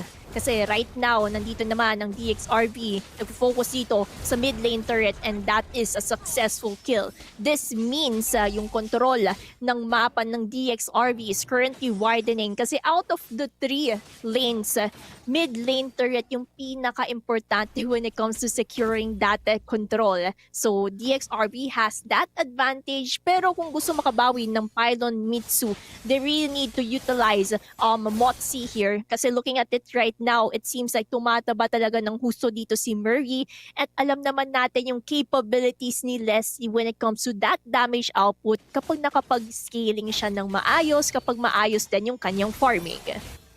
Yep, tama ka dyan. And this time around, they want to have a good formation para di sa kanilang mga laban. Nagamit na nga lang din yung Brilliance, pero andun agad yung I am offended, and as well as the Chaos Assault, talagang kakainin ng buo. And now Motzi, low on HP, Arizona Brandy, and now the Black Dragon forms here. Isa lang nga lang din siya, kakayanin nga ba dito ni Len God, pero andun pa rin naman na yung Cha Essence, and as well as the nakuha nga dito ng gold laner ng DXRV na good shutdown to be honest, pero napakadelikado na parte makukuha na nga ng magandang libre etong team ng Pylon Mittsu. So that's a bad news from the team of DXRV, pero they need to crawl up dahil nandito naman si Akashu. Mabilis lang din makakapag-rotate, pero this time around they want to go in and target the jungler of DXRV Esports, pero mukhang nabaliktad pa dahil etong si Murray ay makakuha pa rin naman ng mga snipe pick-off and as well as the trade-off.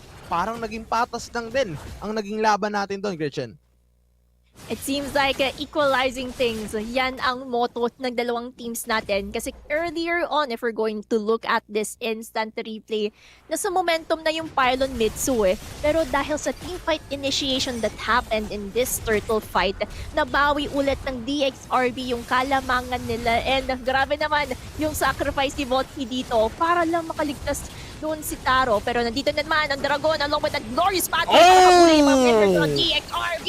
Magbabagsak itong si Akashu in the process. Habol naman dito si Alex. But it seems like health is not enough. Versus Super O-Dub is also here to the rescue. At nandiyan na naman ang Brilliance para makatakas lang dito si Taro. Pero napakasakit na nga. Arvin ang magiging biktima sa sakit at bighati ng isang Leslie. Sobrang sakit yun, to be honest. It's a 6-1-4 KDA mula dito kay Murray. And seeing the scoreline, it's a 16-6. 10 ang kalamangan ng mga kills. And this time around, nagsosolo lang din dun sa may taas. Ito si JC. Gusto niya lang din magmuni-muni. Kaso, sinamahan ng mga tropa ng DXRV. And now, this time around, they need to have more time na magkaroon ng magandang backup at huwag na magsolo dahil nga doon sa capability ng isang shortcut. Parang sinasabi niya, hindi ka nag-iisa, pre, nandito kami para sa'yo. At yan pinaramdam ng DXRV dahil yung mga nag-iisang heroes, the lone heroes is really important.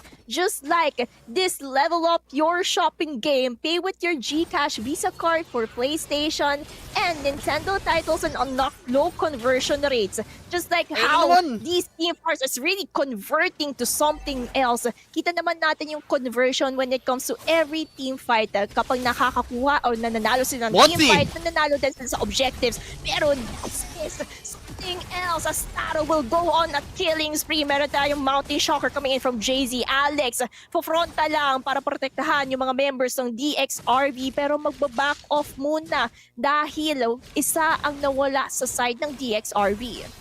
Yep, tama ka dyan. And this time around, Arvin as well. This might be a good shortcut play mula dito kay Super O-Dub. Pero kakailanganin ka pa rin kaya nila. Nilapag na nga lang din yung Glorious Pathway. Pero mukhang nabaliktad pa ang mga members ng DXRV. But a good trade though.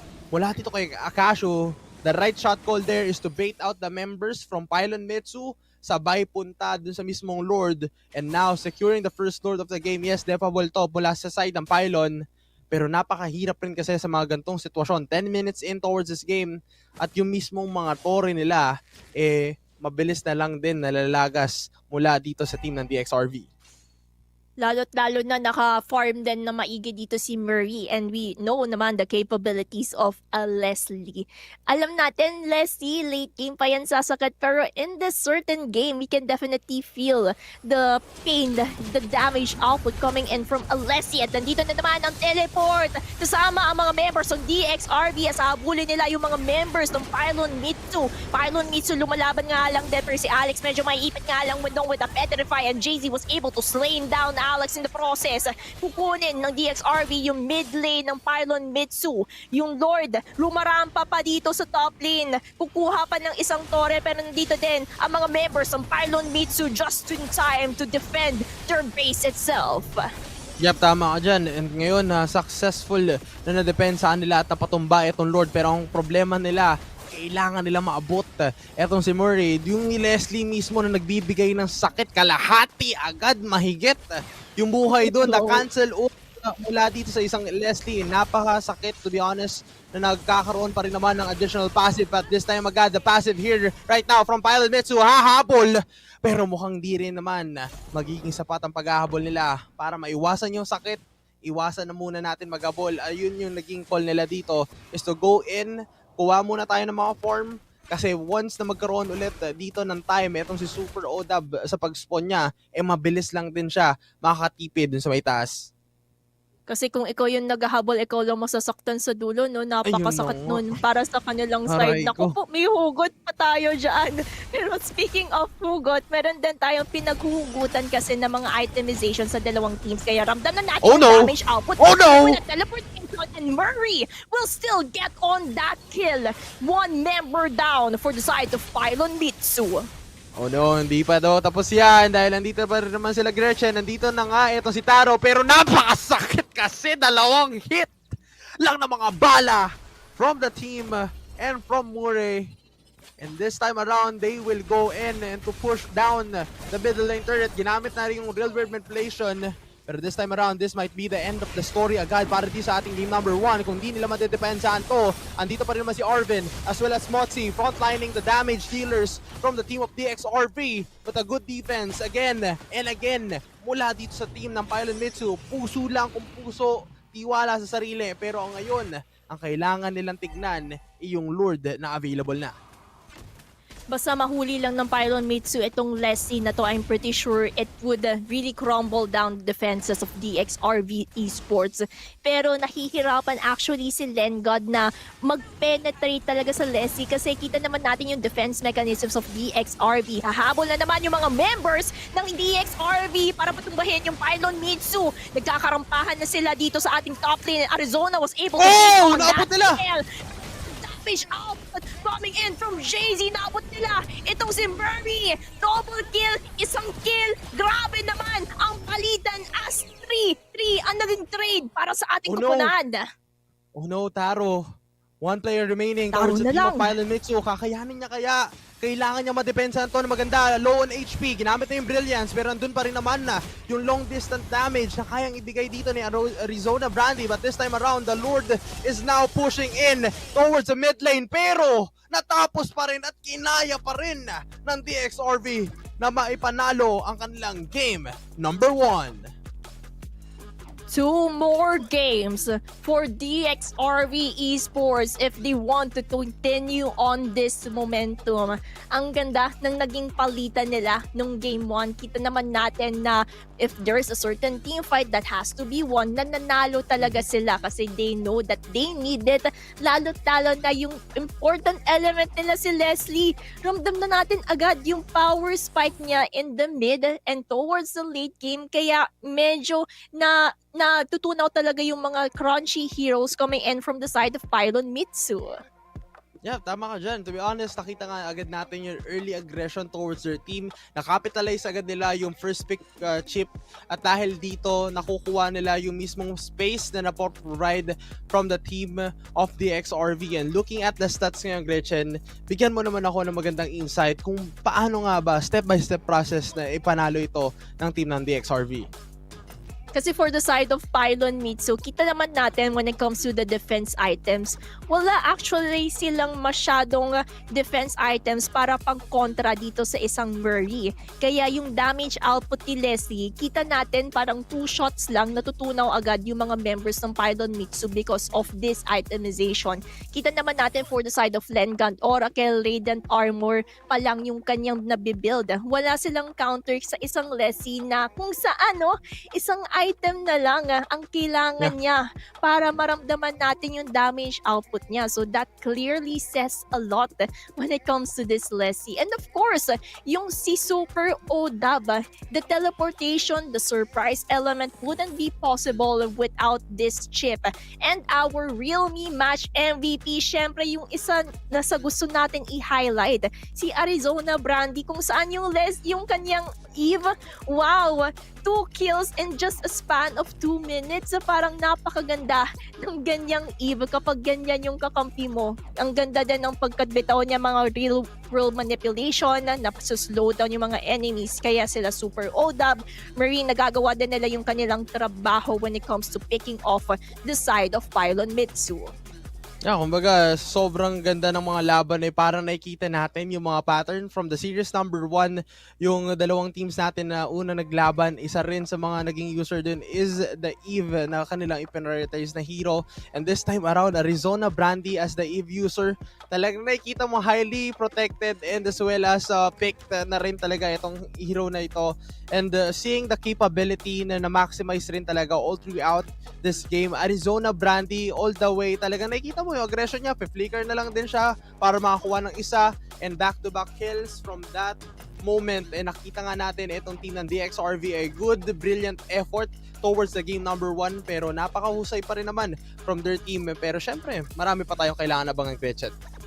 Syempre, dahil best of 5 series ang ating series for today, yan ang mga abangan natin sa ating game number 2. Pero syempre, bago tayo mag-proceed sa game number 2, we will be right back after this short break para lang makahinga tayo ng maayos.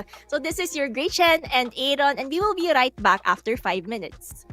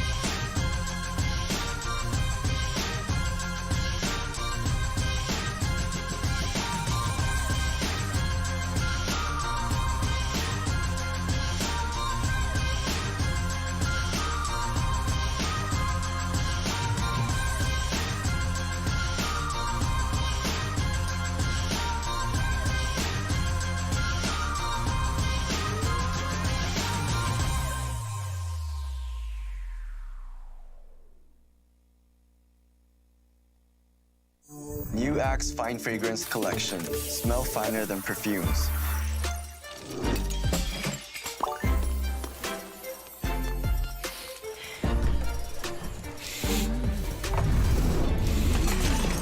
Hi, Mark. Hi, How are you? I'm fine. Oh, he's fine. He's fine. He's Smell finer than perfumes. With the new Axe Fine Fragrance Collection.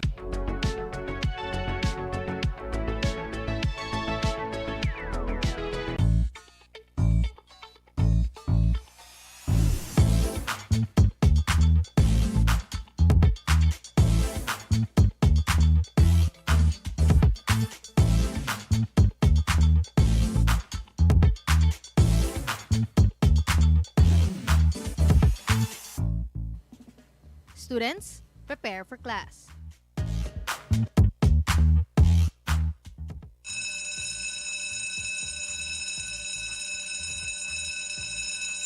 Play start.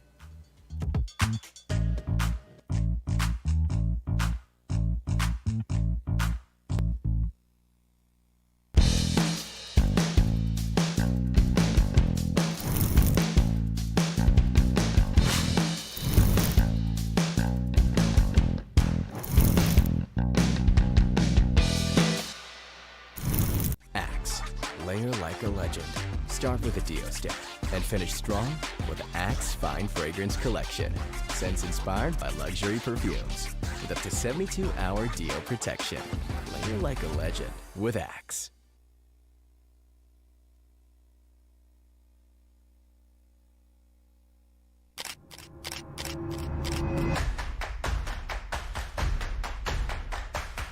Ito yung pinaka-crucial factor. Shoutcasting and being the better co-caster.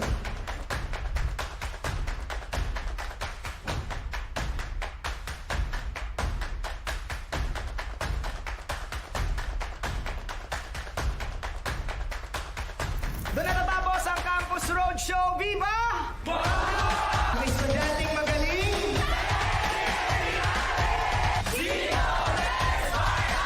Salamat, Game Changers of Academy. Husay! PCC Dragons of University of Asia and the Pacific. Animo!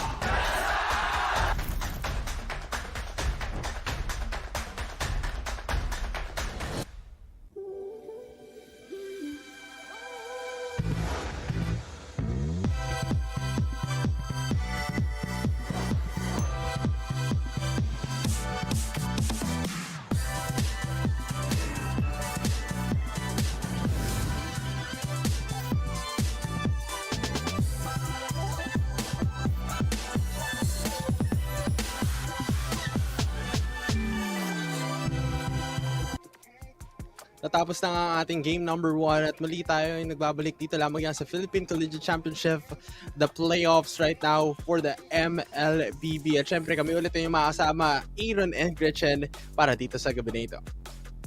At syempre, bago tayo mag-proceed din sa ating game number 2, babalikan din natin kung ano nga ba yung naging drafting natin nung game 1. Kasi for our viewers, kung pakapasok nyo lang dito sa ating PCC, no, this is a global ban tournament. So this means kung ano man po yung heroes na ginamit ng ating mga teams ng game 1 ay hindi na po nila pwedeng gamitin ito from game 2 onwards.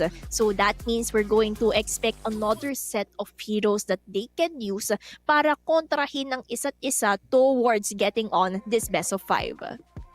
Yep, tama ka dyan. Kumbaga, ito yung mga heroes na kailangan nilang iwasan at kailangan mo na ring respetuhin. Dahil nga dun sa naging performance nila, napakagandang leverage show para dito sa team ng DXRV Esports. But again, Pylon Mittsu, hindi pa rin naman huli ang lahat from their team. Dahil best of 5 to, ang dami pa nilang kailangan lakbayin to go forward at mabawi itong pagkatalo from the game number 1. But game number 2, this time around, Gretchen, let's talk about now the draft. Dahil most probably, dito naman natin makikita kung paano yung stepping stone sa kanilang pagbawi from that defeat.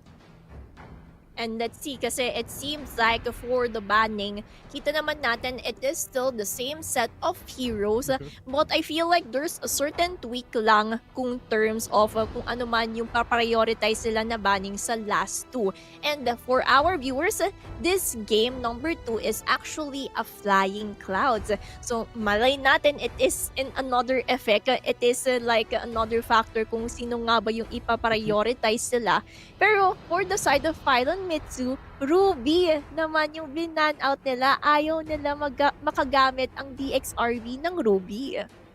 Yeah, tama ka dyan kasi one of the heroes rin talaga na nakita natin na naging effective kahit sabihin na natin hindi nakuha yung magandang panalo just because the I'm offended flicker, napakalayo rin talaga yun once na naging successful yung ganong kind of setup from the team of DXRV. So negating that process, inalis na lang din agad para wala nang sakit sa ulo from their team. But DXRV right now needs to ban out some XP lane heroes pa rin naman para di sa ating game. Pero so far, it's the Fanny respecting from the team of Pylon Mittsu na ayaw nilang pahawak to kay JZ. Parang it seems like for DXRV, parati nilang tina-target si JC sa banning para at least siguro may breathing space yung DXRV in terms of mitigating what Pylon Mittsu has in the early game. Kasi naniniwala ako whoever gets the early game actually has that winning condition to secure the victory sa game na yon. Pero for the side of Pylon Mittsu, it is somehow still the same. Federin, Arlot, yung binan-out nila, yung nag-iba lang talaga dito would be the Ruby. Sa mga heroes na kailangan mong iwasan is well as the CC na pwedeng irespeto dito as well as the Gatot. If ever man maging effective to from their team, napakagandang capability to witness and as well as the Lapu-Lapu na hindi nga rin binabanout or hindi rin ganon kinukuha ngayon. Pero this time around, DXRV negating the process, ayaw nila ito pahawak kay Land God, which is now the open opportunity here is the Grok, Gatot, and the rest of the mid lane heroes na pwede pa rin naman mag-if dito ang team ng Pylon Mittsu. Let's see if they will also prioritize yung CC kasi pwede pa din naman na somehow flexible hero si CC in terms of having an EXP gold lane in terms of that side.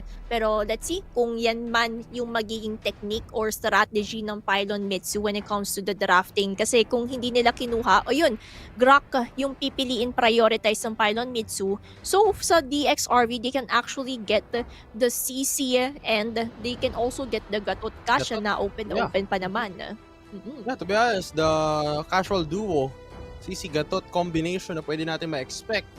So, exactly katulad yun na mention natin, this is gonna be a global ban setup. So, meaning to say, hindi na ulit pwedeng pumili sila ng lunok. So, negating the process na pwedeng carry na lang din yung secondary options kung gusto nilang yung may pangapantunaw na makukunat ng mga heroes from the setup na gustong i-drive dito ng DXRV. Pero right now, they want to go for the Kimi. The process here is, if a force out lang din panigurado nila yung mga mid lane ngayon na maipit at maban out towards the second phase of the ban. Pero so far, Joy is a good play mula dito sa kanilang game na ito dahil wala na rin yung Yisenshin, wala na rin yung Fanny and as well as the Lancelot. So, as well as the Fredrin as well. So, ang daming mga junglers to be honest na maximum 4 junglers agad ang di pwedeng gamitin dito ni Jay-Z. Oo nga eh. Kaya yan yung kinagandahan when it comes to the global ban. Kasi drafting pa lang, parang isang laro na din. Kasi kailangan ka maging mindful in terms of what is still available at kung ano ba yung pwede mong substitute heroes pangontra sa isang hero. Pero sa side ng Pylon Mittsu, they will prioritize the Hayabusa and CC. So it seems like we're going to see either a CC Gold, a CC EXP, depende na lang siguro kung ano man yung magiging picking ng DXRV. And for the side of DXRV, parang pinarioritize na nila yung Joy kasi if I remember correctly nung game 1, second phase binanout nila yung Joy eh. Parang gusto nila, may ano na sila, kasiguraguhan na sila na, sige, kunin na natin to, baka maban out pa sa susunod eh. Yeah, tama ka dyan kasi considering na rin yung mga kits na na-provide sa atin, the linear pattern so far para dito sa side ng DXRV Esports is again the early game damage, the poke damage, the DPS damage. just because they do have the Kimi at dadagdag dyan panigurado if they will now secure an XP lane towards this game. Ano pa ba yung mga possible XP lane na pwede nating ma-look forward dito sa game na ito? Though open naman yung Yuzong para sa kanila, but again, the Uranus this time around from the series number 1 naging jungler to, but this time around posible na nga bang XP na ito makikita natin from DXRV sa kanilang Uranus? Pwedeng-pwede. Para at least somehow nandoon na yung kasiguraduhan nila in terms of that tankiness of a Uranus. Kaya niyang frumonta sa mga continuous poking that Pylon Mittsu has, especially when it comes to that CC. In terms of the banning naman, DXRV focusing in terms of banning out the mid lane na heroes.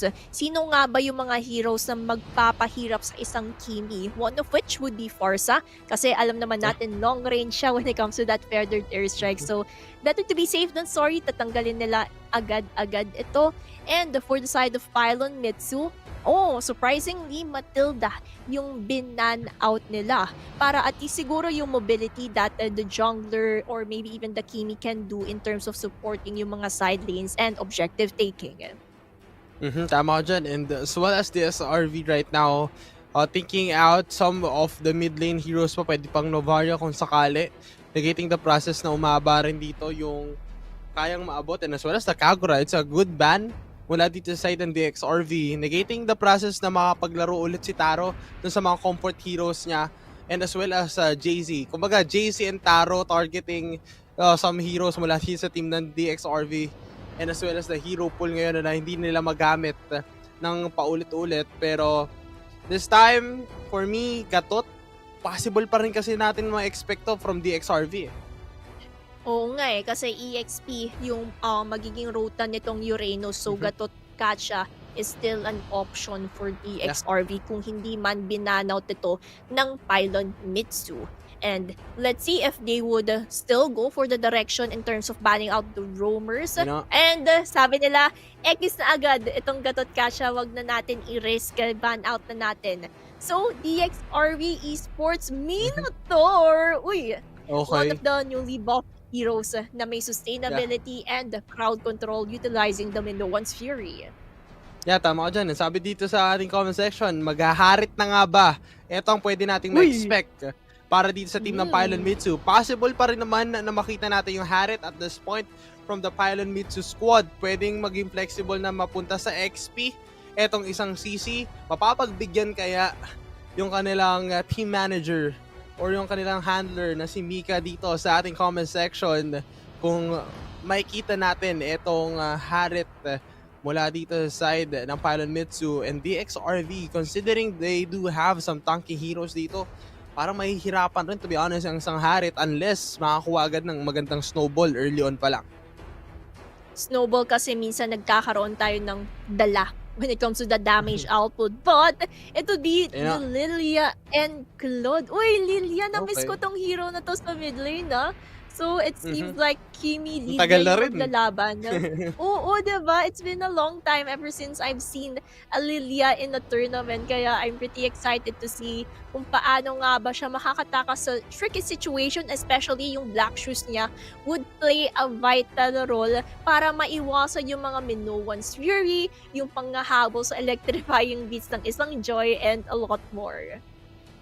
Tama ka dyan. Kasi so, this kind of situation for me, ano pa ba yung mga unexpected na pwede natin makita from the XRV? Yes, they do have the potential to pick out the Bruno. So, para nakikita natin yung mga dating naglalaban ng mga matchup. First time ko makakita ng Lilia, Kimi on a tournament na magiging tapatan din, as well as the Claude Bruno. Ito na ba yung mga bago o nagbabalik na matchup natin towards the gold lane? Hindi na katulad ng mga dating Granger, Iritel, Harit. And this time around, a new set of heroes na makikita natin from Pylon Mittsu and DXRV Esports. This time around, game number 2, ano nga ba sa tingin mo ang mga possibilities na pwede mangyari before we move forward dito sa ating game? Based on the draft, ano yung mga insights mo na makikita or masabi about the draft dito ng dalawang teams natin? I would say for Pylon Mittsu, malaki yung advantage point nila sa early game, especially for that first turtle fight. Ang dami nilang pwedeng possible setup heroes at makakatakas sila sa mga tricky situations, especially coming in from a Minoan's Fury. Kaya let's see as we head on for game number 2 kung paano nga ba execute ng ating mga players yung kanilang pinili sa drafting. Let's see kung paano nga rin talaga mapapagana lahat ng mga baon nila mula dito sa kanilang mga kayang ibigay. And as of now, flicker has been used mula dito kay Super Oda. But ngayon, yung pag-flicker ni Taro, kaya daw siya naglilya kasi gusto niyang pummerse blood. At yun lang din naman, agad ang naging bato niya. Kanina nakita naman natin si Arizona Berandi, siya ang gumawa ng ganung play. Ngayon ni-replicate at pinaganda at pinabilis naman ni Taro yung ganung play papunta dito sa team ng Pylon Mittsu. Kumbaga, gumanti lang siya kung ano man ang nangyari sa game number 1 and somehow it's like a shining hope for Pylon Mittsu na if we can turn the tables around on what happened earlier, then we can change our destiny in terms of game number 2. Maganda din kasi yung poking mechanism right now of Pylon Mittsu para kontrahin yung mga makukunat na heroes coming in from DXRV. And let's see na lang kung makakahabol sila sa nagiging aggression ng Pylon Mittsu kasi for the side of DXRV, madami din naman silang pang-counter doon. We have Super Odab when it comes to this Minotaur. We have Alex na alam naman natin gusto ng sakit niyan ng isang Uranus para makapag-stack up siya sa kanyang passive. But as we head on in terms of the first turtle, ang ganda ng ginagawa ni Taro sa pag-limit. Hindi kayo makakalapit, sabi niya sa DXRV. Oh no, there goes the shadow kill mula dito sa side ni JZ unless nakapag-heal nga lang din. Talagang hindi naging fully committed yung kill na yon just because the heal of the Minotaur and naging maganda yung survivability. But Akashu right now, nandito minamataan ni Taro and as well as Arvin. Nanakawin nga ba nila pero nandun agad yung electrifying bits and as well as the knock-up. Nakapag-black shoes pa rin naman with the traction pulse. Enough pa rin naman doon na makuha dito ng team ng DXRV. Now, the turtle is now available. And ngayon titignan natin kung makakuha nga ba to ng team ng Pylon Mittsu. Maganda yung position ng DXRV as they were able to get another pick-up coming in from Lengod. However, JZ Retribution will still prevail on the first turtle. Pero sa teamfight initiation, Taro nagsisik ng revenge sa mga nagiging arangkada ng ating DXRV at Super Odab. Parang nagiging stake siya dahil parati siyang pinag-iinitan dito. Oo.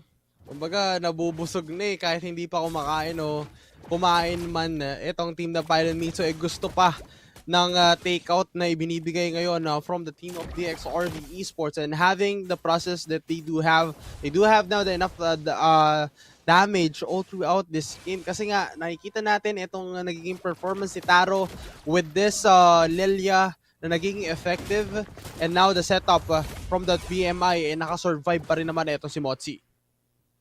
Maganda din naman when it comes to it kasi yung baka nagiging stake talaga sa nagiging aggression coming in from Pylon Mittsu. And just look at that. That solo kill coming in from Motzi. Gumaganti sila sa mga nangyayari sa game number 1. This is another identity of Pylon Mittsu that we're witnessing. Dito, yung kanilang redemption game para makabawi sa mga pinakitang galawan ng DXRV nung game number 1. However, bumababa ang ating mga kupunan. Alex, medyo may ipit nga lang dito pero makakatakas pa nga naman din dahil may talon naman itong Uranus na to when it comes to it. And looking at the items, Corrosion Sight and as well as the Warrior Boots na kompleto agad dito ni Motsi having the highest gold so far from their team and a big difference towards his matchup. Etong si Murray, 2.4 lang din naman ang gold. Another big difference dito is the situation na nakikita natin. Nakakuha na sila dito ng double laning setup. But again, no need to wait for that update. Just grab the newest hardware and scan to pay with GCash or go flexible with GGives installment at at your go-to gaming needs. At ngayon, in need ngayon sila dito sa objective at yung Blazing Duet hindi magiging sapat mula dito kay Motsi dahil hindi pa rin naman magiging enough yung Trinity build para makompleto yung kanilang initial damage. And now, this time around, mukhang umaarangkada naman ngayon ang DXRV dahil sila ang nakakuha dito ng turtle. Bumabawi yung DXRV sa nagiging kalamangan ng Pylon Mittsu towards the earlier games.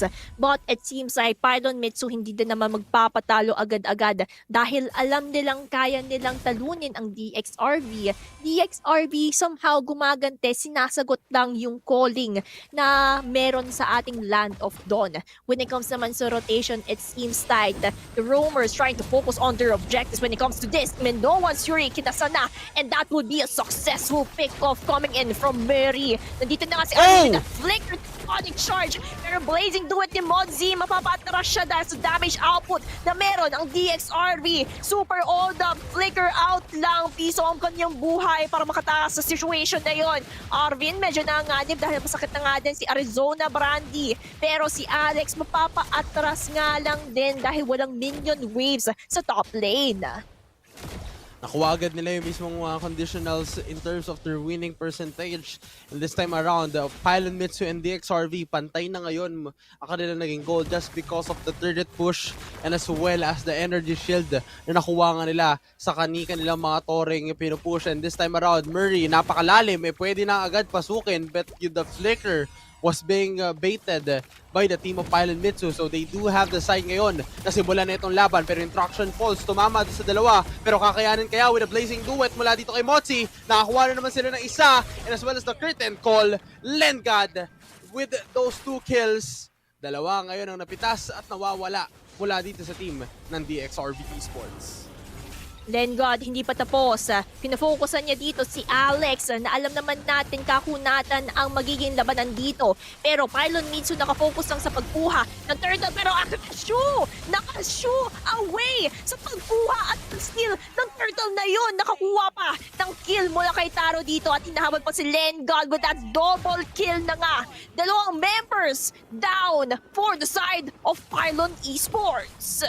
Oh no, dadagdag pa dyan. Pero tamang crowd control immune lang mula dito kay Arvin. But this time around, super ODAB. Na-negate na rin yung process from the side of Akashu. And now Motsi forcing out the Blazing Duet to clear out the minion wave dun sa mismong gitna. Ang problema nga lang din, etong si Murin na naman napapabayaan at nabibigyan ngayon ng magandang espasyo. And as well as the setup that they do have. And now planning out this game, may kita agad natin na posibleng sumetap sila ng biglaan mula dito sa team ng DXRV Esports. Somehow, dalawang teams na ito equalizing one another, mirroring what is yung kalamangan nila para at least nandiyan pa din, walang makaka-snowball. And that's what I like from both of these teams, no? Ang mga pakaganda ng decision-making nila. We cannot truly know who is at an advantage right now because of those types of initiations. Pero currently, right now, 2K naman yung kalamangan na yon ng DXRV when it comes to itemization. So that means 1 to 2 items right now yung hold na yon ng DXRV pangontra dito sa Pylon Mittsu. And looking at it right now, meron ng Sky Piercer si Arizona Brandy, although hindi niya pa naman nakakapitalize ito dahil wala pa siyang kill. Pero we also have to highlight dito itong mga marksman natin kasi itong si Motsi, paparating na yung Holy Trinity niya. Isang item na lang, mararamdaman na natin yung isang Blazing Duet ng Claude na alam naman natin napakakulit at alam din natin gumagalaw-galaw lang yan sa ating mapa. Yep, tama ka dyan kasi having that right timing and as well as the right item at the same time, nakikita pa rin naman natin dito na kaya niyang mapitas ito si Alex. And this time around, the Blazing Duet is being casted. Pero nandun pa rin naman yung Lord from the bait mula dito sa may top lane. Na-bait lang din naman yung mga spells and as well as the ultimates. Now, it's a good sign dahil Akasho ngayon nakapagbasag na ng 2 torre dun sa may baba at nadagdag pa itong si Lengad with the curtain call and as well as the sign na nakikita natin from the team of DXRV. Napag-push ngayon sila ng torre at napapressure na ngayon na bumaba dito sa kanilang base ang Pylon Mittsu. DXRV unting-unti na nilang nakukuha yung momentum that they need as they were able to get on this board. Nakakuha pa sila ng tore sa top lane. Mid lane na lang yung kailangan nilang fokusan kung gusto nilang makakuha ng mas madaming control dito sa ating mapa. Unting-unti na natin nararamdaman yung minion management na ginagawa ng DXRV dito para si Super Odab. Maganda in terms of pushing out in the mid. No one's Fury will know with that flicker para huliin yung mga members ng Pylon Mittsu. Umarangkada na nga sa damage output. Akashu! Sinashu away ang mga members ng Pylon. Tatlo ang nawala sa process na yun. Motzi, JZ na lang ang natitira para depensahan ang kanilang base. Meron tayong Lord sa ibaba. Kaya na bang tapusin ito ng DXRV? Natry naman yung Pylon Mittsu when it comes to pursuing what they can still defend, but it's still not enough as DXRV will take on game number 2. Ang bilis na naman ito, Gretchen. Kumbaga, mas mabilis pa sa speed na ipinakita nila from that game number 1 experience. It's a 10 minute and 40 seconds, to be honest. Talagang kakaiba ang naging timpla ngayon from the team of DXRV, and seeing that team of Pylon Mittsu, hindi rin nila inaasahan na sobrang bilis lang din na makapag-snowball just because the joy having the good time of his life dun sa pagro-roam around dito sa ating mapa and sa paggagala. Kumbaga, joy to the world. Ayun ay pinakita dito ng jungler ng team ng DXRV, which is si Akashu, na sobrang naging solid yung distribution of damage and as well as the map awareness sa mga trade-offs na nakikita natin from that objectives. And when it comes sa ating post-match, kita naman natin somehow, although low scoring ang ating KDA with that 9-6, yung objective taking talaga yung nagdadala when it comes to this game. Kasi after every teamfight initiation, kung nanalo doon yung DXRV, they were able to capitalize on that opportunity para kumuha as many turrets as they can para kumuha ng control sa mapa. In terms of the initiations, maganda din yung pinapakita talaga ni Alex. All I can say is siya din yung fumofronta at suportahan din naman siya ni Super Odab in the process along with that Minoan's Fury. Sadyang Pylon Mittsu, ang ganda din when it comes to those counter initiations, pero highlighting our real me match MVP, it will be Alex, na alam naman natin Uranus ang ginamit niya sa larong ito. Ang ganda when it comes to frontlining, poking out the members of Pylon Mittsu para makakuha ng maayos ng objectives ang DXRV. Kita din naman natin, ang ganda ng mga ginagawa niyang poking mechanisms, Aaron. Yeah, tama ka dyan. And to be exact, kung mapapansin natin dito sa instant replay, yes, ang ganda ng early adjustment talaga na ginawa dito ng team ng Pylon Mittsu. But again, nakita natin back-to-back errors from their team. Hindi nila na fully commit yung mga kills na gusto nilang mai-provide dito sa laban na ito.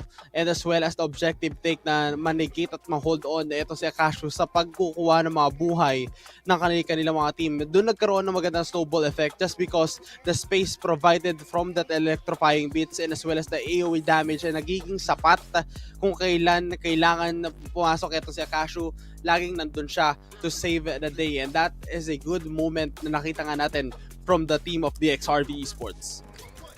And let's see, because DXRV Esports is currently on a match point. Isang win na lang ang kailangan nila para mag-move on sa playoffs. And that's a wrap for our game number 2. Don't go anywhere sa ating mga viewers dyan because game 3 is coming right after this short break.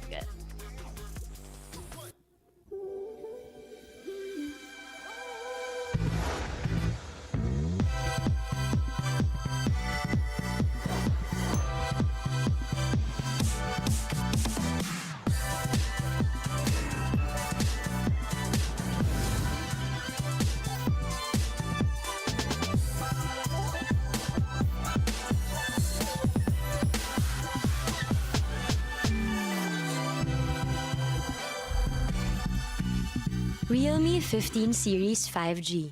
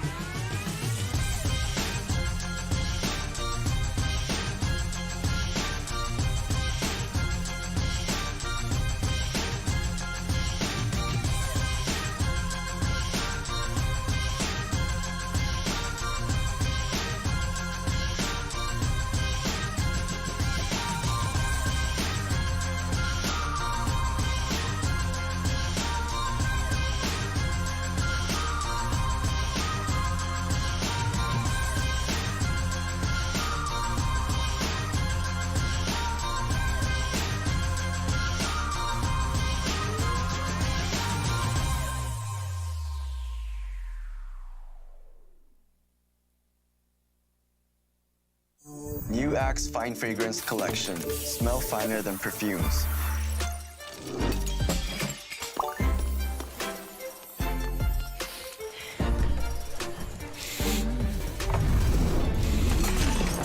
Hi, Mark. Hi, How are you? I'm fine.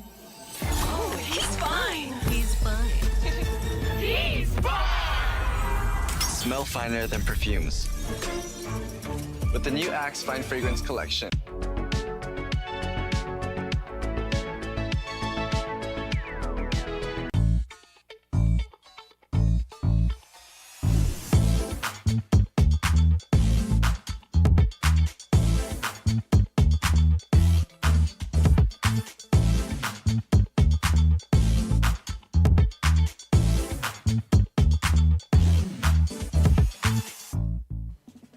Students, prepare for class.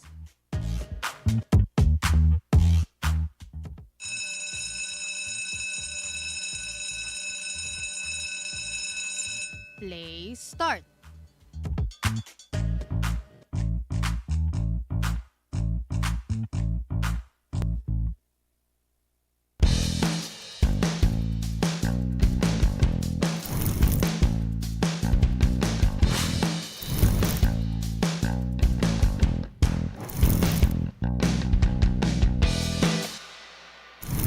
Axe.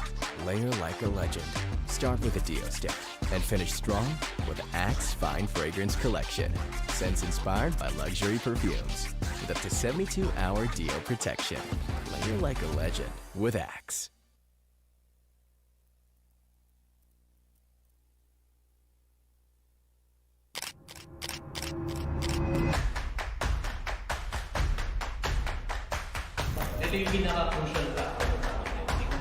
Shoutcasting and being the better co-caster.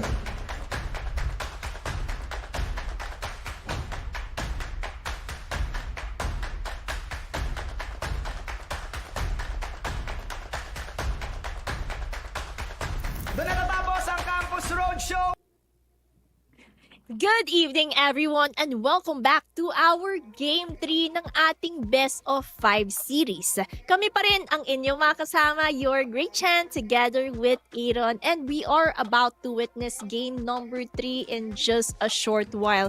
Aaron, sa tingin mo, ano ba ang kailangan adjustments ng ating mga team in terms of the drafting phase for game number 3? I think they need to plan out kung paano ma-divert yung mga attention katulad nga na nakita natin from game number 1 to game number 2. The main topic from game number 1 is the gold laner from DXRV Esports. Siya ang nagbigay talaga ng magandang kulay kaya rin nakakuha sila ng kalamangan. And game number 2, walang iba kundi ang kanilang jungler na si Akasho. Nagkaroon ng magandang space na walang pumapansin kahit papano from the team of Pylon Mittsu. Kaya nagkaroon rin sila ng magagandang committed plays from that win. So they need to know the direction din kung ano yung gustong i-commit dito ng kanilang kalaban. Not just to create a play para sa kanilang team, they need still to defend well. Alamin agad kung sino yung mga kailangan protektahan para maiwasan rin yung mga ganung dominated game from the side of DXRV Esports. But so far, in terms of the last game draft, muli global ban ulit tayo. Hindi ulit nila magagamit yung kanilang mga nagamit na ng mga heroes from game 1 to game 2. And until now, this must be a good, unique hero picks ulit na mapapansin natin. Dito din masusubukan yung hero pools ng ating mga players kung gaano nga ba kalawak, gaano nga ba nila na-master din yung mga pipick nila in our game number 3. Kaya gustong gusto ko yung global ban kasi nasusubukan talaga yung mga heroes sa ML. Kasi syempre, meron tayong 120 plus heroes at hindi man lang natin na-showcase. Pero with this global ban, unting-unti natin nakikita na may ganito palang hero, kaya niyan tumapat sa ganitong lineup, and etc. Pero pag-usapan ulit natin yung drafting naman kasi if we're going to notice, it's somehow still the same bannings of Federin, Ruby, Lapu, Lancelot. Ito yung mga non-negotiables ng ating mga teams at ayaw na ayaw nilang makita sa ating laro. Yeah, tama ka dyan. And as well as the Orlot na hindi pa rin naman na-open at this point ng mga teams natin, hindi nila kinukuha, to be honest. So, knowing the Orlot is still a good capability towards the XP lane. But so far, the Ruby and as well as the Lapu-Lapu is being banned out. So, mga possibilities pa natin makita towards the XP lane is the X-Borg and as well as the Phobius, kung sakaling ang makita natin yan, and as well as the Esmeralda. But this time around, Pylon Mittsu, they need to ban out some junglers ngayon na kailangan maiwasan na gamitin ngayon ng DXRV. Dahil most likely, DXRV, they still have the capability to pick out the Yi Shin towards their lineup. And let's see, it's either YSS or Fanny yung baban out ng DXRV kasi ganun din na yung naging pattern nila nung Game 2. Let's see if they will replicate it or they will tweak things a little bit para mas maging pabor sa kanila. Kasi sometimes kung sino man ang priority hero ng Pylon Mittsu, ika-counter pick agad ng DXRV kung ano man yung naging sagot. Kasi syempre, alam naman natin, Pylon Mittsu currently has that advantage point na magdidikta ng rhythm ng ating drafting because sila ang priority. Pero yung counter initiation sa gagawin ng DXRV would also matter as they have also banned out the Arlot. So it seems like a lot of possibilities is still open. Open pa nga din yung Zushin kasi if I remember correctly, minsan pinaprioritize si Zushin bilang the mid lane of Pylon. Yeah, most likely yes, may kita natin yan. But so far, it's a Gatot Kacha open mula dito sa team ng Pylon Mittsu. So meaning to say, the option right here para dito sa team ng DXRV is still the Zushin and as well as some mid lane heroes na pwede natin ma-expect. Katulad yan na nakita natin, ginamit na nila yung Eve Kimi kanina. And still, the Kagura is still a good open na hero para dito sa kanilang team. As well as the Lunox kung sakali from DXRV Esports na gusto nilang i-prioritize ngayon. But so far, they do have the kit ngayon na makapili sila ng CC as well as the Yi Shin para di sa team ng DXRV. Oo nga para at least nandoon na yung pangsagot agad sa isang Gatot Kacha by utilizing or picking these two heroes. Pero seems like they're going for the direction of the Terizla na binaan out earlier. Hayabusa. At yung Hayabusa naman daw, kung Pylon Mittsu ang gumamit ng Hayabusa, Game 3, sila naman daw. Yep, talagang nakikita natin may setup agad sila provided by those initiation mula dito sa kanilang team. Pero so far, Pylon Mittsu sa mga gantong sitwasyon still have the opportunity na pumili dito na ngayon ng gold lane. Most probably, the mid lane Kimi is still a good option para sa kanila. Pero gold lane, Fanny, okay. Kaya binaban pala yung Fanny kanina ng DXRV ba magamit dito ni JC. But right now, hindi ngayon nila binan. Open ngayon para di sa team ng Pylon Mittsu. Pretty excited kasi ito yung mga minaban na heroes na lumalabas na right now. The Gatot Kacha, Fanny, Terizla, and we're going to see as we're going to enter the Land of Dawn kung bakit nga sila binaban in the first place. Kasi malay mo, this is a global top Fanny na witness natin kaya ban out agad, no? So may mga ganun na factors kasi yung mastery ng mga players sa heroes would really mean a lot in terms of the execution. And just like what you mentioned, Aaron, the Kagura, yan naman yung i-utilize ng DXRV para at least makatakas sa AOG ni Gatot Kacha. Pwede din siya mang-segue, sidestep sa isang Fanny na alam naman nating napakakulit. Yeah, tama ka dyan. Kumbaga, napakaganda and durable mula dito sa lineup na ibinabagsak ngayon ng Pylon Mittsu. And katulad nga na mention mo, napakadaming pantakas, to be honest.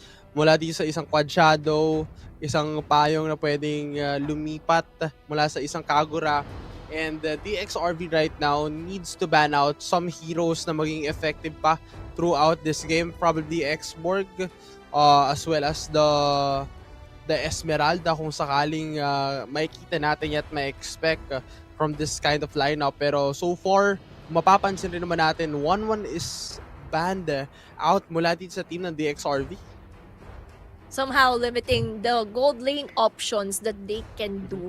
And even though hindi masyado napapansin 1-1 right now, baka iniisip kasi ng DXRV Esports na kung makuha man ito ng Pylon Mittsu, it would be a game changer for them to penetrate the backline, to also somehow escape yung mga penalties o shadow kill na madadala ng DXRV. And I feel like if they want to continue on that direction, they're going to ban out another siguro gold lane hero, or kaya kung gusto nila mag-focus sa EXP para at least wala nang kokontra sa isang Teresa when it comes to the microhan na ma-witness natin sa Game 3. Yeah, that's right. And for sure, dito nga natin mapapansin palalo kung ano yung dadagdag na problema mula dito sa team ng DXRV. And as of now, Pylon Mittsu still thinking out some heroes so capable pa na mapagana itong lineup ng DXRV lineup. Possible pa ba na makakita tayo dito ng mga Baksha ban o Baksha roam na makikita natin from the team of DXRV Esports? They do have the setup that they want. Pero most likely lang din kasi makikita pa tayo dito ng mga utility roamers. Kung sakaling kaya pa dito mapagana yung mga Matilda sa kanilang lineup. But surely enough, if you want to ban out some heroes, possible dito, baka Ruby. Ruby na ban out na pala. So, Granger or else some heroes pa na effective sa side ng DXRV na gold lane. Oh, Pwede. Hilda. And Hilda naman daw yung kanilang tatargetin. Somehow, roamer-centric ban ang Pylon Mittsu para at least makagalaw itong Fanny na to without any, walang mangharang, walang maglilimit kung paano siya mag-cable dyan sa pagkuha ng mga objectives.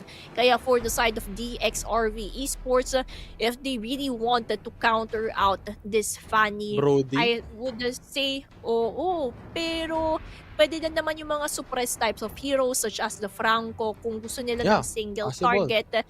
Oo. Or kaya kung gusto nila ng multi-target, open pa naman ang option ng Tigreal. Mahihirapan nga lang siya sa paghuli. And Tigreal naman daw yung magiging option nila para at least multi-targeted yung ating magiging target for the side of Pylon Mittsu. Tama lang, as you mentioned yan, Tigreal dito kanilang insecure.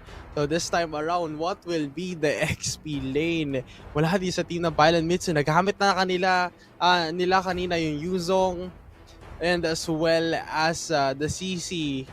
So far, some heroes being banned out sa kanilang lineup. Pero ngayon kasi Pylon Mittsu, nilabas na ang alas para sa kanilang gold lane, which is the Harit na kanila pang gustong i-request at ngayon nilabas for this crucial game. Oh, okay, Glue. Oh, Glue. Okay. Na yung open pa na possible na makita natin, and as well as the gold lane na Lunox from DXRV Esports. Wow, amazing. I like yung somehow bumabalik tayo sa dating bago in terms of the Harit versus Lunok type of matchup as a gold lane. And I really like the Glue here kasi yun sana yung isa-suggest ko kasi yung mga heroes na gusto ni Glue ay yung mga lumalapit and one of these heroes is the Trizla. So somehow, yun yung parang sagot ng Pylon Mittsu para kontrahan nila at pwede silang mag-microhan agad-agad. And let's see, as we head on for this game number 3, match point na nga dito ang DXRV. Isa na lang ang kakailanganin nila para makuha ang series na to. While for Pylon Mittsu, they really have to dream the super hard road in terms of reverse sweeping this best of 5 series. That's right, and for sure, sino nga ba makakatapat ng NU Bulldogs para bukas? Dahil nakita na nga natin kanina ang Ateneo Esports ang nakapasok for the round number 2 na upper bracket, pero andun na naman yung pagpasok. Super Odab, what a commendable push dun sa mismong second skill niya. Kamuntikan niya na agad ma-pick up ito si JC, pero napakabilis pa rin. With that enough energy, talagang nakatakas sa tagawan pa rin naman nila ng paraan. At dahil rin dun sa revitalize na ginamit dito ni Arvin. Gusto ko yung ginagawa dito ni somehow Super Odab when it comes to trying to limit kung paano nga ba gumalaw si JZ. But I would also like to comment Taro na ma-maximize niya kaagad yung Kimi in terms of fast clearing the mid lane para at least maka-rest back agad siya sa pag either invasion na ginagawa ni JZ kasi kita naman natin yung follow-up coming in from Arvin and Taro and they are really maximizing it to their best of their ability para at least nandoon na yung snowball potential that Pylon Mittsu can do in the early game. But as we're going to head on the very first turtle of this game, kita naman natin they're trying to limit kung paano nga ba gumalaw si Len God in the process. Trying to limit kung sino nga ba ang unang makaka-level 4 dahil ultimates would be crucial in terms of securing this turtle. Oh! And there goes a kill. The first blood mula dito sa side ng kanilang team. JC ang nakuha ng kill and as well as Akashu ngayon magpapaalam na muna mula dito sa ating laban which is the first objective turtle. Pero si Arvin ay pagtutulungan lang din ng tatlo. Kakayanin pa rin naman magandang responde mula dito sa side ni Len God. But there goes a kill mula dito kay Alex. Back-to-back trade-offs so far, Gretchen, na nakikita natin from the team of DXRV and as well as Pylon. Maganda din yung ginagawa dito ni Super Odab in terms of limiting kung paano gumalaw si Lengard, mapipilitan mapa-flicker out para lang makatakas sa aggression na ginagawa ng DXRV. Dahil naka-reset na ang dalawang teams sa ito, DXRV will try to get on the first turtle pero sumugod nga lang dito si Arvin para paparamdam ang presensya ng Gatot Kacha. Si JZ nagpaparamdam na din ni AOG sana pero walang mangyayari sa Cashew will still secure the turtle. Wow, that was an insane play mula dito sa ating mga players and as well as a commendable play mula dito kay Super Odab. Talagang naka-target lock lang siya sa mata dito ni JZ. Nagamit niya nga lang din mismo yung implosion as well as the flicker. Hindi naging successful yon pero ang napakaganda dun is na-divert yung attention dito ni JC. Napalayo siya dun sa mismong turtle at dahil dun walang retribution na naging attempt mula dito sa team ng Pylon Mittsu. Somehow, those little details truly made a big impact kung paano nga ba na-secure ng DXRV Esports yung first turtle. And we're going to witness right now kung paano nga ba i-regain ng Pylon Mittsu yung momentum that they need. They really need to capitalize on the Fanny here kasi alam naman natin na mabilis umikot si Fanny, mabilis din yung pagka-cables niya in terms of invasion, side lane support, and pagkuha ng kanyang respective creeps. Pero it seems like DXRV nalilimitahan nila kung paano nga ba gumalaw si JZ in the process. And right now, we're witnessing some microhan na lang talaga between the side lanes, trying to poke out one another para at least alam din natin kung sino ba ang mas magkakaroon ng kasakitan sa damage output nila. Yeah, to be honest, sobrang sakit lang din talaga dito ng ating mga players and as well as the damage output. Holy Crystal being built up mula dito sa side ni Taro. So meaning to say they do have now the enough damage as well as the gold laners matchup. Motzi up against the side of Muri. The burst damage mula dito sa kanyang Lunox and as well as the multiple damage na kayang i-provide dito ng isang Harit. So, seeing the magic damage so far, talagang mapapawaw ka at magugulat ka na lang kung biglang sakit ang mararamdam na nakikita natin from this team. And now the flicker has been used. Higop lang daw mula dito sa side ni Super Odab pero doon agad yung flicker in and as well as the yin yang overturn. Mali ata ang ginawa dito ni Arizona. Brandy, nasa mali ata siya at ngayon papasok yung dalawa with a penalty zone. AOG as well. No committed play mula dito sa side ng Pylon Mittsu pero ang maganda dito ay inabangan lang din ni JC yung quad shadow na mapalayo and as well as the kills after kills mula dito sa team ng Pylon Mittsu. DXRV as well respecting the damage ngayon na kayang ibigay ni Motzi and as well as JZ. Ang ganda ng anticipation ng dalawang teams na to and I also like how Super Odab is also trying to limit and somehow cut off yung blue buff nitong Fanny na to. Pero alam naman natin even though natalo man ang DXRV sa team fight na yon, sila pa ang nakakuha ng turtle dahil nakapalit din naman sila ng trade-off in that last team fight. Gusto ko rin somehow yung anticipation na ginagawa ni Super Oda with that impulsion para hulihin sana. Pero ang ganda din kasi ng micro skills na ginawa ng Pylon Mittsu. Nakatakas sila sa tricky situation na yon at nakapitalize nila yung overextension na ginawa ni Arizona Brandy para mapitas siya in the process. Kaya with that, let's see. Kasi as of the moment, Pylon Mittsu is currently leading sa resources. Pero nakakabawi din naman ang DXRV dahil nagkakaroon ng equalizer moment in terms of that. It's all about the mindset. Pipili ka lang din. It's an either left or right action na makikita agad natin. Nandun agad yung pagpasok. Tontay ko connecta pero as well as the penalty zone. 4 members inside the zone mula din sa team ng DXRV. Pero Pylon Mittsu going in. And now the quad shadow ay gagamitin na rin. Pero mukhang napakadelikado pa rin naman dito sa ating mga players dahil nasa baba. Etong isang Hayabusa. Segue na nga lang din dahil doon sa shadow na nakita natin sa pagkalaw niya sa minimap.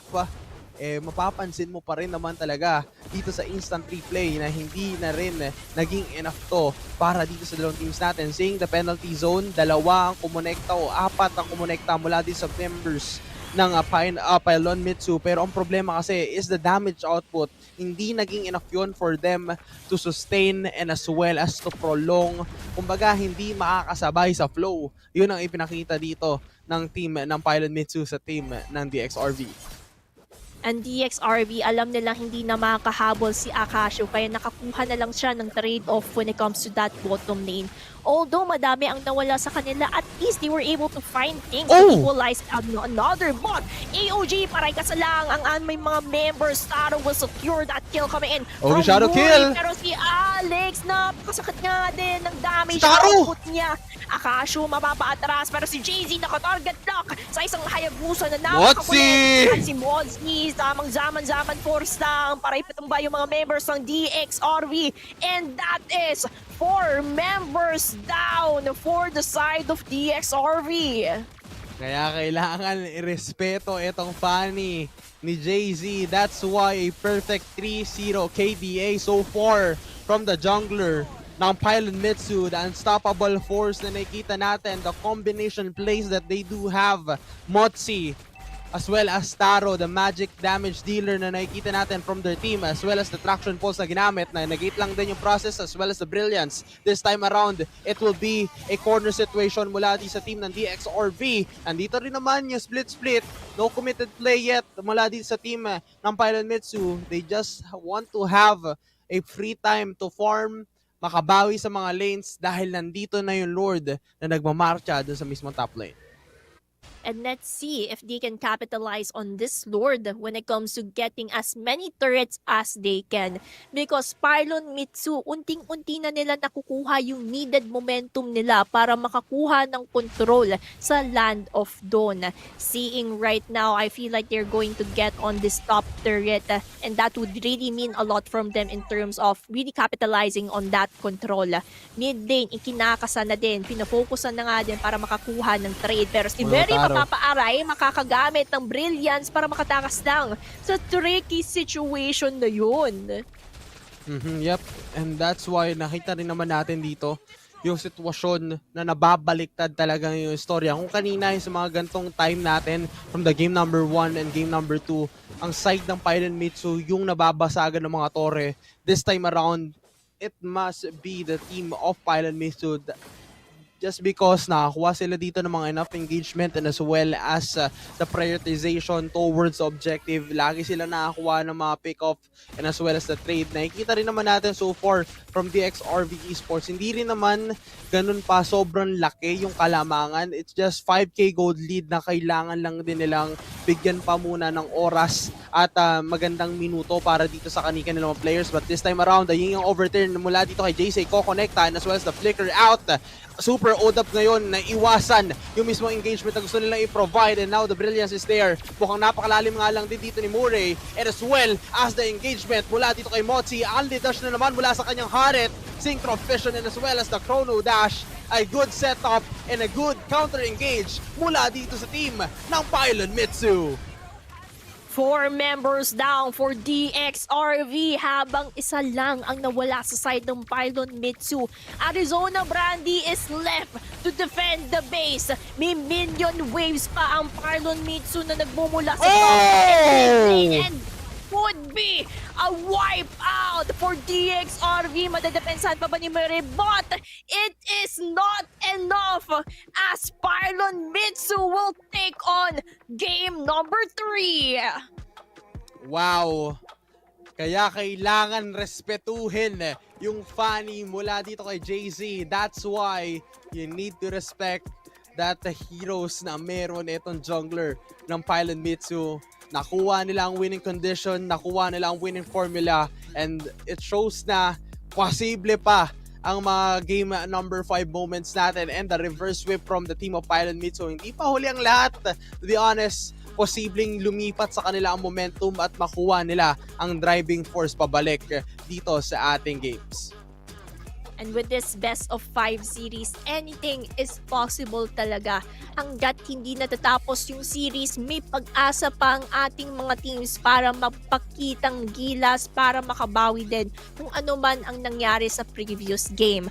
Pero ang ganda ng pinakitang performance ng Pylon Mittsu, and alam na natin kung bakit binaban out yung Fanny, diba? Kasi game 1-2, parang sabi nila, X agad yung Fanny. But right now, this is the opportunity Pylon Mittsu is waiting para mag-shine bright daga-diamond sila. Pero balikan din natin kung ano nga ba yung post-match-up natin kasi looking at the KDA, it seems like Pylon Mittsu truly holds that dominance. Sila ang nananalo sa mga teamfight initiation. Sila din ang may malaking kalamangan sa larong ito.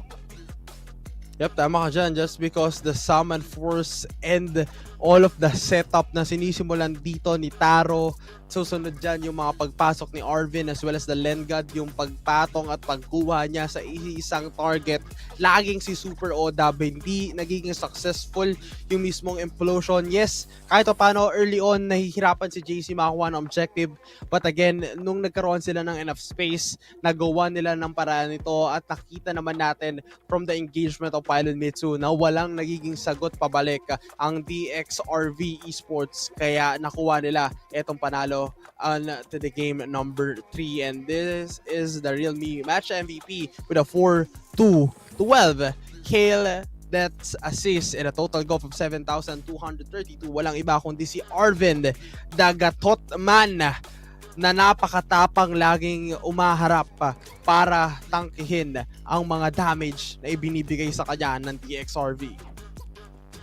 Just like his name, number 1, yan din yung prioritize ng Pylon Mittsu. Kaya yan din yung number 1 pick nila nung drafting phase. And we can definitely see kung bakit gatot ka siya yung naging MVP. Ang ganda ng mga AOG, ang ganda din ng pag-taunt niya sa DXRV in terms of trying to take control, take ownership sa mga nagiging initiations. And the crucial AOGs truly made a difference, kaya yung mga damage output na nanggagaling sa side ng Pylon Mittsu is also in sync with him dahil sa AOG taunts and being the revitalized man, siya ang naghihiling galing din utilizing his battle spell. Ang ganda ng pagbawi ng Pylon Mittsu and I can't wait kasi I feel like nandito na tayo sa punto na to na okay, Pylon Mittsu is currently regaining momentum. Paano kaya makakabawi ulit ang DXRV sa paparating na game number 4? Yep, tama ka dyan. Talaga ito yung mga kailangan nating subaybayan at bigyan ng pansin. Napakalaking katanungan yan kung magiging patuloy nga bang makakausad dito ang side ng Pylon Mittsu o mapipigilan muli ng team ng DXRV itong pagkapanalo ng kanilang kalaban to win and to join towards the next round of this play-ins. And again, napakagandang istorya itong game number 3. We still have few remaining matches. Game number 4 or maximum game number 5 pa na pwedeng makita. But before that, magkakaroon lang tayo ng short break. Huwag kayong aalis at magbabalik muli ang Philippine Collegiate Championship.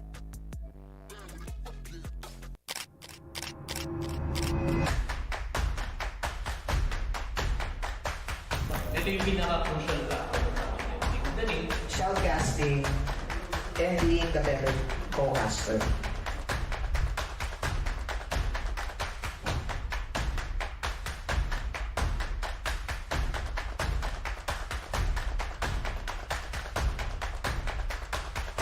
Doon natatapos ang Campus Roadshow. Viva! Ang estudyanteng magaling.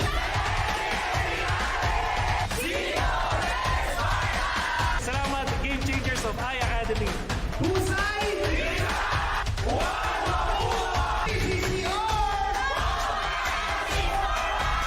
Dragons of University of Asia and the Pacific. Animo!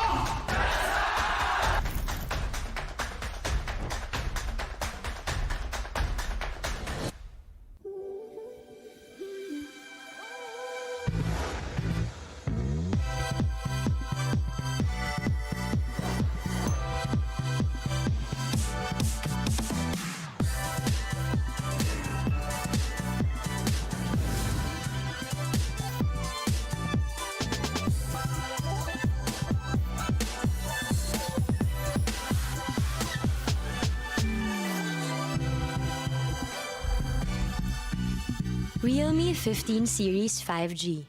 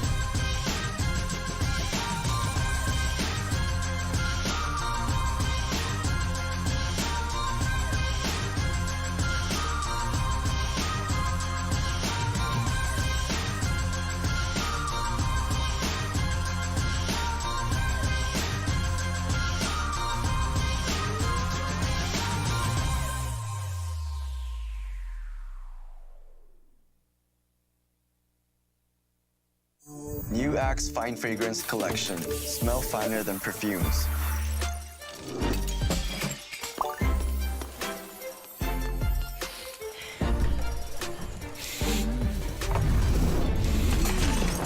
Hi, Mark. Hi, How are you? I'm fine. Oh, he's fine. He's fine. He's fine! Smell finer than perfumes. With the new Axe Fine Fragrance Collection.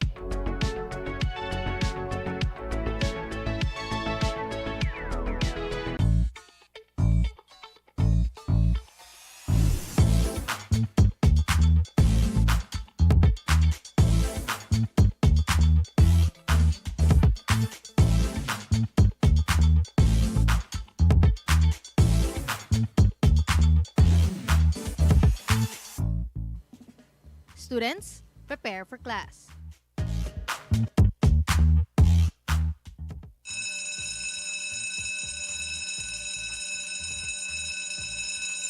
Play start.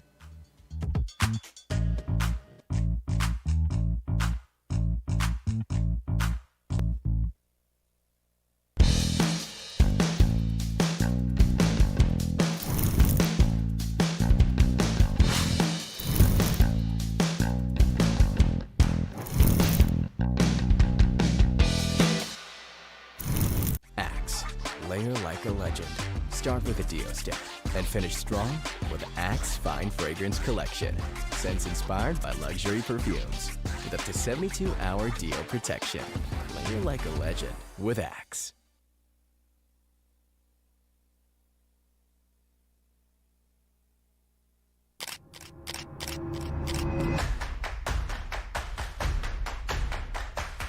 Ito yung pinaka-crucial factor sa akin. Magaling. Shoutcasting and being the better co-caster.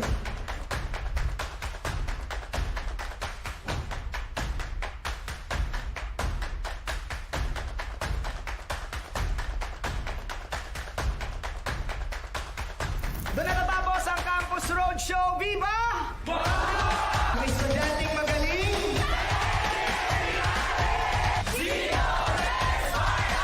Salamat, Game Changers of High Academy. Husay!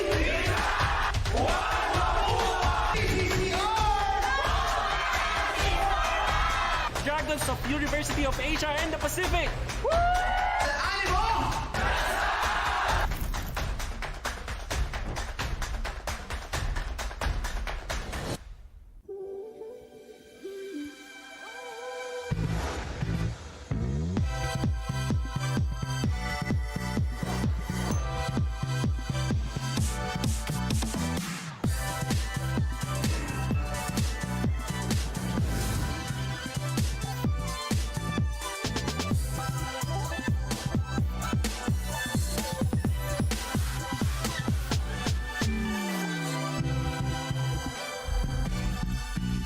Realme 15 Series 5G.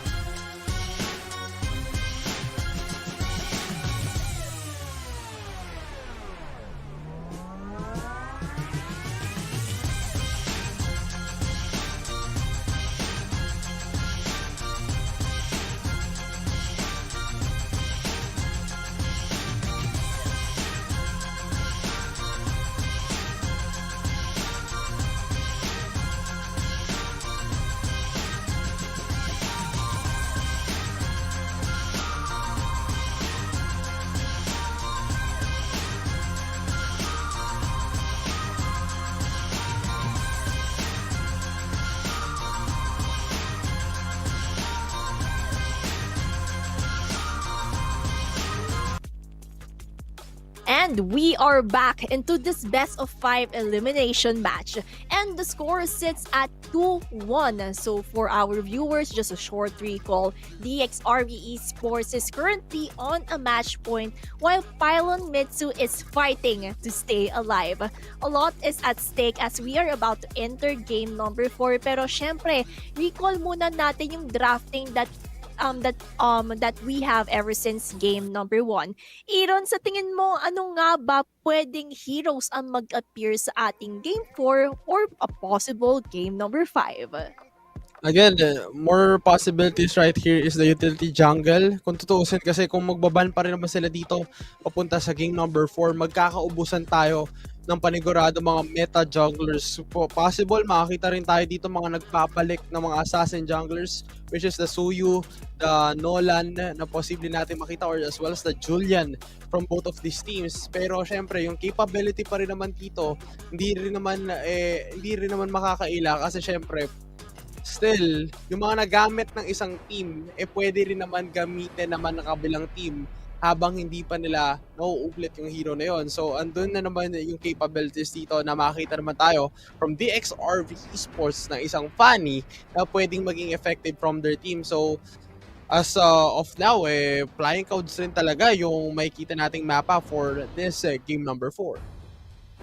And syempre, habang tumatagal yung ating laban, dito nga yung sinasabi mo, Aaron, yung ubusan ng hero pool.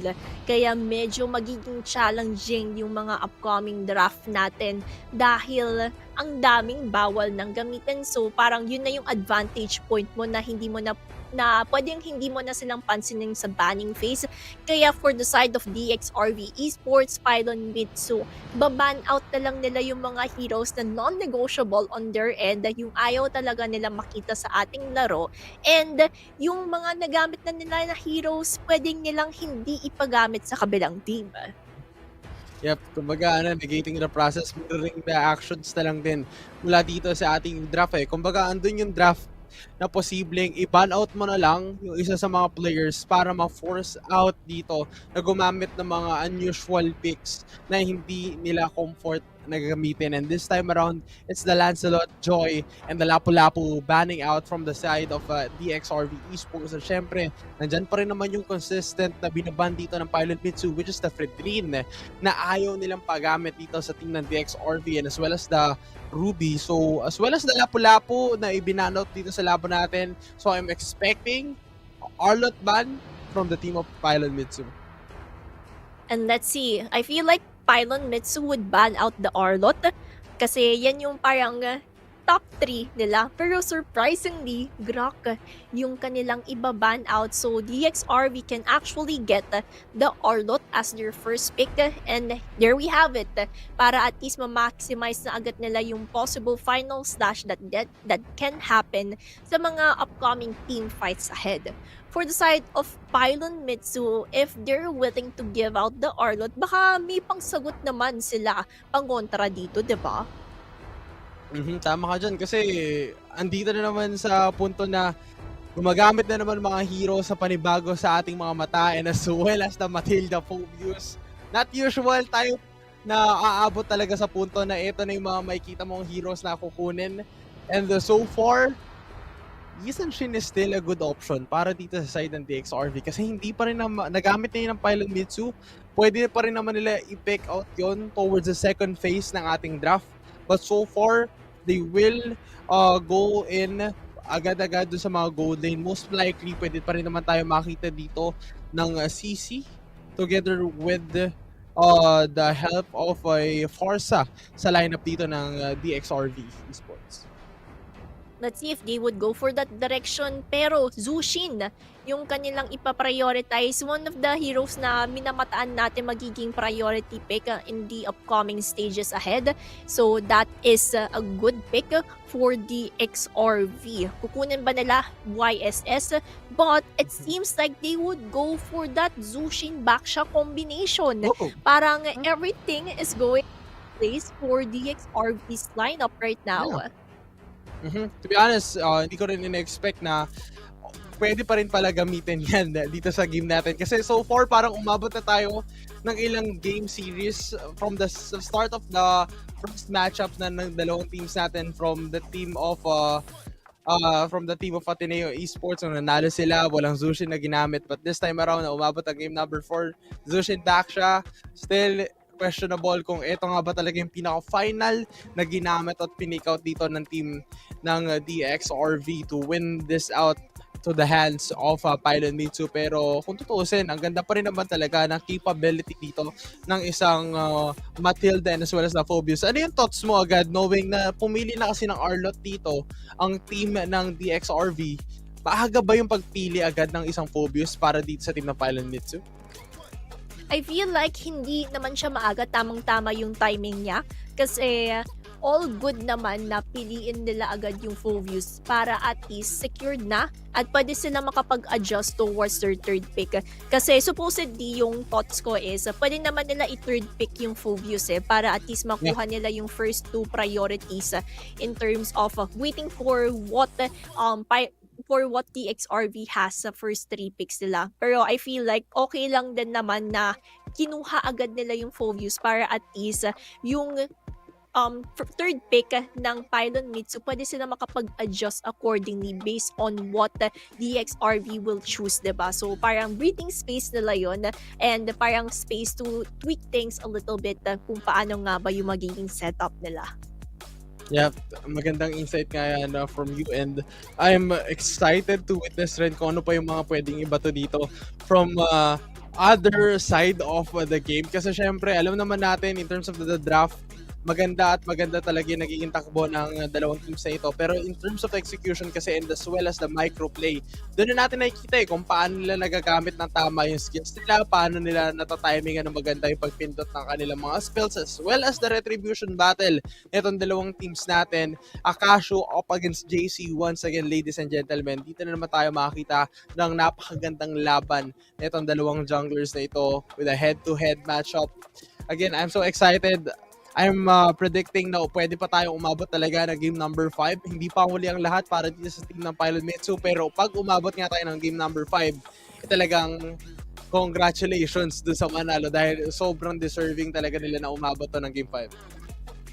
At saka biruin mo na reverse sweep or kaya na-push talaga nila to a game 5. So that means close-knitted itong Pylon Esports Mittsu versus DXRV Esports when it comes to skill level. Kasi kaya nilang sumagot sa isa't isa eh. So parang pantay sila sa ganun na aspect. Kaya napakaganda ng mga ginagawa ng ating mga kupunan. But in terms of the third pick ng DXRV, gatot kacha yung kanilang ima-maximize along with that Zushing. So, we are already secured when it comes to the EXP and Roamer. But our Eve, lumabas na din for the side of Pylon Mittsu. Okay, still Pylon Mittsu negating the process na i-force out ang magiging Yisan Shin or yung assassin junglers natin from DXRV. And as well as the team of DXRV, ayaw rin nilang pahawak dito yung mga utility jungle. So parang ayaw nilang ma-maximize yung isang Matilda pick just because they do have the mobility with the guiding wind to rotate fast towards the map. And so far, Suyu as well is being banned out para di sa game natin. So most likely, pwede kaya tayo makita dito ng mga alpha jungle, yung mga ganong kind of situation, as well as the Freya kung sakali, kaso napakadami pa rin talaga ng mga baon na pwedeng maging wow factor para dito sa dalawang teams natin. Nako po, ito yung actually favorite combination ko as a gold laner.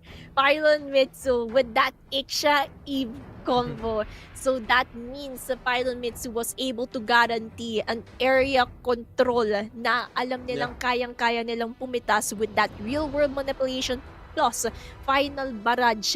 Maganda yung execution, but the threat coming in from DXRV with that Guinevere and Iritel that can hinder kung paano nila i-gameplay yung Iksha Eve na alam naman natin, napapanood natin to sa TikTok. So it seems like for the side of Pylon Mittsu, they need to pick a hero that can somehow cut that threat off from the side of DXRV. At ayan na nga, nakakita sila ng magandang loophole dito is the Tammuz jungler. Ladies and gentlemen, game number 4, ganito na agad yung nakikita natin ng mga lineup and as well as the jungle. Hindi ko inaasahan na mapupunta rin talaga tayo sa punto na itong mga fighter jungle ay magbabalik muli dito sa serye na ito, and most likely dito na natin makikita kung paano nga ba didiskarte dahil they do have the back lane setup mula dito sa team ng DXRV and as well as the stationary full setup mula naman dito sa ating mga damage dealer from Pylon Mittsu, the full barrage and as well as the real world manipulation. Ang pinaka-importante nilang dito is sino nga ba talaga ang mananalo. Ladies and gentlemen, this game number 4 of the match number 2 ng ating play-ins, we have the team of DXRV up against Pylon Mittsu. And tingnan na lang natin dahil DXRV is currently on a match point. Kaya Pylon Mittsu, kailangan talaga nilang dumaban to their best of their ability kung gusto talaga nila i-push ito to a game number 5. In terms of the rotation, it seems like ito naman yung usual na nakikita natin. Pero yung usual na kaganapan, yung init sa gitna ng mapa, hindi na natin na-witness. Pero joke lang pala dahil nandito na nga yung mga kupunan ng DXRV, pinapokpok lang yung mga members ng Pylon Mittsu dahil kinakapitalize din naman itong si Arizona Brandy in terms of those lanterns. Yeah, tama ka dyan kasi alam naman natin yung kit dito ng isang Zushin na kaya niya rin talagang magbigay agad ng big threat all over the place. If ever nga nakatatambay ka dito sa kanyang lantern, napakahirap rin yun, to be honest. They do have the taunt from Super Odab and as well as the jump. So magle-lager lang na magle-lager yan until makuha nila yung magandang successful kill pot possibility mula din sa team ng DXRV. But right now, Pylon Mittsu has the chance. May ipit nga lang din etong si Taro at as well as Arvin. Tumalon itong si Akashu, and that would be first blood going in the hands of DXRV. Lumalaban yung mga members ng Pylon Mittsu, and that is a successful trade-off in the hands of Len God. And with that 1-1 ang naging trade-off, lalo't-lalo na meron tayong paparating na first turtle. Yep, first turtle take of the game. May kita agad natin dito si Alex. Nandun pa rin naman yung mga dashes na gagamitin niya. But this time around, Akashu towards the long bush.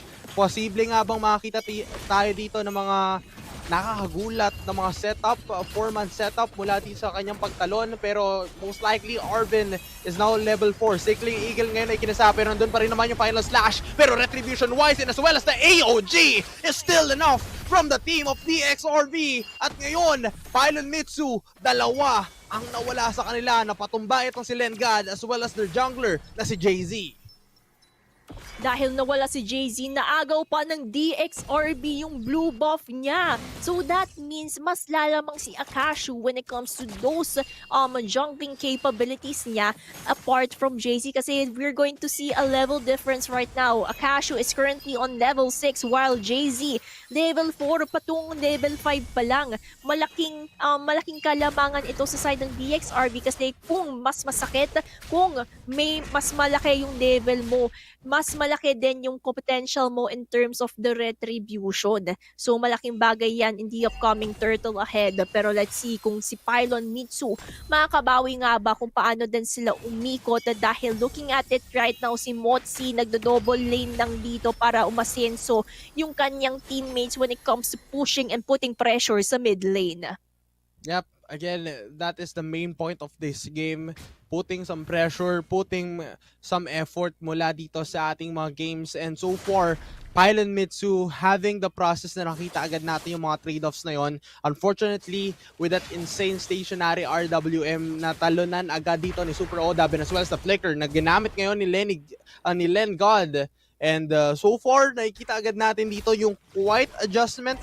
So from the team of Pylon Mittsu, hindi sila ganun ka-agresibo, not like kaninang early game.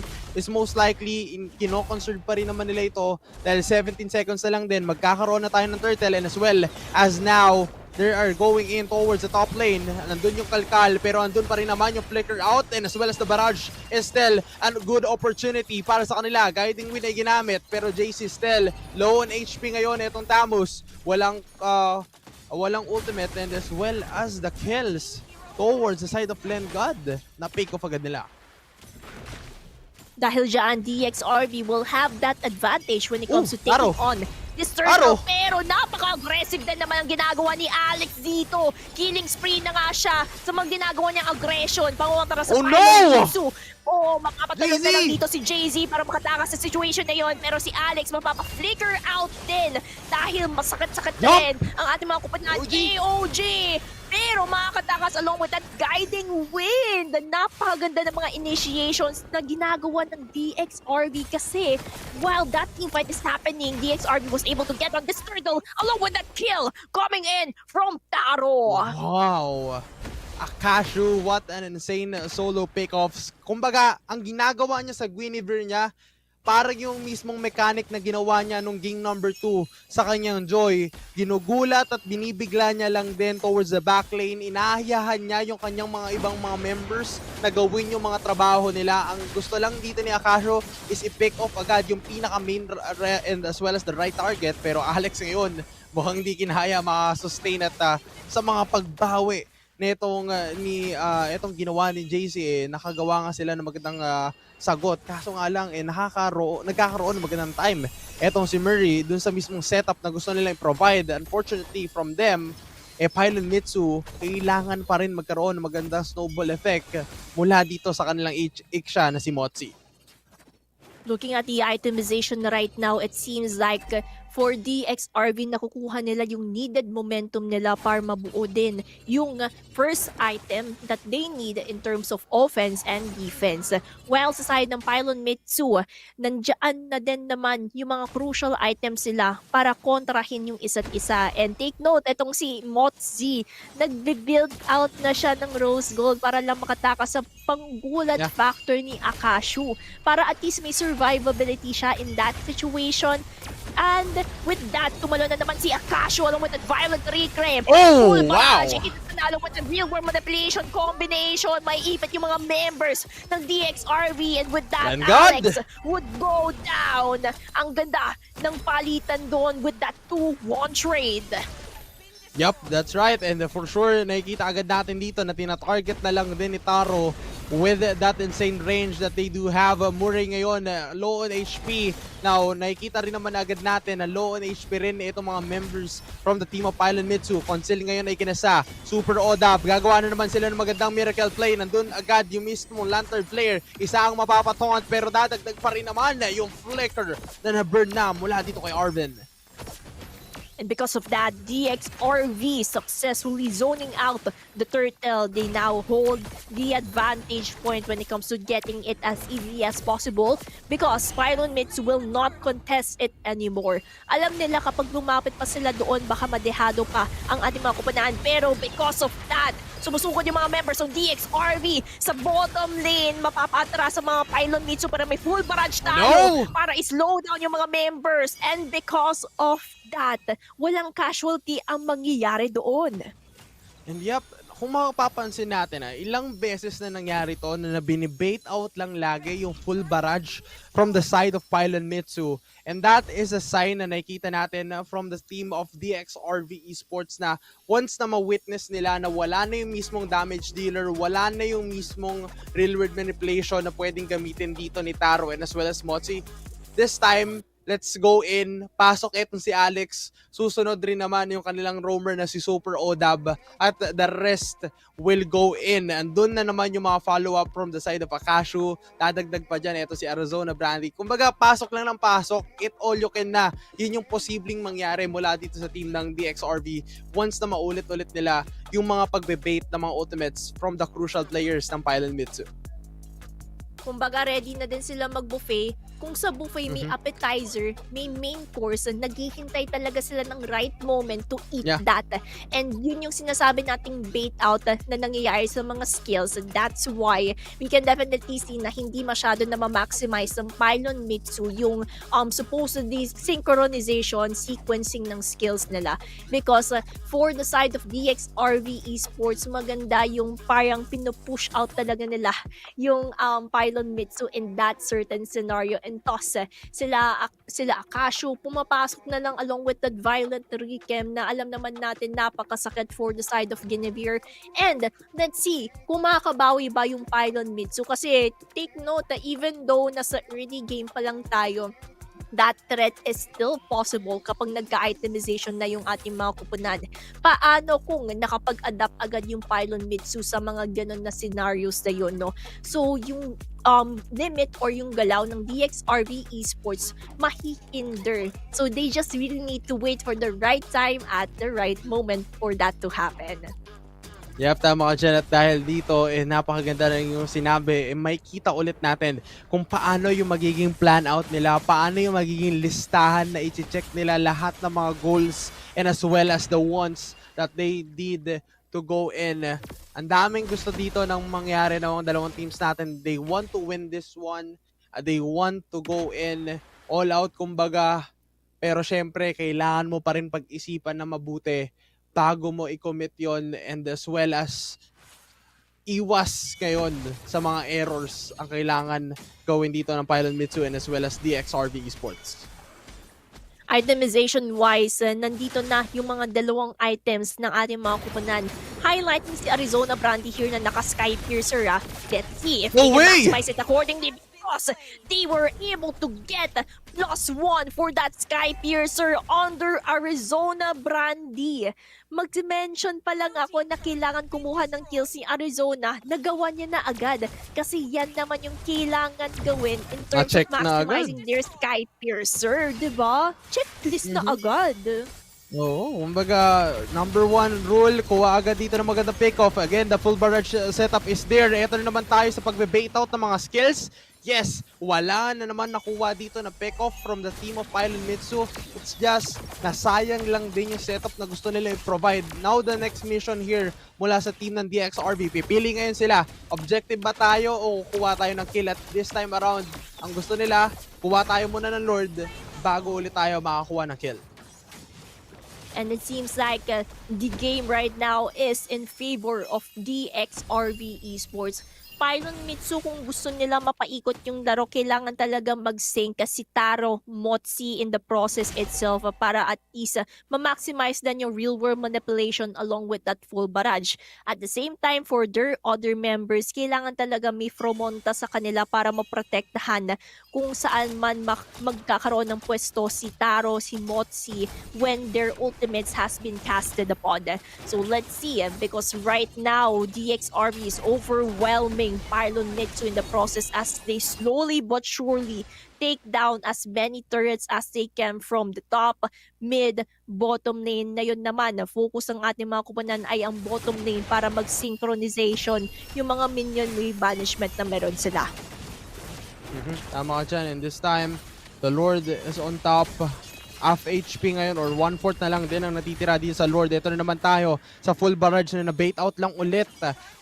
Ulit na natin nakikita, hindi ganun kaganda ngayon yung nagiging kapalaran mula dito sa kay Motsi as the extra. And this time around, there goes a kill na pwede natin makita as well as the ultimate being used from both of these teams and as well as the initiative na gusto nilang kunin nababaliktad ngayon from the team of Pylon Mittsu. Pero kung tutuusin, back-to-back trade-off lang ang nangyayari, pero si Muri ngayon kukuha lang ng lifesteal kahit paano. It's a 2-for-1 trade. Nakahinga ng bahagya ang team ng Pylon Mittsu. Grabe si JZ, humaharap talaga siya. Napakakunat, and we're going to see in this instant replay kung paano nga ba naging effective si JZ in the process. Just look at him going in the backline, penetrating, taking down 2 members from the side of DXRV Esports. Yan yung sinasabi natin kailangan gawin ng Pylon Mittsu para at least maprotektahan sila Taro, Motsi in the process. Somehow yung missing formula na lang sa side ng Pylon Mittsu is kapag nagawa na nila yung pagharap ni JZ sa mga members ng DXRV, kailangan na lang gawin ng Taro, Motsi yung mga respective ultimates sila to somehow pick off yung mga members as fast as they can. Yeah, and to be honest, kumbaga sa sobrang bilis lang din, nakikita agad natin dito, prolonging the team fight and as well as the sustainability just because they do have the guiding win. Addition to that, andun na naman yung leverage na pwede natin makita, but this time around, JC is still on a solo mission. Kailangan niya lang din ng magandang katapat, pero yung kanyang mga kupunan na nakasama, talagang nagtipon-tipon. Nagkaroon ng magandang pagpupulong DXRV na etong si JC muna ang unahin, pero yung flicker nagamit na dito ni Motsi as well as the guiding win and circling eagle mula kay Arvin. So it's a check mark para dito sa team ng DXRV na wala na mga ultimates yung pwedeng manggulo o lumapit papunta dito sa ating Lord objective. Because of that mistake coming in from Pylon Mittsu, DXRV was able to capitalize on it by getting this Lord. Medyo dehado na yung sitwasyon na yon ng Pylon Mittsu because right now, they're currently on a quarantine zone. Inhibitor base na lang ang natitira sa kanila. Pero just one good setup from Pylon Mittsu, they can turn the tides in favor of them. They really need to step up right now, because if they don't, baka ma-overwhelm sila sa mga damage output na nanggagaling sa DXRV, lalo't-lalo na highlighting Arizona here na may 3 kills na siya, wala pa siyang deaths. That means yung Sky Piercer niya ay maramdaman na natin, and at the same time, Murray, isang item na lang yung Iritel na to, ramdam na natin yung critical ng kanyang crossbow. Yeah, tama ka dyan. And most likely, ang pinaka-importante dito is the skill management. Kailangan late ilabas dito yung mismong setup na gusto nila i-provide. But this time around is a full barrage setup. Real-world manipulation ay gagamitin kasi si Muri ngayon ay makukuha ito si Taro. Pero doon sa may likuran, tinatapos na kayo ni Muri yung Torre. And what a 3-1 score. And DXRV Esports will advance towards the upper bracket up against NU Bulldogs for tomorrow. Wow! What a game! I didn't expect na may end in that moment kasi nakafocus ako sa team fight, but in all along, in the shadows, nandoon ang savior nila to end it as fast as he can. Wow! What a game!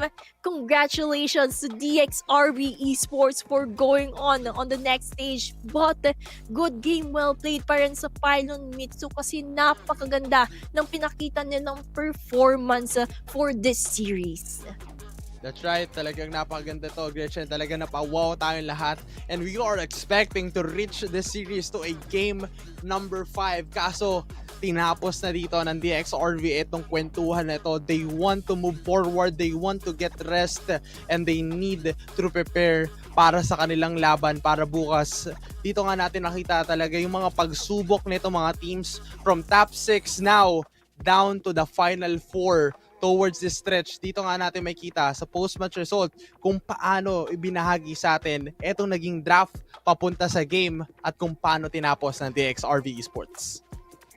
Kita naman natin for DXRV Esports, nananalo parati sila sa mga teamfight initiations because itemization-wise, it is already there. The offenses coming in from Murray, Arizona, especially, napakaganda in terms of contributed, and of course, natutunaw din yung mga tanky heroes coming in from the side of Pylon Mittsu. Sa side naman ng Pylon Mittsu, si JZ talaga yung makunat sa kanila eh. However, sila Len God, Arvin, natutunaw sa mga offenses na nagagaling sa DXRV. That's why yung mga backline heroes ay easily penetrated upon, especially if we're also going to highlight Alex here na nagpa-final slash, flicker final slash para lang mawalis yung mga members ng Pylon Mittsu, mawala sila sa formation. Pero of course, our Realme match MVP would be Arizona Brandy. Kita naman natin kung gaano ka-important itong Zushin na to sa mga teamfight initiations. Looking at this match highlights, kita din naman natin in terms of how they were able to control the mid lane easily with the help of Arizona, as well as yung mga nagiging contribution and support niya sa mga teamfight initiation. No? Kita mo, Alex was able to go to dive in the tower because of Arizona's support.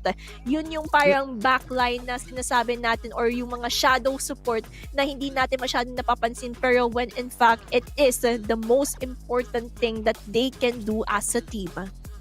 Yeah, tama ka dyan. And to be honest, hindi lang si Alex yung napo-provide niya dito ng magandang setup together with the ultimate combination from their jungler na si Akasho. Talagang napaka-solid na ito naging banding, and as well as the chemistry from the team of our DXRV. And this time around, tara at kausapin naman natin sila kung paano naging journey nila dito sa ating series. Ayan, congratulations DXRV Esports sa inyong panalo. Kamusta naman ang feeling nyo? Okay naman pa. Okay, masaya naman po. Ayun. Nananalo. Masaya po. Ayun, no? So, syempre, meron kaming tanong ni Aaron para sa inyo. So, bali, yung first question ko is, di ba, yung score natin is 3-1. Natalo kayo nung game number 3. Paano ba kayo nag-reset in terms of going in sa game 4? Kasi, syempre, nakakakaba yung mga ganun na moments na, hala, natalo tayo, paano ba tayo mag-reset? Paano ba tayo haharap sa susunod na laro? Ano ba naging mindset nyo doon? Hindi, actually, wala naman po kaming in-overthink, kasi, na-pick na nila yung funny yun lang naman yung parang pinakalason nila, kaya sabi namin, sa amin na to next game. Tsaka parang pinagbigyan lang namin sila parang yung CBS lang kahapon. Uy, Ay, ganun ba? mainit.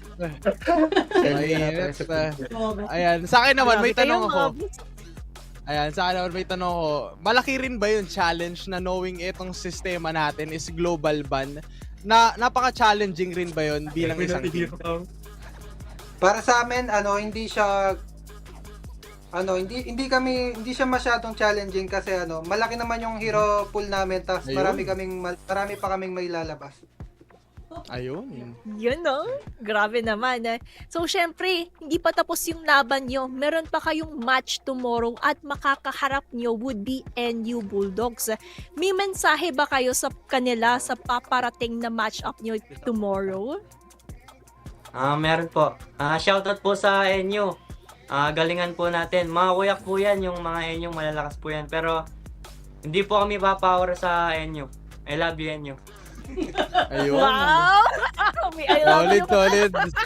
Tulungan lang at suportahan. Pero syempre, any shoutouts rin pala sa inyong mga supporters from the team of DXRV. Shout po sa mama ko, pinayagan ako sinuportahan ako maglaro kahit may lagnat ako. Shoutout Get din well. Shoutout din po sa mga management namin. Kay Boss RV tsaka kay Madam Rose, nanonood po sila ngayon. Tsaka po kay Sir Ram, sa coach po namin sa Dabsu. And sa mga supporters po namin na family and relatives. Shoutout din po sa bebe ko si Crazy. Ayun. Again, thank you so much DXRV. Pahinga na kayo dahil bukas may laban pa kayo up against NU Bulldogs. Again, congratulations sa inyong panalo. And grabe to, Gretchen. Talaga napaka-solid na run all throughout the season. And syempre, top 4 na ngayon ang nakikita natin towards this picture. Pumasok na ang team kanina ng Ateneo Esports. Pero looking at this bracket, dito natin make picture out lahat ng mga naging series for today.